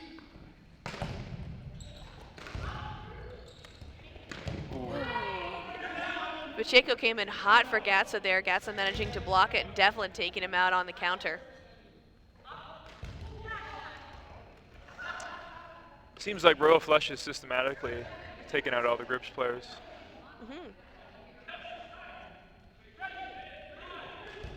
Smart teamwork from Royal Flush, though, especially, you know, Captain Gatsa is very, he's a veteran of this league, so I think he understands how a lot of these players work, and that's probably why he's given the instructions that he is, and that takes out Yule. Yeah, Yule comes up with a catch on the way out, though. And that brings Yarjao back in. Looks like she might have hit somebody as well, because 2 people went out. Now it's 2-on-1. Oh yeah, it was 4 before. So a catch and a hit. And out goes Duarte. Great toss. Chung almost looked like he wanted to try and go for a catch, but decided to leave it and just go for that 1v1. He was a little bit further out of bounds. Wow. Manages to take him out in the shins. That was a very low shot. Yeah. A very smart move as well.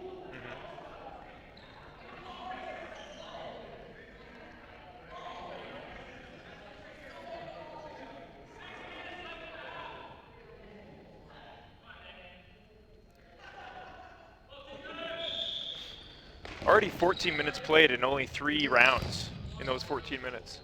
You can tell these are a lot of high-level players who have played against each other very often. Everyone knows each other's tips and everyone knows each other's tricks really well at this point. So it's very evenly matched in terms of skill, especially with how long some of these players have been in the league. Absolutely. Oh, a double there. Unfortunate.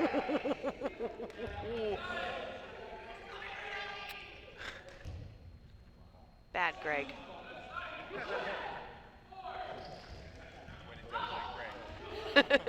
Yeah, when in doubt, blame Greg. Bit of a shootout going on over there between Yarjao and Gatsa.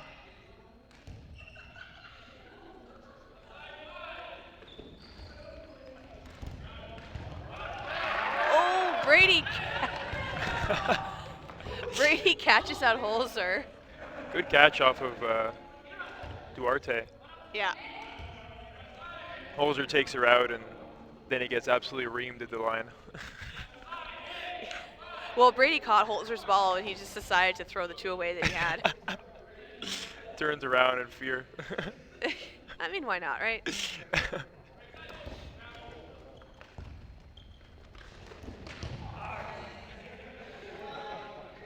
And there's the Brady ball. And there's Treebeard doing that weird thing that he does. What's that thing? He likes to, when he has 1 ball for the team, he kind of comes up and he likes to try and bait people. Okay. I don't know a lot of players that do that as a strategic move, but he likes to make himself bait. He doesn't necessarily communicate it with his team sometimes, so he just kind of wanders out there with a ball, expecting people to throw at him. I've definitely seen that before, where there's the last player with the ball is in the middle, and they go up and try to bait and perhaps throw and try to take someone out with them. But I mean, not communicating with the team is another thing. Yeah. Like, I'm not sure if that's intentional, but like he just kind of wanders out front, sometimes. Maybe it's just because he has really long legs and he doesn't know how far his steps are taking. Yeah, he's just taking a couple steps and he's already there. So that's going to be the third point now for Royal Flush. We got about 3.5 minutes left in the first half, so with how long these rounds are going, this might even go into sudden death. This could be the last set of the half. Ooh, false start on Chung. That's twice for him today. That is, oh, really? Yes. Okay, so we've seen, what, 2 false starts today, and both times it's been Kevin Chung in different games. Has it been that side of the court both times? Yes. Oh, it has been that side of the court. Okay. Those are the weird, interesting stats that I find interesting. Amusing, yeah. Yeah. Yeah, the right side of the court, you get more false starts with. I don't know. That's speculative. It's okay. Depends on where the ref is looking. True. It's on the colder side of that network. Ah, that's right. Sound travels slower. Yeah, maybe.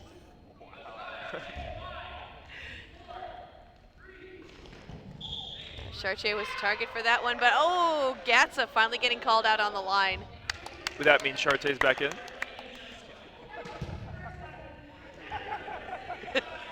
He's back in. Can hear Gatsa can hear Mitch clapping from the commentary table.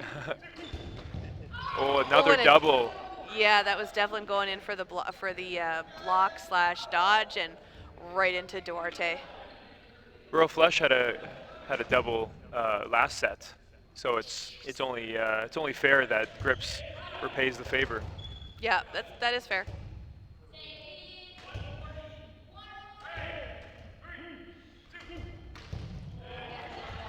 Just Jump goes under goes the for block. the block, but yeah.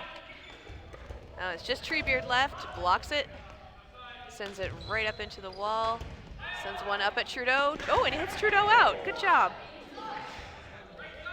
Decent attempt at trying to bring the ball back in. Just, That was a tough face shot. it beams Colin Chartier right in the face. Or Paul Chartier, pardon me. So many people have the same last name in this league. It's hard to keep track of them, especially when you say one name more than the other. Yeah, But if this they're one on the is same Paul. team, they need the first initial and then their last name on the back of their jersey. I mean, the first game we had today was 2 McEwens and a McKenzie. You know how hard that was? A lot of M's. It's just eventually it was like Mick Ewell, Mick this, Mick everyone's a Mick. Yeah. Sketch. I think I heard you earlier on the stream. You were talking about McPhillips or something. That was me. That was you. Okay. I kept on wanting to say McPhillips for no Yeah, whenever it came down to Mackenzie, he kept wanting to say McPhillips. It was early in the day.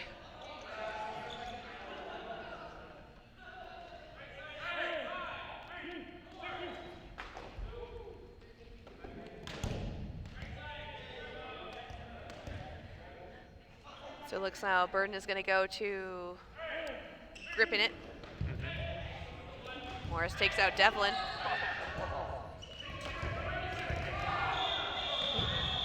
Wow.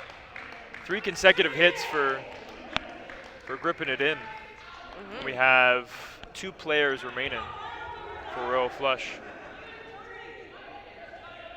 It's just Treebeard and Duarte left. So no blocking, catches count. And it's a 2v6. Dang.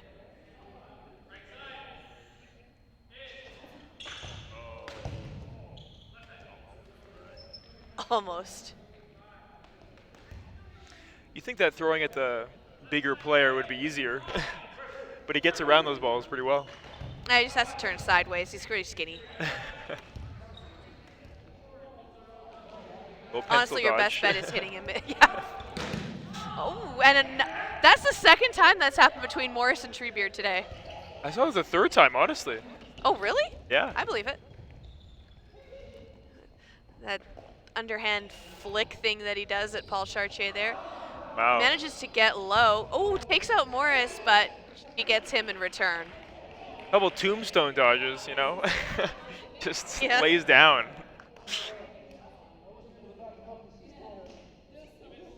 He used to have the one where he called it the Matrix move, where he could bend over backwards, but he's too old for that now, so he just hits the floor and calls it a day. Right.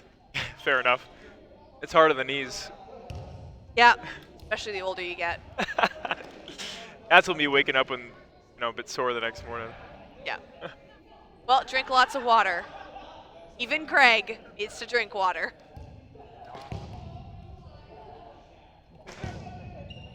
So while we're in between games right now, we do want to mention it to the stream, and for anyone who's just joining us watching these games, we have a fundraiser going on for Manitoba Harvest. We have a goal of $500 that we would like to raise. We do have an incentive going on, so anyone who wants to donate $20, I get to smack Mitch in the back of the head. Sounds That like it's would a be good a- cause. You know, it's not only is it for a good cause, but it would be like the best Christmas present I could get this year. Christmas came early. If someone donates that money so I can smack Mitch. Could be an advent calendar of slaps. So we can't stack slaps. We've already established that one. Oh, right, the stacking slaps. Yeah, I think that's how I met your mother.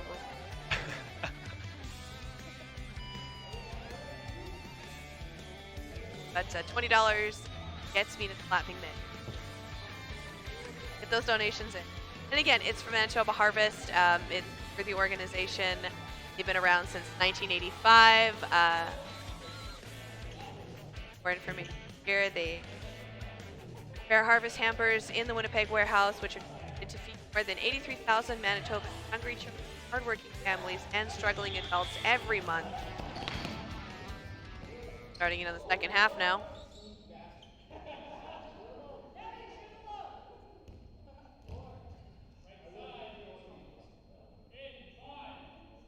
Pretty much starting off at 0-0 here. The game right now.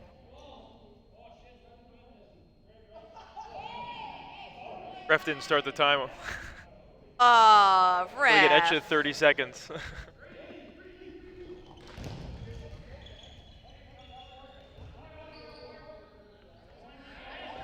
Oh, Treebeard reaching for the ball, gets hit out right in the feet by Pacheco. Great throw. Oh, absolutely. I know that earlier in the stream when Greg was joining us for commentary, he had mentioned that Treebeard is one of the only people that can catch him out, and he absolutely hates it, so he might as well hit him when he can. Yeah, he'll go for him when he's not looking. That's his best chance. It's all a matter of whether or not Treebeard is wearing his contacts.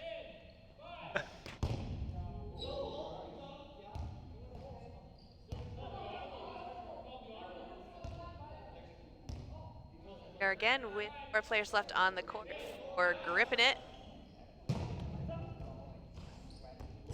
Gatsa dodging that throw by Pacheco. Almost a double, but Chartier stays in. Pacheco goes out though. Bulls are getting hit out. Gatsa catching out Ewell. Pacheco had caught Brady a couple times earlier today in a game a few hours ago. Looks like he couldn't pull it out that time, and so far I think Holzer is 0 for 3 or 4 against Brady. Chung going out, Gatsa going out. Devlin managing to catch him finally. Otherwise, it was going to be, he almost took out half that team. Been a lot of catches so far. I mean, with a team named like gripping it, you have to pretty much be a catchy team. Got to live up to your name. Exactly, a way to set those lofty goals. I don't know about that Royal Flush though. It makes me think of the Royal Flush gang from the Batman Beyond TV show.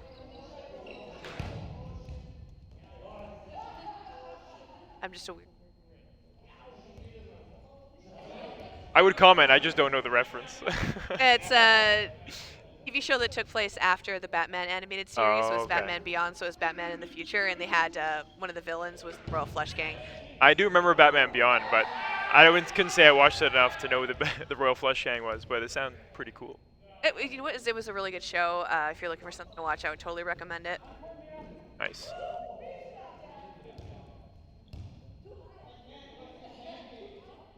Some of that classic Kevin Conroy Batman.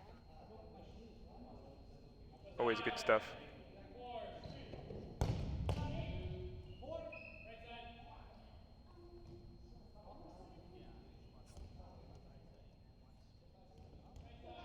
Balls now for Royal Flush coming up to the line, just picking out their target.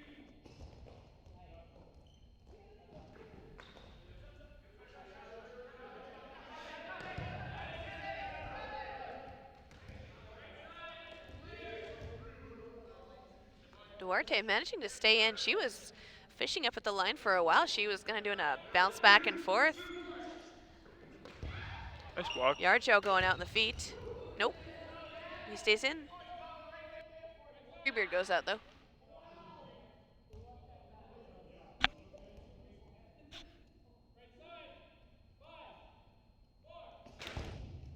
Nice block. Oh. Yeah, Devlin going Double for the counter block there. Holzer going for that cross-court shot on Gatsa. Gatsa coming up. Looks like he wants to stare down Holzer.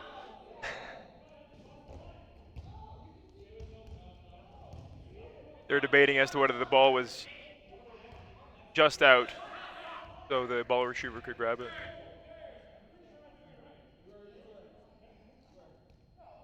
He was in enough. Yeah, it looked like it was a bit of daylight between it, the line. There's one. That's not Katie. That was Katie. Yeah, that was Brady. She's was Brady. saying that's your one. That's one. Wow. That's the one catch. So only 15 minutes left to get 5 more. All right, he says. 1 for 1. Trade off between Trudeau and Gatsa. Now we have a 1-on-1. Gonna be Duarte taking on Holzer.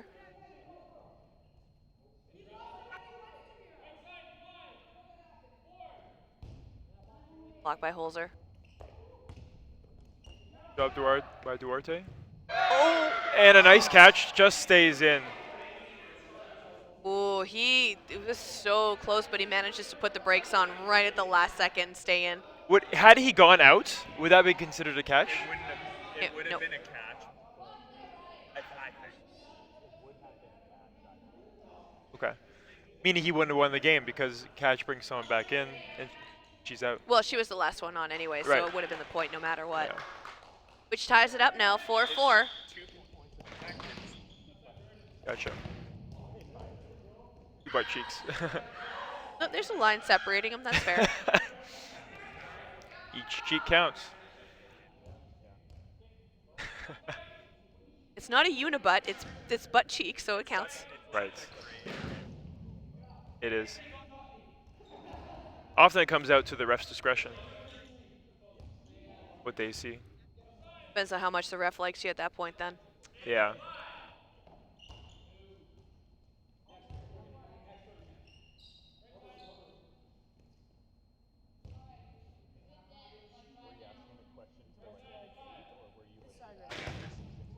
Oh, I was sincerely wondering because, like, I ref too, but and I would have called that a catch, but I was just wondering what you thought about that.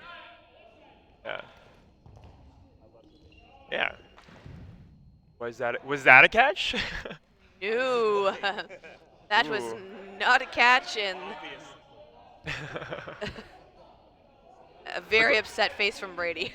Looked like it hit her, then hit the ground. Yeah. But It it was was very close. it basically looked like a trap ball, and trap balls are now ruled as hits. So Yeah, usually it's either a bounce or a hit. Like you have to make it that decision, you know.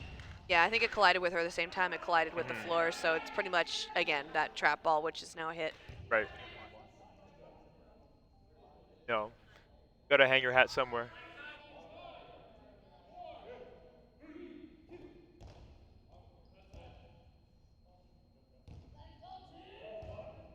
4 players left now on the grip in its side. Oh, and there goes Great Devlin. shots. Just Treebeard left going after Holzer and doing that flick thing that he does. Correct me if I'm wrong, but it seems both sides rarely have 6 at the end of each set. Oh yeah. They seem to be knocking each other out pretty systematically. Oh yeah, they're pretty much a 1-for-1 exchange at this point. One team gets a point, the other team gets a point. One team player, the other team player. Pretty back and forth. Sign of a close match. It's very systematic in how both teams are hitting their targets right now. But Treebeard is actually sparing for this team, so he's kind of a wild card at this point. Strong, powerful throw. Another one. It's almost like he has something to prove until he does that. He's like, the consistency on his throws is just like wham, wham, flick. Curveball, you know, the change up. Trying to throw you off.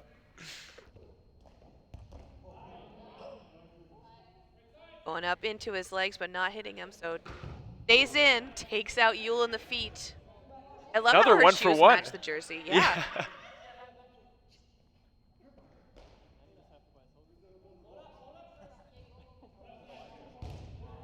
Block from Morris.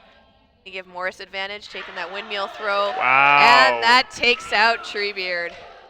That just skimmed the ground.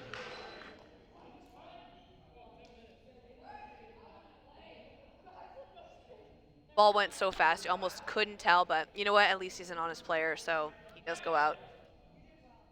But yeah, it's again that like throw, flick.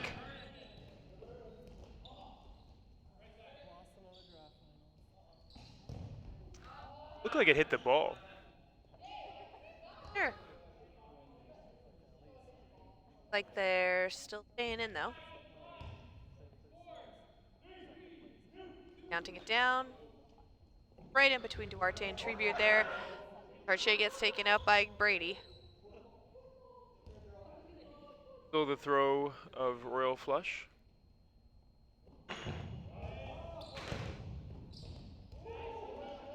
Brady takes out Pacheco. 10 minutes left now. Couple hits from. Brings it down to a 6v3.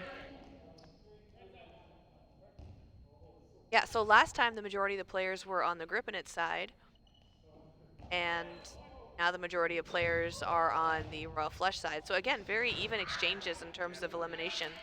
They really are taking turns here. Oh, And I was that's expecting Yacho. Ryland to take out 4 and they go for 1-for-1 again. So it looks like it's going to be, again, 5-5. So they're just trading off points at this point, at this junction. Sounds more illiterate. Alliteration. Well, 5-5, looking like a different. I just love making Mitch do that face. Looks puzzled. It sounds better in my head when I Great say it out loud sometimes. I totally understand. 5-5 here. The previous game a couple months ago was 8-4 in favor of Grips. 5-5 here, looking a lot closer. And that was Absolutely. Can't disregard the fact that the roster is much different, but still. yeah, missing a couple players from the Gripinit side. We're missing Lewis, Anderson, Schmidt, Kroshak. That's quite a few people. But they do have a Charche. Right. Missing DePasquier, they're missing Juan, they're missing Chung, they're missing Wedgwood, Wilmont, and Hamzik. Right. And Massasar. Masser? Yeah. Yeah, like Royal Flush is missing a lot of players compared to how many players Gripinit's missing.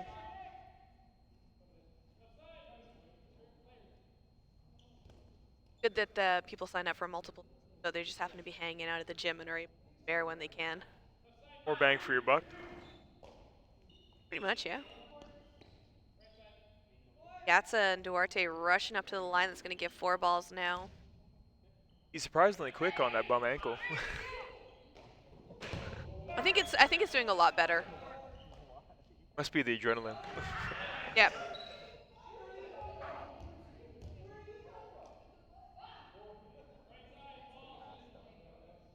The pasta?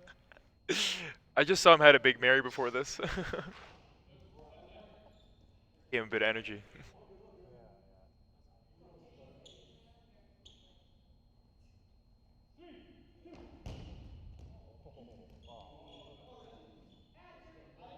Good honesty from Brady. Yep. Gatsa and Tree left. And now Grips with more players in this game.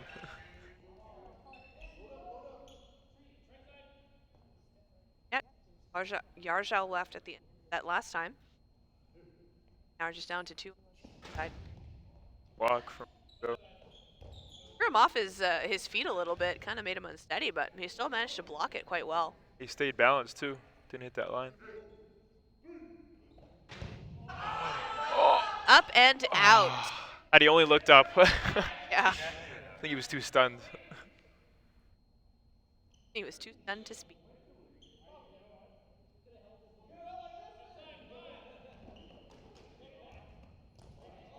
Great toss. Yule hitting out Gatsa, so it's just Treebeard left, taking out Yule.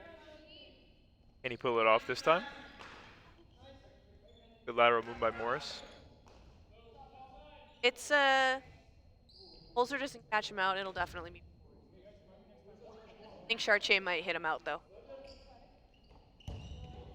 Oh, And Holzer with the deflection hit. yeah.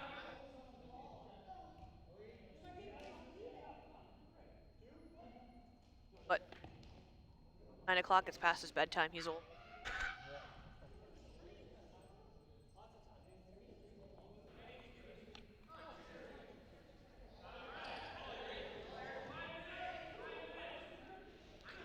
Five minutes remaining. The 1 point lead now for Gripping It, so we'll see if Royal Flush can get their 6th point to the game. It's pretty much been point for point at this point with every set.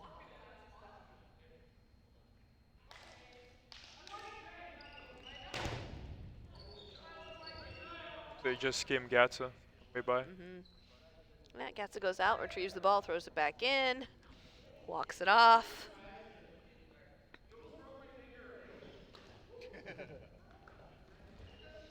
Duarte getting nice and low on that dodge. Been a lot of counters in this game. After the initial throw on the 4-ball attack. Even beforehand, right there. Yeah, 3 counters. it makes sense.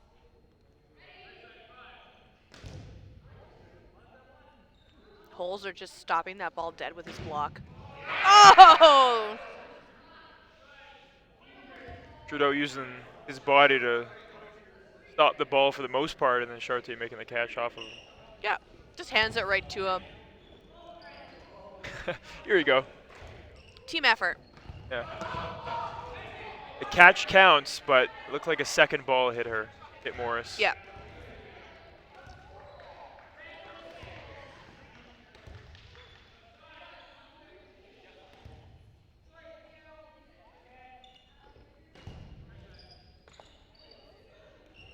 So it's 4 balls now for Royal Flush.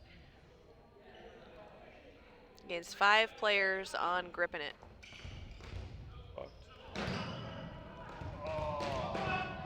Ooh.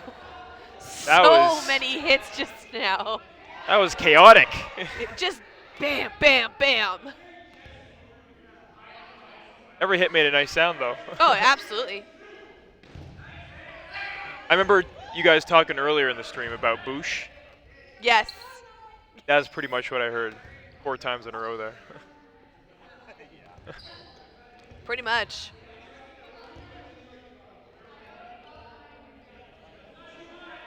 We're seeing the 3 balls on the side of Chung, 2 players left on Gripping It. They only have 2 balls now. Chung has burden to throw. He's got to organize where he wants to throw them so he can grab one on the retreat to guard. Takes out Yule. 1v1. Can he make the game even? Can he pull it off? And he can. Chartier slides out. Falls right out of bounds. Is this their first time facing off against each other? Because I think both of them are relatively younger players as well. It could be. It could honestly be.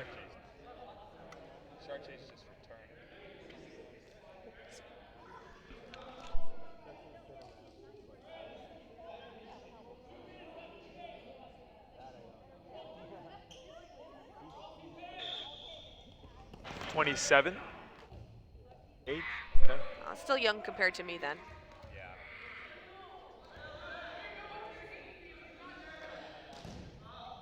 All right. Minute 38 left. Ooh, Yule going out right in the knees. Shot right at Devlin coming up, Wow. and Gatsa catching it. I think Those happen almost simultaneously. Yeah, ref needs a minute to think about what just happened there.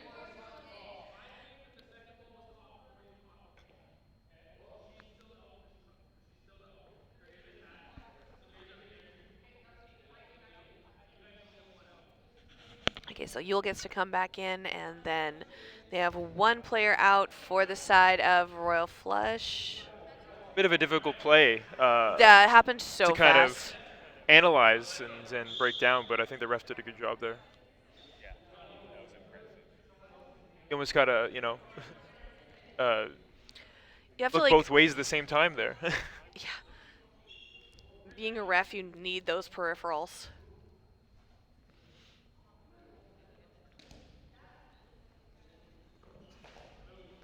Going right through into the net there from Devlin.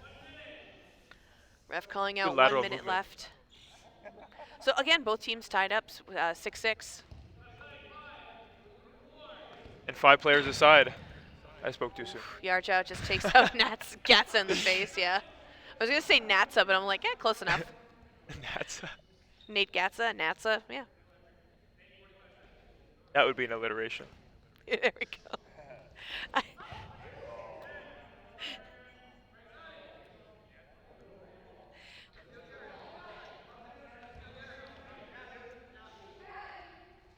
4 balls now. Walk. Yeah. Yarchow blocks Sometimes I that find those one-handed blocks kind of dangerous, you know, because Oh, yeah, you could just absolutely. get knocked out of your hand. one. Or knock it into yourself. Knock it into yourself, yeah. I want to try to hold the ball further away from your body to kind of reduce the angle. Nice grips.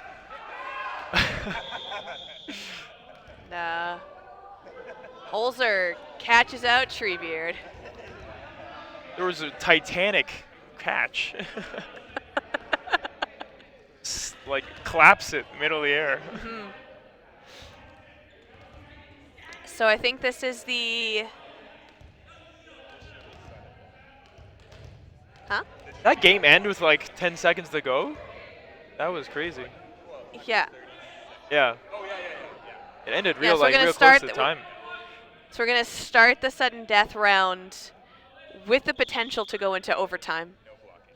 But there is no blocking. This is sudden death. Yes.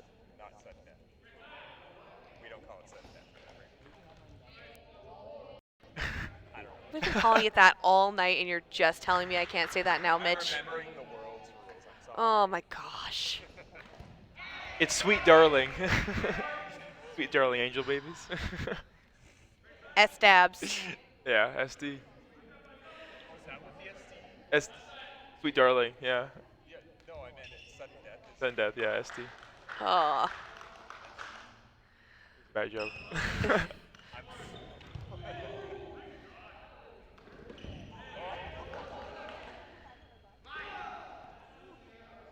Good Wow. save by Duarte. They have all 6. Yep. But they also have players up against them that are very good at catching. Holzer's out. That's 4 balls now for them. So there is potential here for another overtime round, because if Royal Flush takes it. 1 for 1 there. Mm-hmm. The Still trades 5. right now are in favor of Grips, though, because Oh, yeah. more players on the court. So it's just 2 players in for Royal Flush. And a bit of a party foul by the ball retriever there because it sends it over to the Grip on its side. Devlin and Duarte managing to dodge both of those balls. Devlin made a great dodge with 2 balls in hand. I would Yeah. sometimes, feel the urge to block, but made a great job getting low. Oh my goodness! You've got to be kidding me. And Yarjou ends that one by catching both balls back to back. With an exclamation point. Oh my That god. was nuts. That was like sinisterly good. That was sick. That was just sick. So Gripping It in the Bath takes that one. They have 8 points to Royal Flush's 6 points. A bit close to the score last time. Yeah, very, very well done. Absolutely amazing. That's a good clip to have. That's clippable for sure. Yeah. All right, so that was Royal Flush versus Gripping It in the Bath. So coming up next, we have the gold medal game, and that is going to be Golden Take a look here. Retrievers against Yeah. Neon Vibes. And I think you are playing on Neon Vibes. I am. So, All right. if you'll excuse me, it was great I appreciate you guys having me on the stream. And Absolute pleasure having you as well, and thank you for joining us. thanks. Hope to be joining you guys another time. Absolutely. It'll be fun. It was a pleasure having you, and good luck at your game. Thanks, guys. Thanks.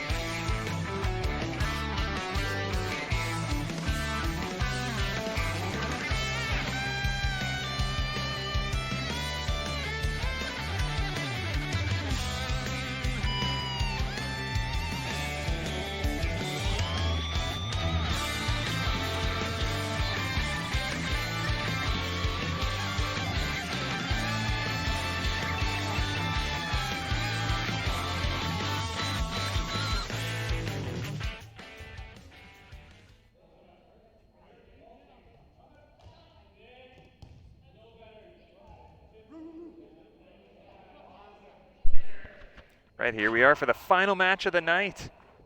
Finally! It's been a long day. We've got Neon Vibes versus Golden Retrievers. Golden Retrievers actually ended up first this season, taking down Neon Vibes, who usually is way up on top. Thanks TN Comedy for the raid. I see you there.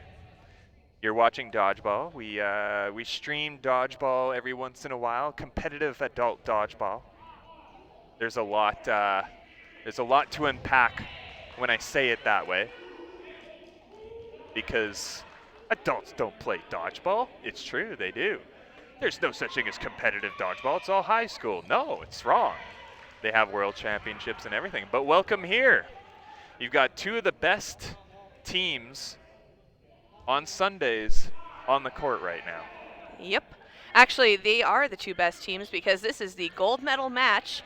It is Golden Retrievers taking on Neon Vibes. Right now, with the standings on the Dodgeball Winnipeg page, Golden Retrievers is in first place and Neon Vibes is in second. Yeah, and once again, the raid from TN Comedy. Go check them out. Since I'm helping commentate on a game, I can't really check to see their description and whatnot, but TN Comedy? TN Comedy. I'm guessing it's a comedy channel. That would be a good guess. Right now you got Neon Vibes trying to push back on the #1 team, Golden Retrievers, which, like I said before, Neon Vibes is not used to being in this position. Usually they're the ones out on top. On Sunday nights anyways. 4 balls in hand, Neon Vibes going and hitting out Nguyen, as well as Sanch. 4 balls in hand for Golden Retrievers. Blocked by Mergler. So it's the about section for TN Comedy is a regular dude with bills. Everybody's got bills. Yep. So 333 followers. Nice. What a pleasing looking number. My anxiety doesn't get triggered by that whatsoever. It's not 666. You're good. That I have tattooed on me. 3 balls in hand, Neon Vibes. Well, I mean, I guess now they let go 1, but Yeah. They did have 3 balls. yeah. You know it's Neon Vibes when Amanda First is playing.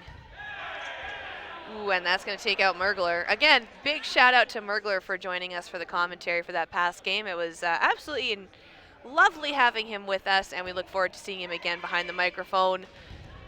Nice block by, yeah, that was by. Did you forget? Yes, I did. I'm sorry. McDonald. Well, it's because I know her name it's on all Facebook. this mix. Remember, we were having the Yeah. problem with the nicknames earlier. Yeah, we It's were just having- Gonna, Well, and I know her name on Facebook, so I'm like, no, that's not not right. the proper name. 3 balls in hand, Neon Vibes. In Half their the team neon looking shorts. very neon-y. Yeah. Oh, quite a shot.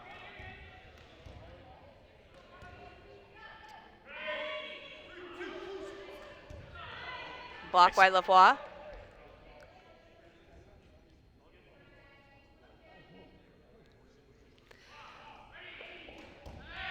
Ooh, yeah. Oh.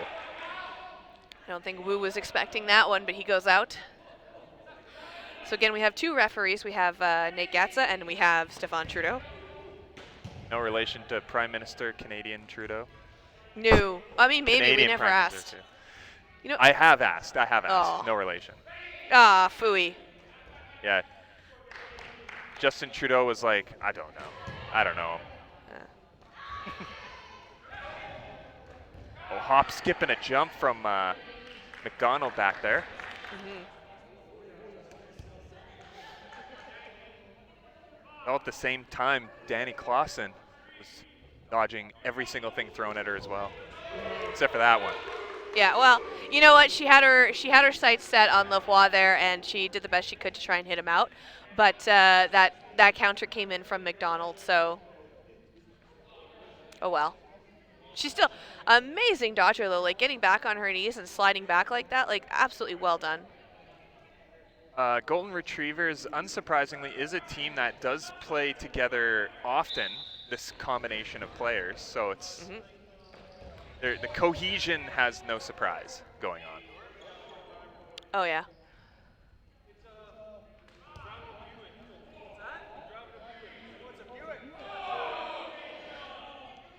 Lots of yelling from the side of the Golden Retrievers.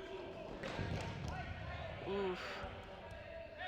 Mergler going out in the feet and Grenier getting hit out as well. I think the referee had to confirm that one. He wasn't too sure there. It's going to leave 4 now for the side of Neon Vibes. First stays in. Clausen gets hit out, but almost ended up hitting first. 4 balls on their side. First goes out. One Hardy shot goes after out. the other, taking out both the right side of the team players. Harder and First getting taken out on those, so it's just Collins left.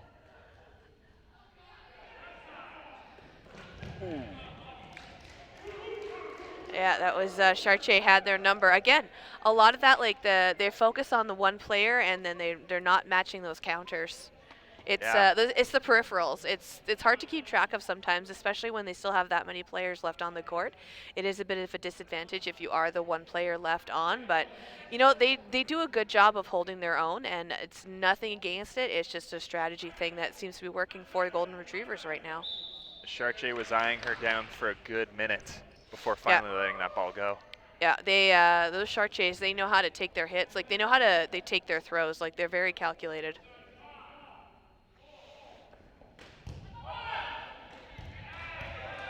That ball floated for a dangerously long amount of time. It kind of did, yeah. Nobody went for it, though. It would have given Neon Vibes a pretty good advantage. And a player back. Oh, yeah. Oh, Woo! What a catch while floating up. It's the fancy shoes. They're multicolored. Oh, they are nice shoes. They look like he colored them himself. They look very spacey.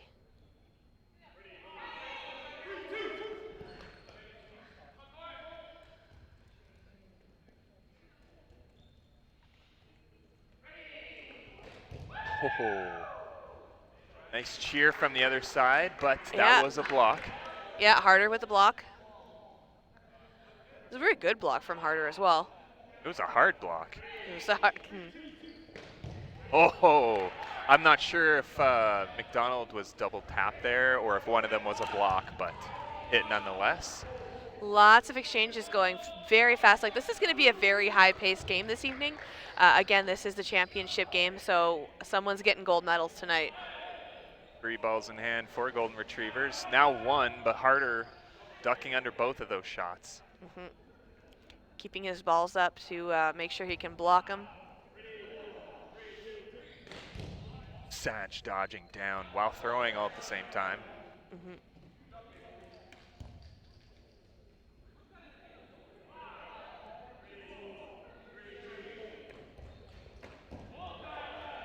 Threading the needle between Lavoie and Chartier.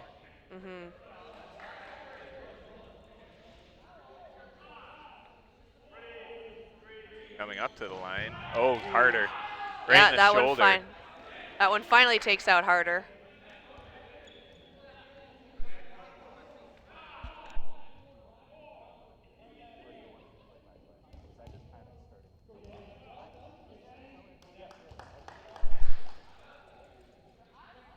Four balls. Clausen. Oh, Paul Chartier ducking down, and Lavoie ended up getting pegged out pretty good. Yeah. He smiled about it after Oh, the yeah. fact. Clausen could not dodge all 3 of those balls that were thrown at her, No, and it's 3-1 or 3-0 Neon Golden Retrievers. I mean, the strategy that they're doing pretty much is even if they still have that one player left in for the team, they pretty much have to do like 3 shots to be able to take them out. It's true, yeah. It's taking quite a long time to whittle down either of these sides, which most of the time it's been Neon Vibes in this case, but Yeah. they're really pushing for this. Yeah, Neon Vibes, no points on the board yet, but Golden Retrievers, they are leading the board right now with 3 points, and there's only 10 minutes left in the first half. Willem throwing towards Eldon Wu and missing. 4 balls Neon. Going up and hitting Willem right in the shoulder. Mhm. 4 balls. Golden Retrievers. Up to the line. Eldon Wu taken out pretty hard. Yeah, it seems like you know, they do tend to be throwing a little bit more balls than they normally have on hand. They're giving away a lot of their advantages, but they need to be throwing that many balls to hit their targets on the Neon Vibes side. Burden on Neon Vibes coming up. Going for Sanch, missing. Now they got 4 balls. It's interesting the ratio of balls sent versus balls thrown. Or like balls retrieved, I guess. Oh, Like how many they send over, like, you know, some teams tend to send over more balls even when they have that burden to throw. They're more willing I to give see away what that you're saying, burden yeah. compared to, ooh, Ooh, what a shot on Nguyen. yeah. And Mergler goes out as well. Carter with 2 in hand. Hurst with 1. Going for Lavoie and missing. That manages to get nice and low and block that ball off to the side.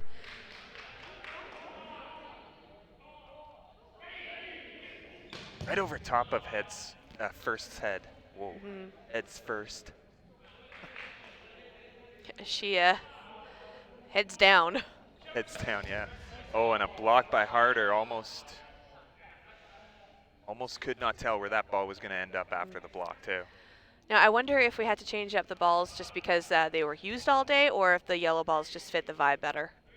Like, because they are golden yellow, but they almost look neon. And Golden. Yeah, I get what you're doing. You're just pulling jokes. I see what you're doing. 4 balls in hand for Golden Retrievers, and wow, Harder with a nice dodge.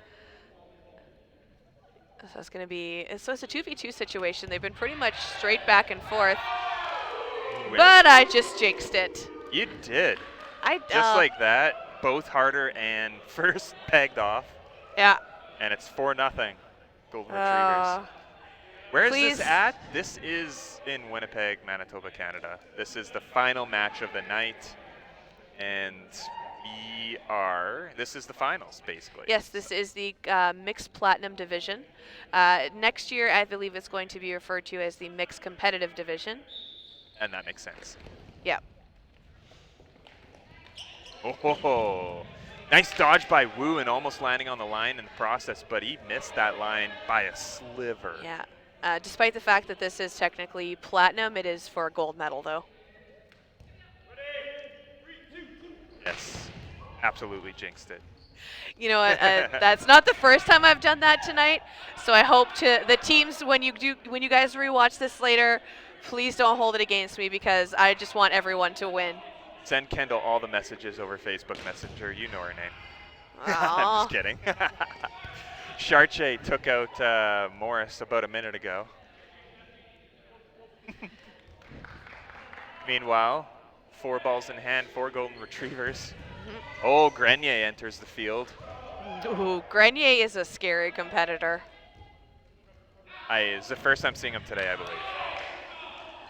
You know what? He doesn't play often, but when he does play, watch out. Yeah. He also refs in hockey. Yes. 4 balls on the side of Neon Vibes. Like he's just a powerhouse thrower as well. Charche with an over-exaggerated hop that didn't need to happen. But it looked cool. It did. Nice block by Collins. 2 balls each. It's that freshly bleached hair. It gives him an extra spring in his step. Oh, what a nice shot, but Charche retaliates, taking out Clausen. Yeah. The battle of the near sides. This was just Collins left now. Charche was going to go for that ball. Takes But out this Sanch, though. entire team was telling him to leave it. But he wasn't listening. Some players are just that determined. Like, no, ball, I need it. to play. Oh, Sanch, or Collins, walking 2 of those balls and one of them bouncing in front of her. Yeah, just double checking. Ref says she's good to go, so she throws again. A bit of a cross-court shot, kind of from mid-court there. Oh, Going for the Chartier Chartier. just wants to end this. Mm-hmm. Other Chartier goofing off. Yeah, it's blonde Chartier is the target, but not blonde Chartier is the one with the counter. And I believe that one was actually McDonald's ball making the connection, but by the distraction of everybody else at the same time. Mm-hmm. And timeout called by, I'm going to safely assume, Neon Vibes. Well, they are in a huddle, so I'm gonna safely concur with that. It's getting late. Yes, it is. It's past my bedtime. Always past my bedtime, no matter what time it is. Well, you travel so much, you're just always in a different time zone. Yeah, that's true. I'm always jet lagged now. Yeah, that's for you're sure. just like perpetually tired. Yep. Can't agree there. I woke up at 8 this morning, fell back asleep till 11. I'm like, ugh. Still don't feel great. I had to wake up and I had to drop off a table at an art market because some of the vendors needed extra tables. I didn't get to vend this year, but still happy to donate my folding tables. As we continue, Yeah, and I went back home, went back to bed too. That's where I was going with that. Sorry, I got distracted. burden is on Golden Retrievers. Taking out harder. Ball comes right back to Golden Retrievers, so it's their turn again. They just retrieved a ball. Yeah, they literally just. Maybe that's why they chose the name. I have no idea. No, but it sounds fun. It's one of the best dog breeds, so you know. Ooh. Dodging right in between two of those balls coming at him was Lavoie. But just a reminder, folks, even though we are talking about dog breeds, dogs cannot play dodgeball.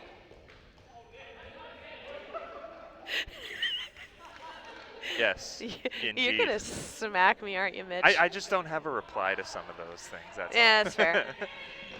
Poor balls in hand, and Chartier getting pegged out right in the shoelaces. Yeah, that was. Well, McDonald did as well. Yeah, it was off of But I McDonald and into Chartier, I think. Oh, okay. I missed that part. Oh, Yeah, I think he wasn't expecting it either. Oh, Mergler with a catch. that was. Yeah, ref's calling it a catch, making Yeah. the little catchy arm hands. Arm gesture with their. Why Oh. can't dogs play dodgeball? Wow, man. I think they just want to avoid an airbud situation, that's all. I mean, that's the only sport Airbud hasn't played, so I think we need it, but that's just me. Yeah.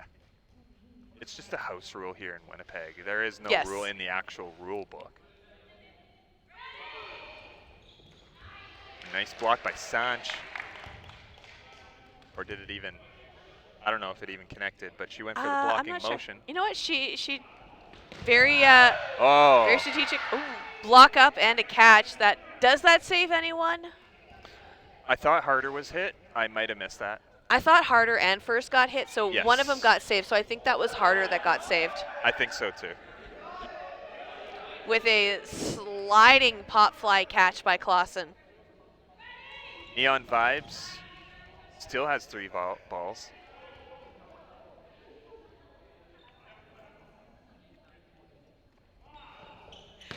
Woo with a nice shot right over top of Willem's head.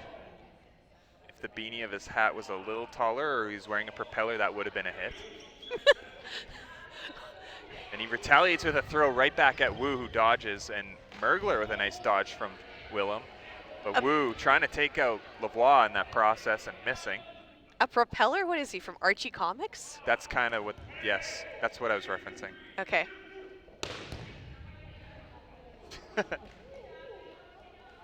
Nice floater shot by Lavoie on the far side there.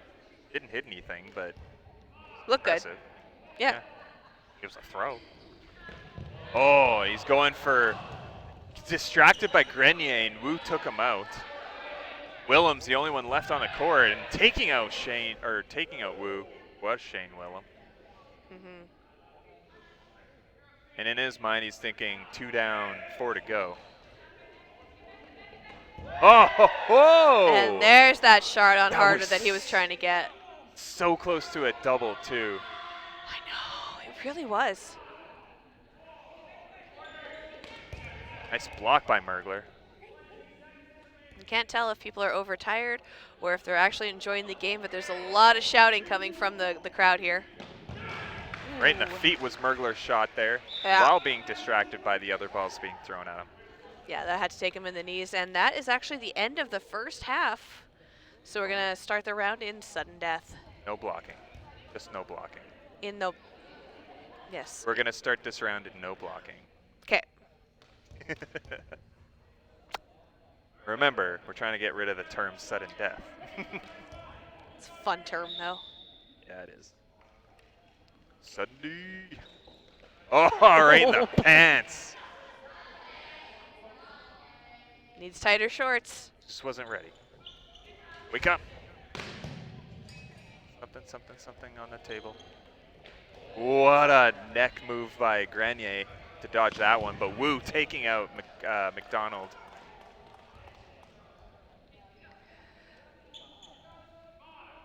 Four balls, Neon Vibes. Oh, right in the face for Copay. Oh, that came from JC. One of JC's windmill throws too. Oh, that would go right up the nose. That'll Ooh. break something. Yeah, actually, that would be really scary to get that right up the Yeah. nose. Like, that would... I mean, I don't have a nose bone in that area, so I would be okay, but, like, Oh. regular people, that would hurt. What a shot on Mergler, taking him out. Willem going for Grenier, missing. Just barely missing that shot off of Morris, too. What a catch on Grenier. And Lavoie taking out Morris.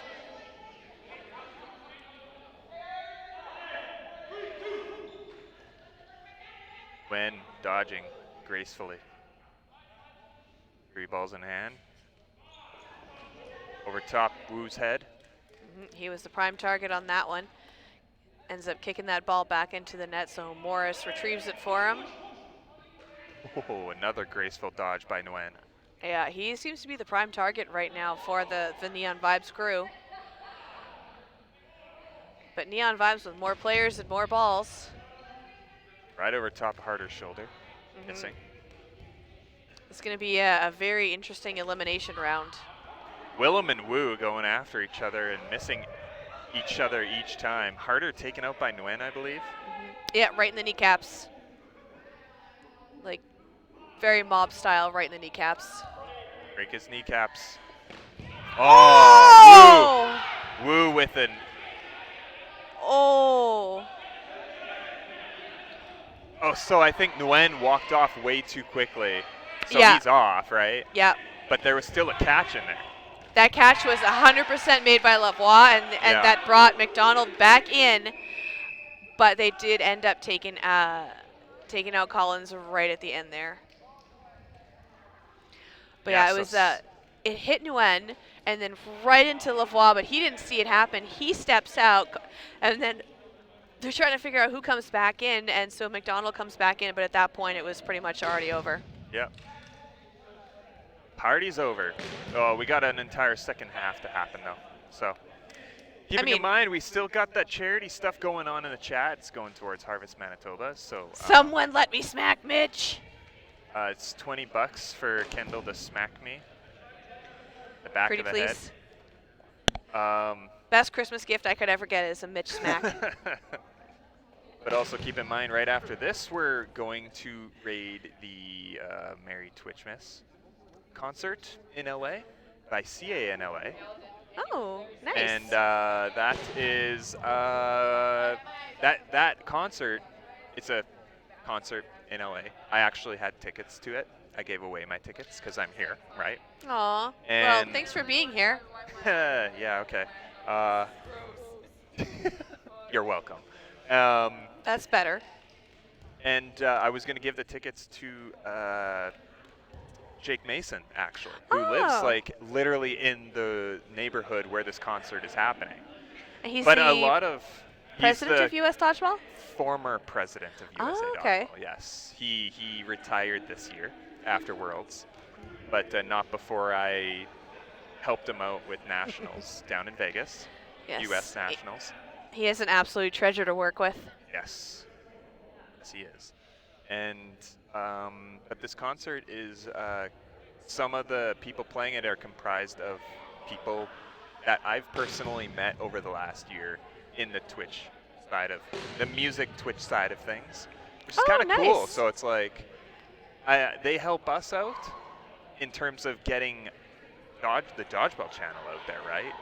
Not a lot of people know this, but there's a lot of I'm not going to call it marketing, but a lot of cross promotion that happens between the Dodgeball community and the music community on Twitch. Oh, it's really nice to see that. Like Dodgeball is a very interesting, like it's a very specific niche on Twitch. Yeah. And it's nice that like such a larger community has a lot of love for us and is able to help get our name out there.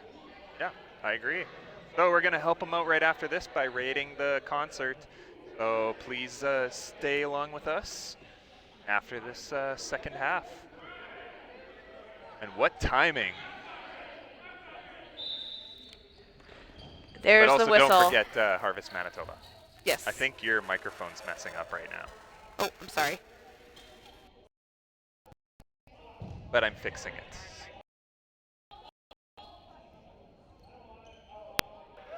Should be good now. Yeah. So it looks like everyone on Neon Vibes gets a ball. So who are they going to throw at? Ooh. Well, the opposite team threw first. Yep. But they did hit out Grenier, so very smart move. But it takes out Sanch, but it also takes out Grenier, and that's like kind of a good thing because Grenier is scary, Yeah. and so is Sanch. But so is Mergler, and so is everybody else that you're playing against on this case. That's true. There's That's true. Copay, there's Shane Willem, there's Gwen, there's McDonald. And I'm two not Charches. ranking in any way, by the way. Just No, so no, no. everybody You're just knows. like pointing I'm out just- the people that you see through the Yes. crowd. I'm scared of every single one of these people because That's- they've all probably hit me in the face at least once in my life. That explains the brain damage. That explains why I don't play much anymore. Well, there's that too. Yeah. It's a medical thing. Whatever Oh, what a helps. shot from Charche onto Wu. Speaking Yeah. of face shots. And first was just staring down Copay there. What a catch.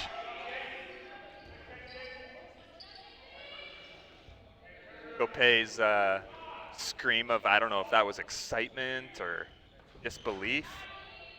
Both. That possible. It was a hybrid of the two, maybe, yeah.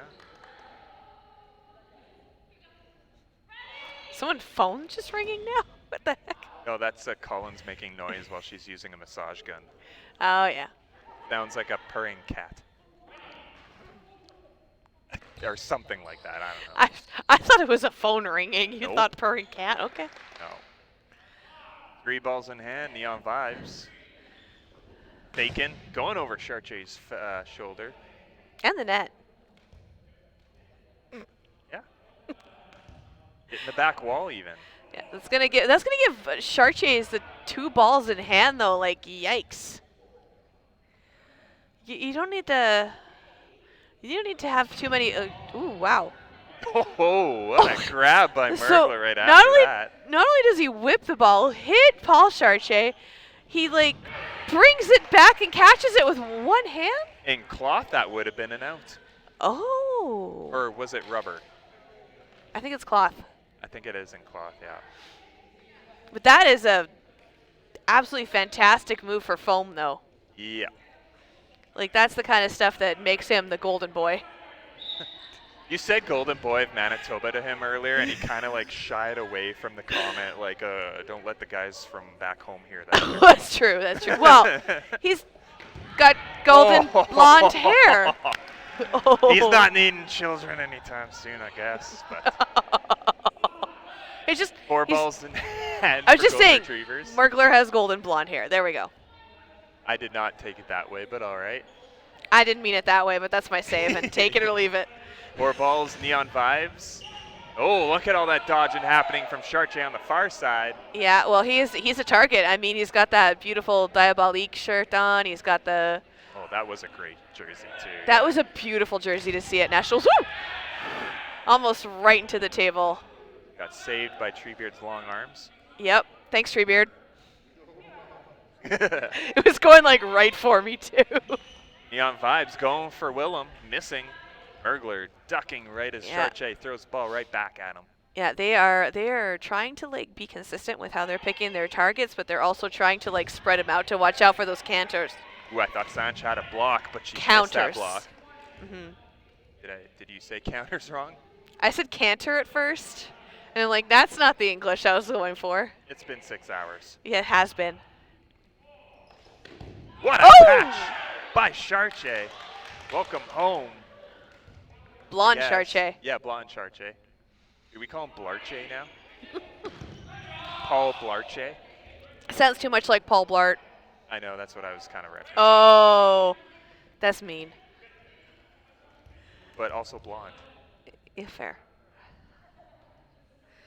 And his first name's Paul. I mean, 4 well, balls in hand, neon vibes. I could just call him Chartier the Younger. Dodging was McDonald. Yep. Chartier the Younger, that's actually cool. Nice block by Clausen as on a shot. Yeah, so it's going to be 2 balls in hand now for Mergler and Clausen. Fakes happening. Oh, Chartier jumping right into the shot from Mergler. Yep. Yep. Yep, he did. It just kind of goes off and, oh. Nice. Yes, it was a block. Yep, I think Mergler himself was questioning whether it was a I block. think he was too, but again, it's deferred to the refs, and Yep. that's why there's 2 of them. And that's what he was doing. That's the good thing about doing commentary is you don't have to make those calls and then get beat up at your car at the end of the night when you make the wrong call. Yeah, oh, well, everybody leaves before we're done cleaning up anyway, That's so there's true. no problem. That's true. Oh, what a shot from Chartier Yeah. on Clausen. Chartier the Younger. Chartier the Younger.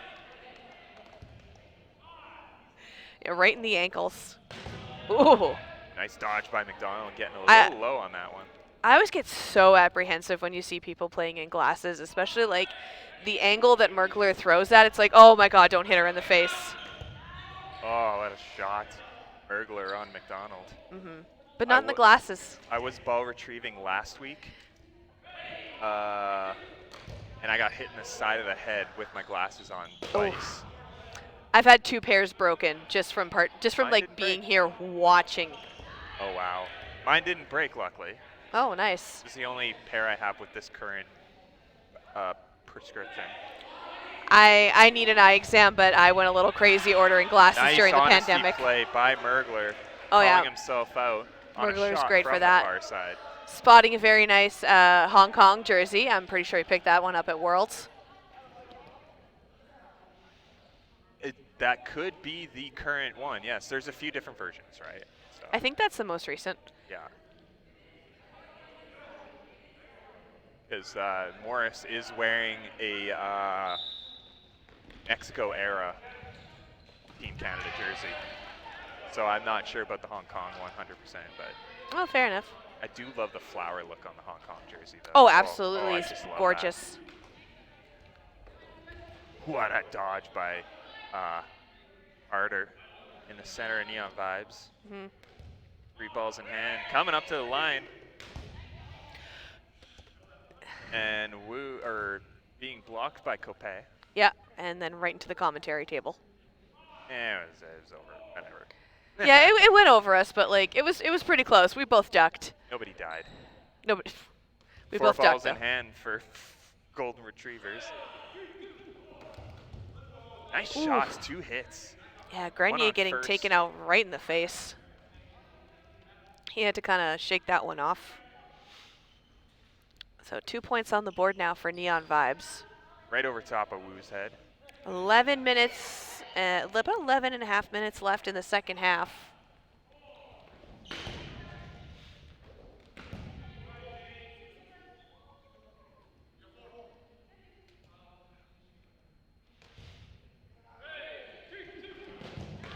4 balls.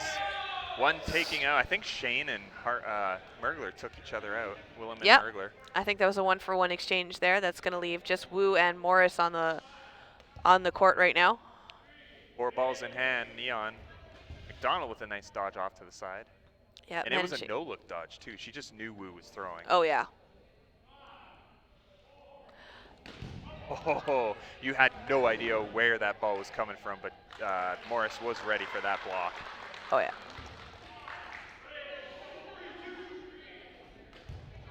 Nice block, McDonald. Oh. Wu barely dodging that one. Kope throwing at him. Don't think he was watching, but just manages to avoid it ever so slightly. Well done. Right after that, both Kope and Wu were pushing each other back with their fakes. Yeah. Both of them knew neither were throwing, too. Yeah. What a shot over top of Kope's head. Yeah, I think he's gonna be the main target between these two for the next foreseeable throws. In a 7-2 game, not sure what else they can really do. Morris blocks. So it's gonna give the ball advantage now to the 4 players that are on the side of the Golden Retrievers, though. Yeah, 4 balls in hand. Right over Morris's shoulder. Yeah, she manages to dodge both. Closed her eyes a little bit there on that second ball, but you know what? Too. Yeah. I was Nice going to say block, that. Woo. Okay. Okay. Hashtag sliver champs. 3 balls in hand on the side of Golden Retrievers. Nice block by Wu on a shot from Nguyen. 3 balls.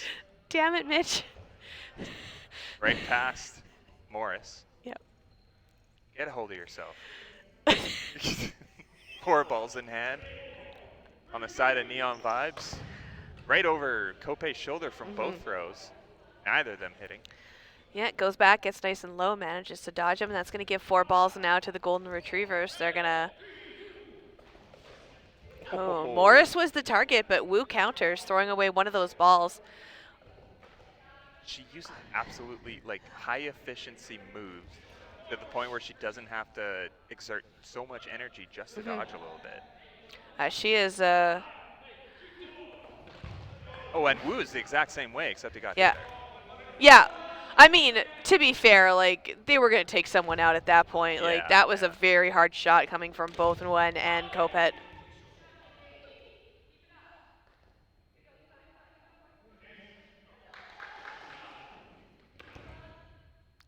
Not even looking while she takes the throw at him.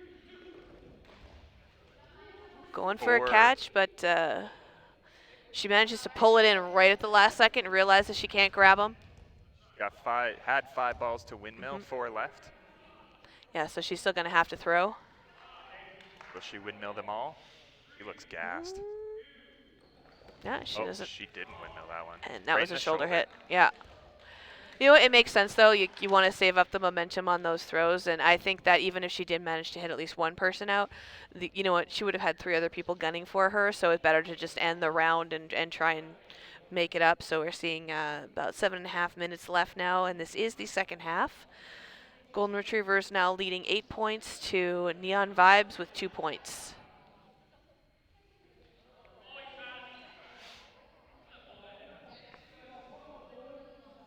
Balls have been set up, and they're going for round number 11. What a catch! Throw from Grenier to Kope, but I think he got hit there, or did he did manage to, I think he did manage to get the catch because some more players on the Neon Vibes side are walking out. The second one hit him, though, after the catch. He was not expecting that when he walked off. And just like that, they're down to 2 on the Neon Vibes side, and Yeah. Golden Retrievers really have everything. Yeah. Golden this Retrievers match. has been playing a very strong, aggressive game during this match. They have just been taking shot after shot after shot. I think they've probably been taking more throws than the Neon Vibes side. Neon Vibes is obviously playing a very defensive game right now, considering how offensive the Retrievers are. 4 balls in hand for Neon Vibes. Well, going both for Chartier and missing, but the other Chartier, younger Chartier, taking out Clausen. That's going to leave just Morris left again. I think she Missing just played all the like shots. 3 games back to back. Like, girl needs a break. Gonna have a nice nap when she gets home. Nice block. The Right other- over the. Also a nice block by Chartier Jr. That was 4 balls in hand for Morris. Another nice junior block. we can hear Copé asking from the back, how does he do that? And Chartier Sr. taking Morris out for the point. Yeah. It's going to be another one for Golden Retrievers. So they have about I can't math that right now. What are you 7-point trying lead? to do? Yeah, it's 7 points. Yes, I mathed. I was trying to figure out the difference. I see. I had to count my fingers in my head so you wouldn't judge me for doing it out loud. I wouldn't have. I do that all the time, don't worry. Okay. Wu taken out off the rush. And as a result, Neon Vibes has more players than Golden Retrievers. Yeah, I think By this is 2. I think this is like the first time we've seen this in a while, especially during this half. Yeah. All right, so we're going to see Neon Vibes coming up and Mergler taking a shot at Sanch there. Oh. Back and forth's happening non-stop over Yeah. here. Wu taking a couple shots, but unfortunately going right through and hitting the ball retrievers in the back. 4 balls on the side of Golden Retrievers, now down to 3. But it's now Neon Vibes' turn to throw as well. Yeah, Neon Vibes with more players, and they have equal number of balls. And that's was that Mergler who took him out, Willem? Not sure. Well, someone just took out Grenier, too. 4 players. Yeah. Sanch blocks. Right in the head. Oh. Yeah, Nope, blocked yeah. it into her head, yeah. Yep. I think she just needed a minute to like, kind of rest after that. She just needed a minute. 4 balls in hand for Golden Retrievers. That's just the 2 Chartiers left on the court. Well, block by Harder, hit on Collins. Chartier the younger taking that hit. Mergler with a block from Chartier Jr. A bit of a wide throw from Harder there. Harder with a nice dodge off to the side after older Chartier. Smart move by Harder trying to get the counter on Chartier the younger, though. Boy, those boys can move. Yeah. Like they got those. I know. I'm just standing here with my mouth open, like, I look so stupid right now. They got the moves like Jagger, that's for sure. I don't think that's. I wouldn't have said that, but okay.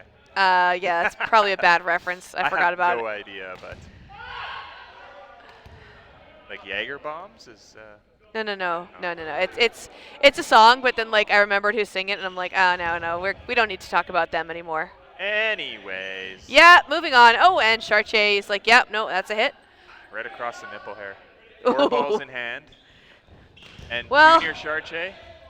It is cold in the gym, so it's understandable. Yeah. Cut that ball open. Whoa. And he got hit right in the ear, probably. But he almost went like flat with Yeah. his legs out like that. That is, And Neon Oof. Vibes with their 3rd point of the game yay, Neon Vibes. with 2 and a bit left to play. I think it was, again, the last 2 times these teams went after each other. My mouse seems to have. Golden Retrievers won 10-6. So there's a 4-point differential. We're seeing a 6-point differential right now. 3 balls aside. Nobody's been hit yet. Over top of Morris's head was the Copé shot.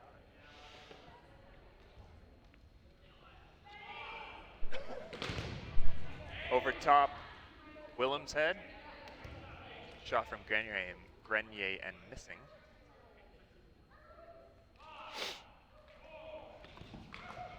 What a shot there. Ergler dodging back. 1, 2, 3 balls in hand, Neon Vibes. Same for the other side. Somebody's got to get hit soon. There was a fake happening from one side, and McDonald had a bit of a flinching moment. But when hit in the process. 3 balls. Going for Copay and missing. Willem hit out, but so was Morris. Down to 4 apiece. With 1 minute left. 4 balls, 3 balls.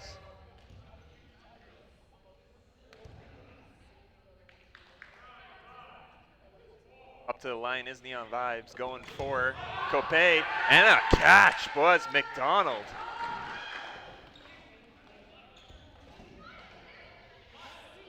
So looks like they got 4 balls now, so it's just going to be Harder, Clausen, and First left.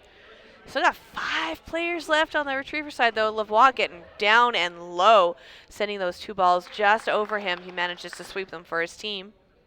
Yeah, 4 balls for them. Harder out. First is in. She took a second. Like, no, I'm still good. With 10 seconds left, this is probably going to end up in suddenly no blocking. Sudden elimination. I don't know. I mean, Sounds complicated. Too many words. Too many syllables. No blocking. Are they going to play it out? I think so. Eh.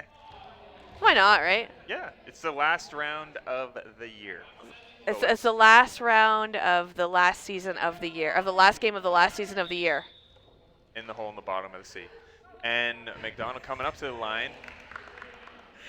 Goes for I think it was Clausen that hit her, I'm not sure. Yeah. 4 balls on the Neon Vibe side. Ooh. Yeah, First getting disarmed. First did try to drop that ball first, but I don't think she was fast enough with that, by the looks of it, from what I saw. Not 100% on it. Oh, and Clausen's getting risky. And Copay just wants to go home, take a nap. Yeah, So with he that goes and catch. catches that ball, yeah. So that's going to be 10 points. Neon Vibes, 3 points. So your gold medal winners for the Sunday night mixed platinum division is Golden Retrievers. Yeah, and remember, we're off to that concert we've been Oh, talking yes. about all week. Twitchmas. CANLA. Merry Twitchmas. That's exactly what it's called, yes. Merry Twitchmas, everybody. We'll be back in the new year. We might be back with British Dodgeball next weekend. I'm not 100% sure. But after that, we'll have the provincial season. We've got BC provincials. We've got Alberta Ontario? provincials. We've got Manitoba provincials. We've got Ontario. Yeah, Ontario's Yeah. right after. So you just like went across the whole province there. And then Essentially, after yes. those provincials, we're going to see you in Montreal. Yeah. It's going to be fun. I can't wait. Have a good I mean, night, I everybody. can, but I can't. Have a good And night. Merry Christmas, happy holidays, Happy New Year. That was See you then. Kendall, who's still talking. Shut up. No, I'm just saying our names. This is Kendall No. Stelman. And Mitch Jansen. That sounded lame. Bye, everybody. Bye.